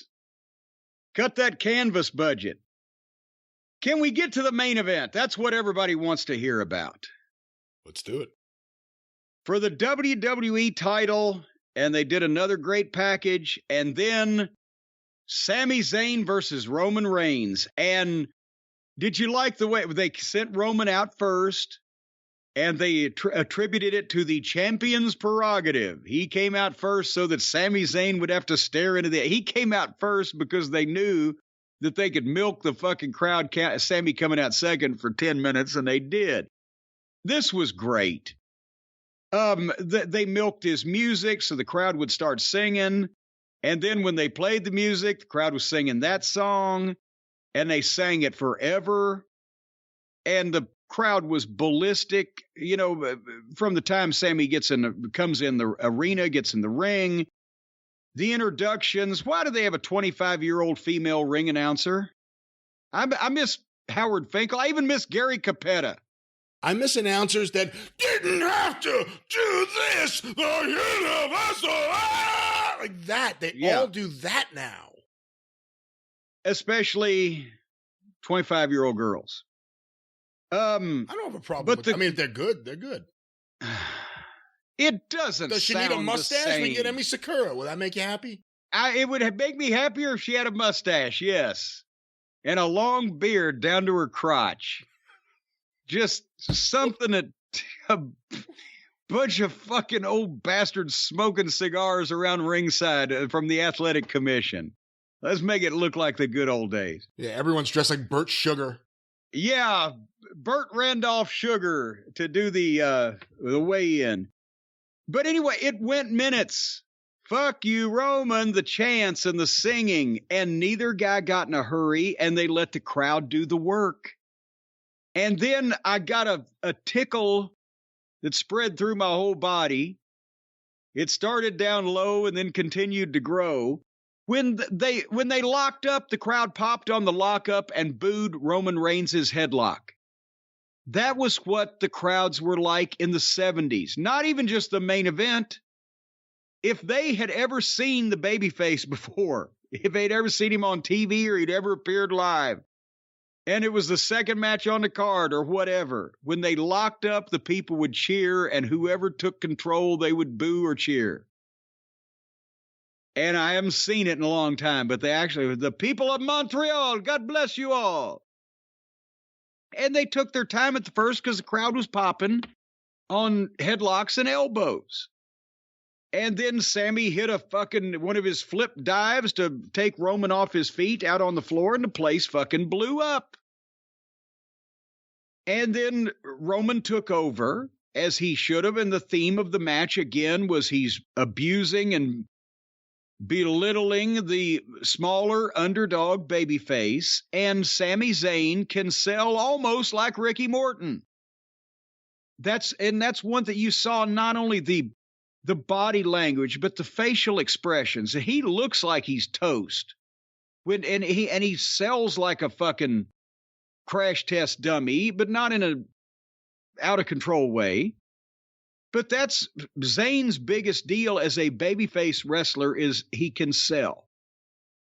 And Reigns is such a great heel, and he fucked with the crowd, and he taunted them and taunted Sami and took his time, talked trash to Sami's wife, threw him out in front of her and toyed with him in front of her.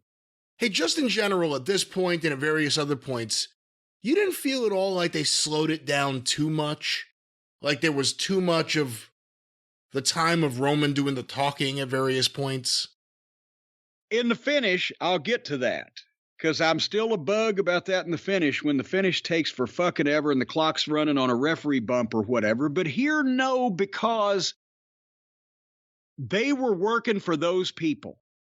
And it was a special reaction they were getting. And for those people, that was the pace. Now, I can see where it may have gotten a little either slow or we've seen it for the television viewer. But I think for the atmosphere that they were in, that kind of crowd and them being so interested in everything, you can kind of take the time to just, Roman walks around and has that look on his face, and you can see it on the big screens, even if you can't see it in the giant arena from the back row. But I think it was good for that. Now, if they'd been in Los Angeles and the people had been going, okay, we got to make dinner late, then they needed to speed up at that point. I'll agree with you there. And I like the stuff with the wife, because she actually had a game face on and looked like she was concerned. She looked like, if you had to guess if she was smartened up or not, she probably is, obviously. She definitely is. But you could lose yourself in thinking she wasn't. Exactly. So she did a good job. And then suddenly Sami got a hope spot with a clothesline, and he started to come back and clothesline Roman over the top, and they had a fight on the floor, and Sami runs over and kisses his wife, goes the top, Roman stops him, goes for a superplex, but Sami fights out and hits that sunset flip power bomb and gets a 2 count. And then Roman will stop him again. And he gets a couple more 2 counts. But it was, again, they put this together so wonderfully that each time Sami had a flurry of hope, it was a little bit bigger and a little bit bigger. And then they did that point where Sami leapfrogged the spear and schoolboyed him, got a 2 count. And Sami Northern Lights him, or Exploder as they call it these days, over into the turnbuckles and hit a Superman punch and a haluva kick. And Michael Cole, do you believe in miracles? So he's a hockey fan. But they 2 7/8 on that, and it was a big fucking pop. And I wrote here, these false finishes have been great. Heyman I bet Heyman enjoys it when he can put a match together with guys that could actually do more than their 3 big moves, like the Brocks and the Lashleys and the high impact stuff he has to do. Anyway, Roman would keep trying to go for shit, but he would miss something or foil himself. He speared the barricade instead of Sami, and Sami got him back in, hit a blue thunder bomb for a 2 count. But it wasn't like that Sami was at any point manhandling Roman Reigns. He was taking advantage of situations and hitting these things, but Roman would still physically, take over, impose his will, whatever. And then they crushed the first referee in the corner, old Rudy Charles. They call him what is his real name? The Dan Engler. He was Rudy Charles in TNA. Great kid, but they crush him in the corner. And then Sami hits the kick and covers Roman, but there's no referee to count. And the fans get to count 3 and past, for him. And then Jimmy Uso appears and gives Sami 3 super kicks and a splash off the top and puts Roman on top. And jumps out. Second referee comes in. I'm like, okay, but 1, 2 count, big pop. I'm like, okay, there's still life left in the old ginger after all. And they get back in a match, and Sami's looking good, and Uso comes back up to the apron again. Sami nails him off, turns into a spear. Roman covers him. Another 2 count, another big pop. Pat Patterson has come back. They're really pulling out all the stops. And then Roman starts slapping Sami around and trash talking him and goes for the Superman and takes out the second referee with the Superman punch, which, by the way, there had been a little foreshadow of that when it looked like Either Roman thought he was going for it or the referee thought he was going for it one time before, and they almost did it. But nevertheless, then Roman hit the Superman on Sami, and everybody was down. And this is where I start, Brian, I see what you were saying earlier, I apply it to here. Now, our first referee's been down for a while. And honestly, I thought, and would find out later on I was mistaken, that referee number one, Rudy Charles, a.k.a. Dan Engler, had been taken from ringside because he was injured. And now the second referee ran down, but he got Superman punched, so now the referee's out of the picture again. This is where reasonably the clock is ticking. Reasonably. And in most cases, if you don't get your shit done pretty quick, then people start going, oh, come on, bullshit. However, in this situation, the story has been so good. Everybody else has been so into it. They wanted to see what was happening. So this is one of those exceptions that proves the rule, in that I thought it was going way too slow, but the people still stuck with it. But at this point, Heyman gets a chair and gives it to Roman. But then Jay suddenly appears, Jey Uso, in the middle of the ring, in between Sami, who's down, and Roman, who's got a chair in his hand, is going to kill him. And Roman and Jay go back and forth. Roman hands Jay the chair, and Jay don't want to take it, but finally he does. And then as Roman walks over to trash talk Sami, it's a tease by the positioning, if nothing else, and this was very well done, that he might hit Roman in the back with the chair, like Sami did, and you heard the people coming up.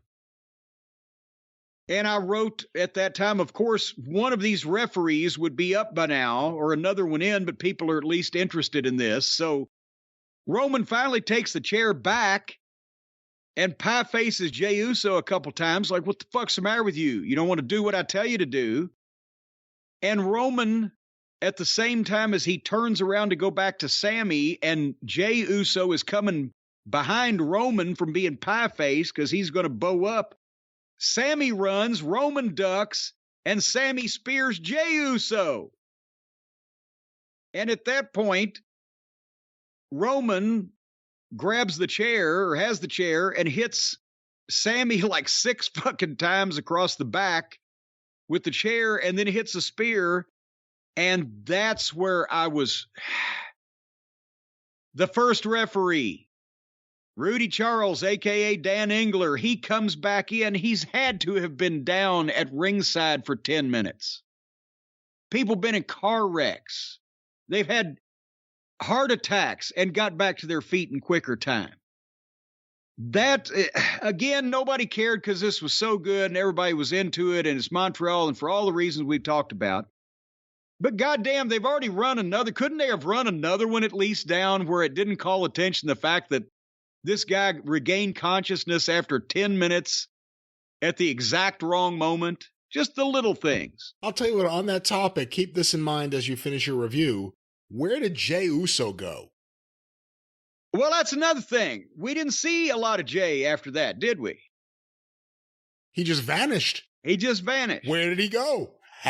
Where did he come from, and where did he go? Oh, where are you tonight? Why did you leave me here all alone? I searched the world over, and I thought I'd found true love. You met another, and you was gone. We were so close to the end of the show without a singing segment, but that's why I had to get it in. So anyway, at that point, boom, the match is over. 1, 2, 3. Jimmy Uso, then at Roman's direction, gets on Sami Zayn, starts beating him up. Jay has disappeared. We still don't know what's going to... The fallout from this will be, it's a fluid situation. And then suddenly, Kevin Owens music. And the other Montrealer. Montrealian? Montrealite? Quebecer. Well, what if you live in fucking Montreal and not just in... Well, I guess it's the whole province. That's the heart of Quebec, I get. Well, Quebec City, we may argue, but Montreal. Well, it seems like Quebec City would have... Well, nevertheless, we're splitting hairs now. They call you a Carpentier. Yes, here comes noted Carpentier Kevin Owens. And he drops Jimmy in the aisleway, and he tackles Roman in the ring, and he hits a stunner on him. And then here comes Jimmy, and he stunners Jimmy. And he powerbombs Jimmy through the desk, and he gets a chair, and he goes after Roman Reigns. And as Roman is down, he's got the chair. Here comes Paul Heyman from behind. They are unloading all the stops to make these people as happy as possible that Sami Zayn did not win this title, but they still saw everything they wanted to see. That Paul is going to get involved for the first time in recent memory. And he did funny comedy punches. And I'm saying, I know and I know somebody probably told him to do it. Again, Paul and I, we share a lot of common traits, but Paul could never work. Paul Heyman could never physically work. He couldn't take bumps. His offense looked like shit. That's the one thing he never got about the wrestling business. And there's no shame in that. But I always went under the assumption that I should look like I'm trying as hard as I possibly can to hurt this person as a manager I'm talking about. And I was ineffectual because I'm weak and he's a big professional wrestler. But I should still look like I'm trying to hit him hard. And then I get the shit kicked out of me. Paul's doing the comedy stuff like, wah, wah, wah, wah, wah. Nobody would really do that, even somebody that was a big pussy. So does it take the people out of the moment? Couldn't he have come with one attempted broad arm across the back like, I'll save the day, whack, and fucking Owens just do the slowly I turned, and then Paul shit himself? I'm asking you. If you're going to get Paul to be physical, I think you save it for when the wise man would absolutely have to jump in. And if he did, he would probably try with all of his might with one punch or something, not whatever those little girl punch. I hate that. I don't want to be sexist there, but no, that is punches. Sexist because girls do hit harder than he was hitting. And it wasn't like he was trying to work and couldn't. He was obviously doing the funny punches. So I guess somebody got in the locker room, got a kick out of it. I don't fucking know. But nevertheless, Owens no-sold it. And dropped the chair and looked at him and booted him and gave Paul Heyman a stone-cold stunner. And bless his little heart. You know, there's several times I've taken stunners over the since it became a thing. Took some from Brandon Baxter down in Memphis and a time or two on independent shows 15 years ago or whatever. I can't drop to both knees either because I have two bad knees. And it requires you to do that, or you can do like Paul did and modify it and go down to your left knee while you're still on your right foot so you can push yourself back up, which is what I would do. And that saves the shock on your knees. But then Paul stood up and started waving his arms in the air and started falling over sideways. And somewhere between 3 and 5 seconds after he had taken the stunner is when he landed on the mat. And he didn't even make a noise. How did he fall? You know what that was? Even in that manner without making a noise on the mat. Who was Paul's favorite manager growing up? Albano? How did Albano sell? Oh, shit. Think about it. That's exactly what Heyman did. Oh, boy. Well, boy, howdy. He's taking his bump for this decade. Paul, from me to you, I swore him off. What was it? 5 years ago now. And you should too, if that's what you got in you. But anyway, then Kevin Owens was in the middle of the ring. Sami was on one side. Roman was on the other side in the corners. And Kevin steps out of the way and lets Sami charge across with the haluva kick on Roman. And Owens walks out because they still haven't hugged and kissed and reconciled.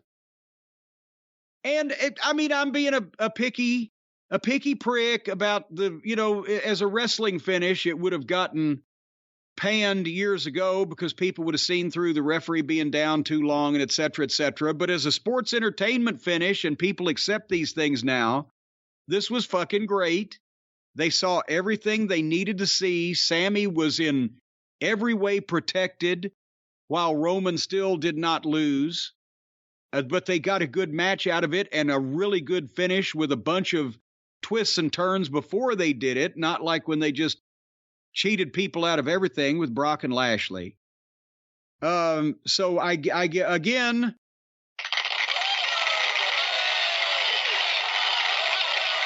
that's what's been paying the bills and carrying the ball over there at the WWE, the Bloodline and Sami. And now that we have established that Sami and Cody are great friends and bosom buddies, and Cody was pulling for Sami, I'm sure Sami will return the favor and pull for Cody, won't he? Cody will get Owens and Sami to be friends again. There you go. There you go. And we're off to see the Wizard, the wonderful Wizard of Oz. There you go. That was Elimination Chamber. Let me ask you a few things about the main event and the finish of the main event, because it's been somewhat controversial online, various fans with various things. Is there a fucking plane going by?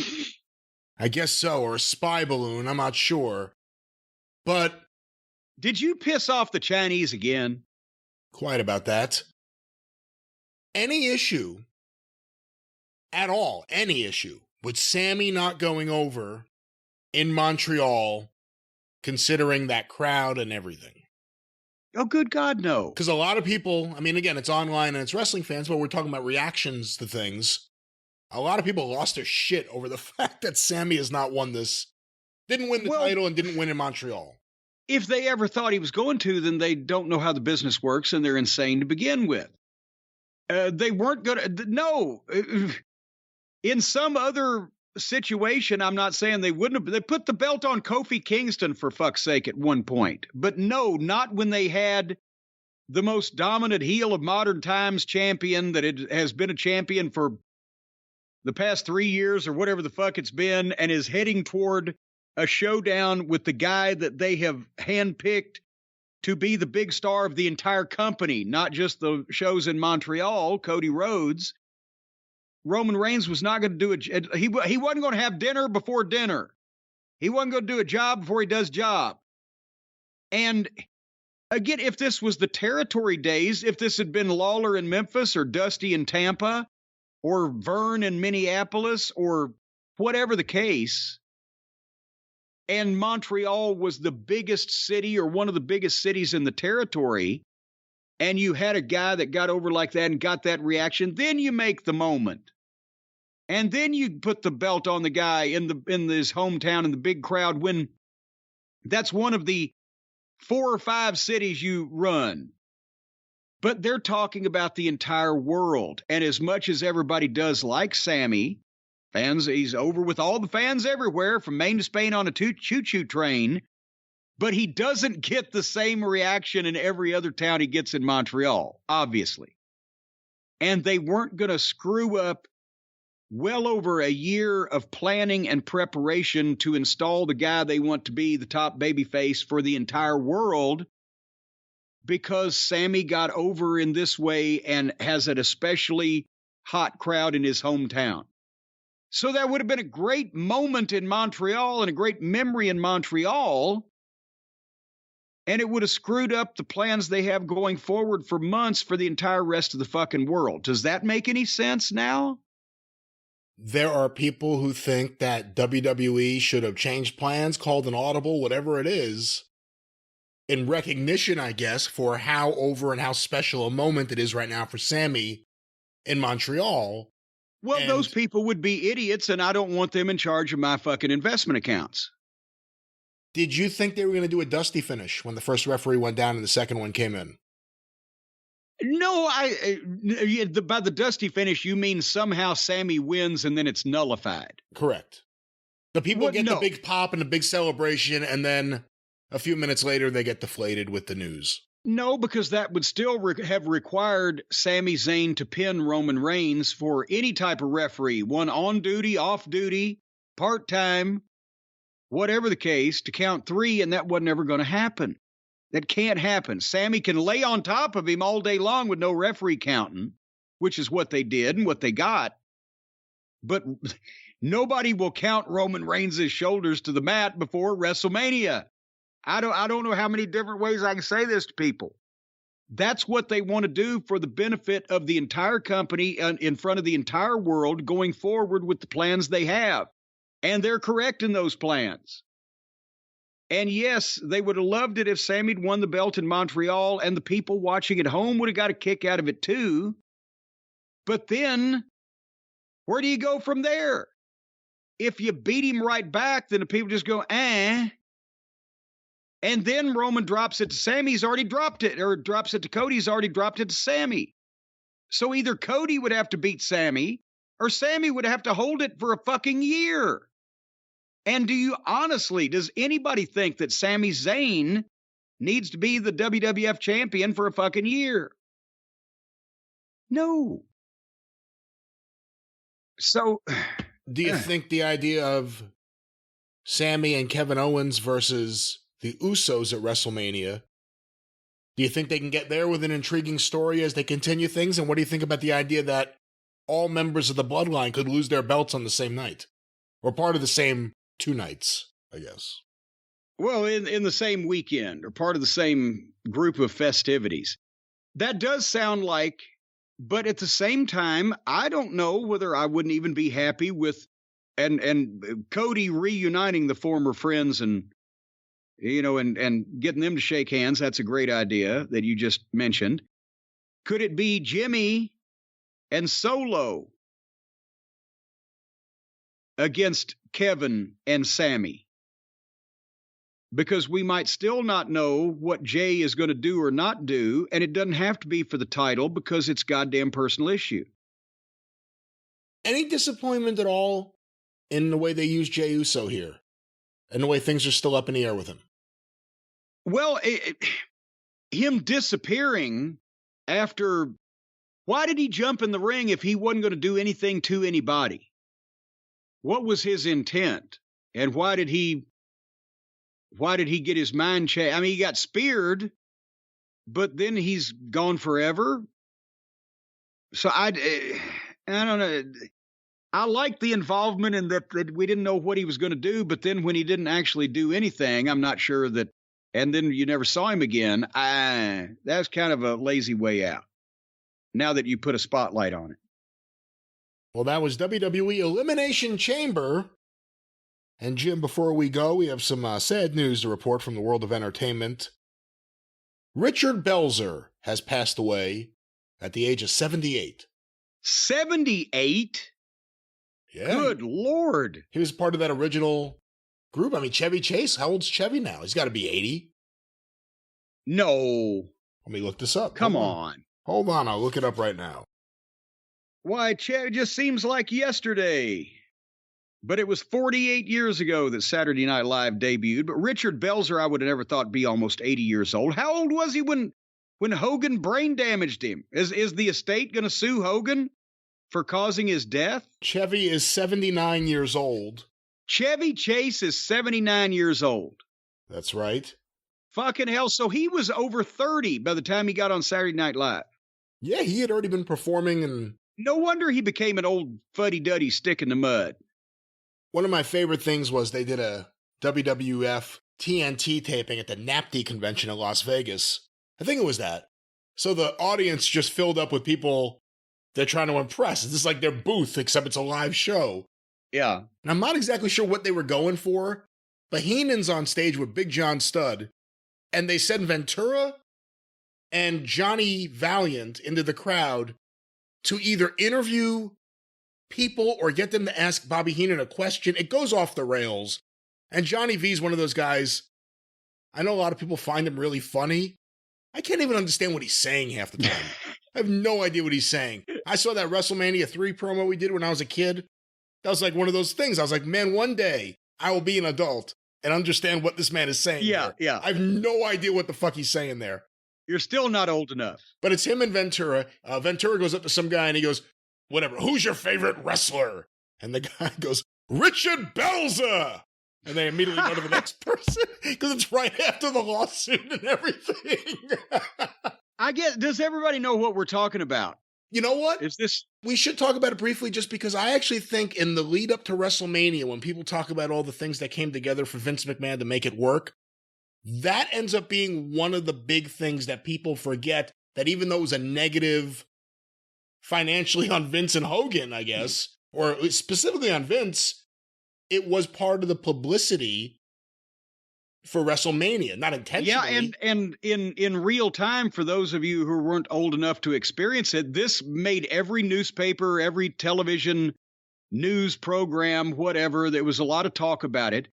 Richard Belzer, the comedian, had a talk show, and he had Hogan and Mr. T on to promote WrestleMania, and it was the old, hey, show me a hold type of thing that you would get. Well, to be fair, Belzer was obnoxious, maybe coked up, and he was kind of shitting on Mr. T and Hogan in the business, yeah. Well, and that's what I was about to say. Not only was he being, typical Hollywood smartass, but you could also, and the reason why I know this, and I've told this story before, but I'll tell it again for the newer listeners, very briefly. If you get a sleeper hold or a rear naked choke or whatever the fuck put on you, the harder your blood is pumping, the quicker you're going to go out. And I found that out the hard way from when Jesse Barr accidentally put me to sleep when he wasn't trying one night. But Hogan is going to, okay, I'll give this fucking TV guy a little taste of a wrestling hold, and it's a simple front face lock, and you could tell Hogan cinched up for, it wasn't 5 seconds, right, as I recall, but it was a very brief time, but just one of those deals where you let the guy know. But apparently Belzer his heart must have been pumping 700 times a minute from being in this front face lock for like 3 or 4 seconds or whatever. He fucking passed out. When Hogan let go, he drops, not staggering falling like Heyman took the bump at the Elimination Chamber finish. He just dropped like all the bones had disappeared out of his body. And he just crumpled to the floor in a heap and whiplashed his head backwards and bashed the back of his head on the fucking stage floor. And you can see Hogan standing there going, what the fuck? And then within another couple of seconds, the blood starts pumping again. Belzer comes back to consciousness, pops up to his feet, turns to the camera and says, we'll be right back, and turns around his back to the camera. And you see this goddamn flow of blood from the back of his head running down the back of his jacket. He had busted himself open, didn't even know it, didn't remember going to sleep, woke up, pitched the break, and was fucking confused why he had a headache. They came back from commercial, and Hogan and Mr. T are sitting there with the producer. And you got to remember, Hogan's like kind of playing along, even though he ends up choking this guy out. But this is kind of the beginning of us seeing the insincere Hogan apology on this thing. Mr. T, there were no apologies. Hogan's like, I put him in a hold. He wanted to see the hold. Mr. T's like, let him die. He does not give a shit. I pity the fool. But this was in the build-up to WrestleMania. I mean, they were on there to promote WrestleMania. So instead of just promoting it, they beat up and almost killed the host. Yeah. This is before they did Saturday Night Live. These two together after this hosted Saturday Night Live. It was the perfect storm of publicity. Oh my God. So, and Richard Belzer then sued and won some type of settlement. He ended up, I remember reading, he bought a house in the south of France and he named it Shea Hogan. Well, now his family's going to have to file another suit because obviously that brain damage had to contribute to his death today, only 48 years later. Well, now that he's dead, who knows how Hogan will tell the story. I body slammed him and then he died a day later. They really replaced Belzer with a body double after I killed him 43 years ago. All right. Are we done here? We are. Rest in peace, Richard Belzer. Rest in peace, Richard Belzer, and we'll see you next week, Cult of Cornette. Thank you. Fuck you. Bye-bye, everybody.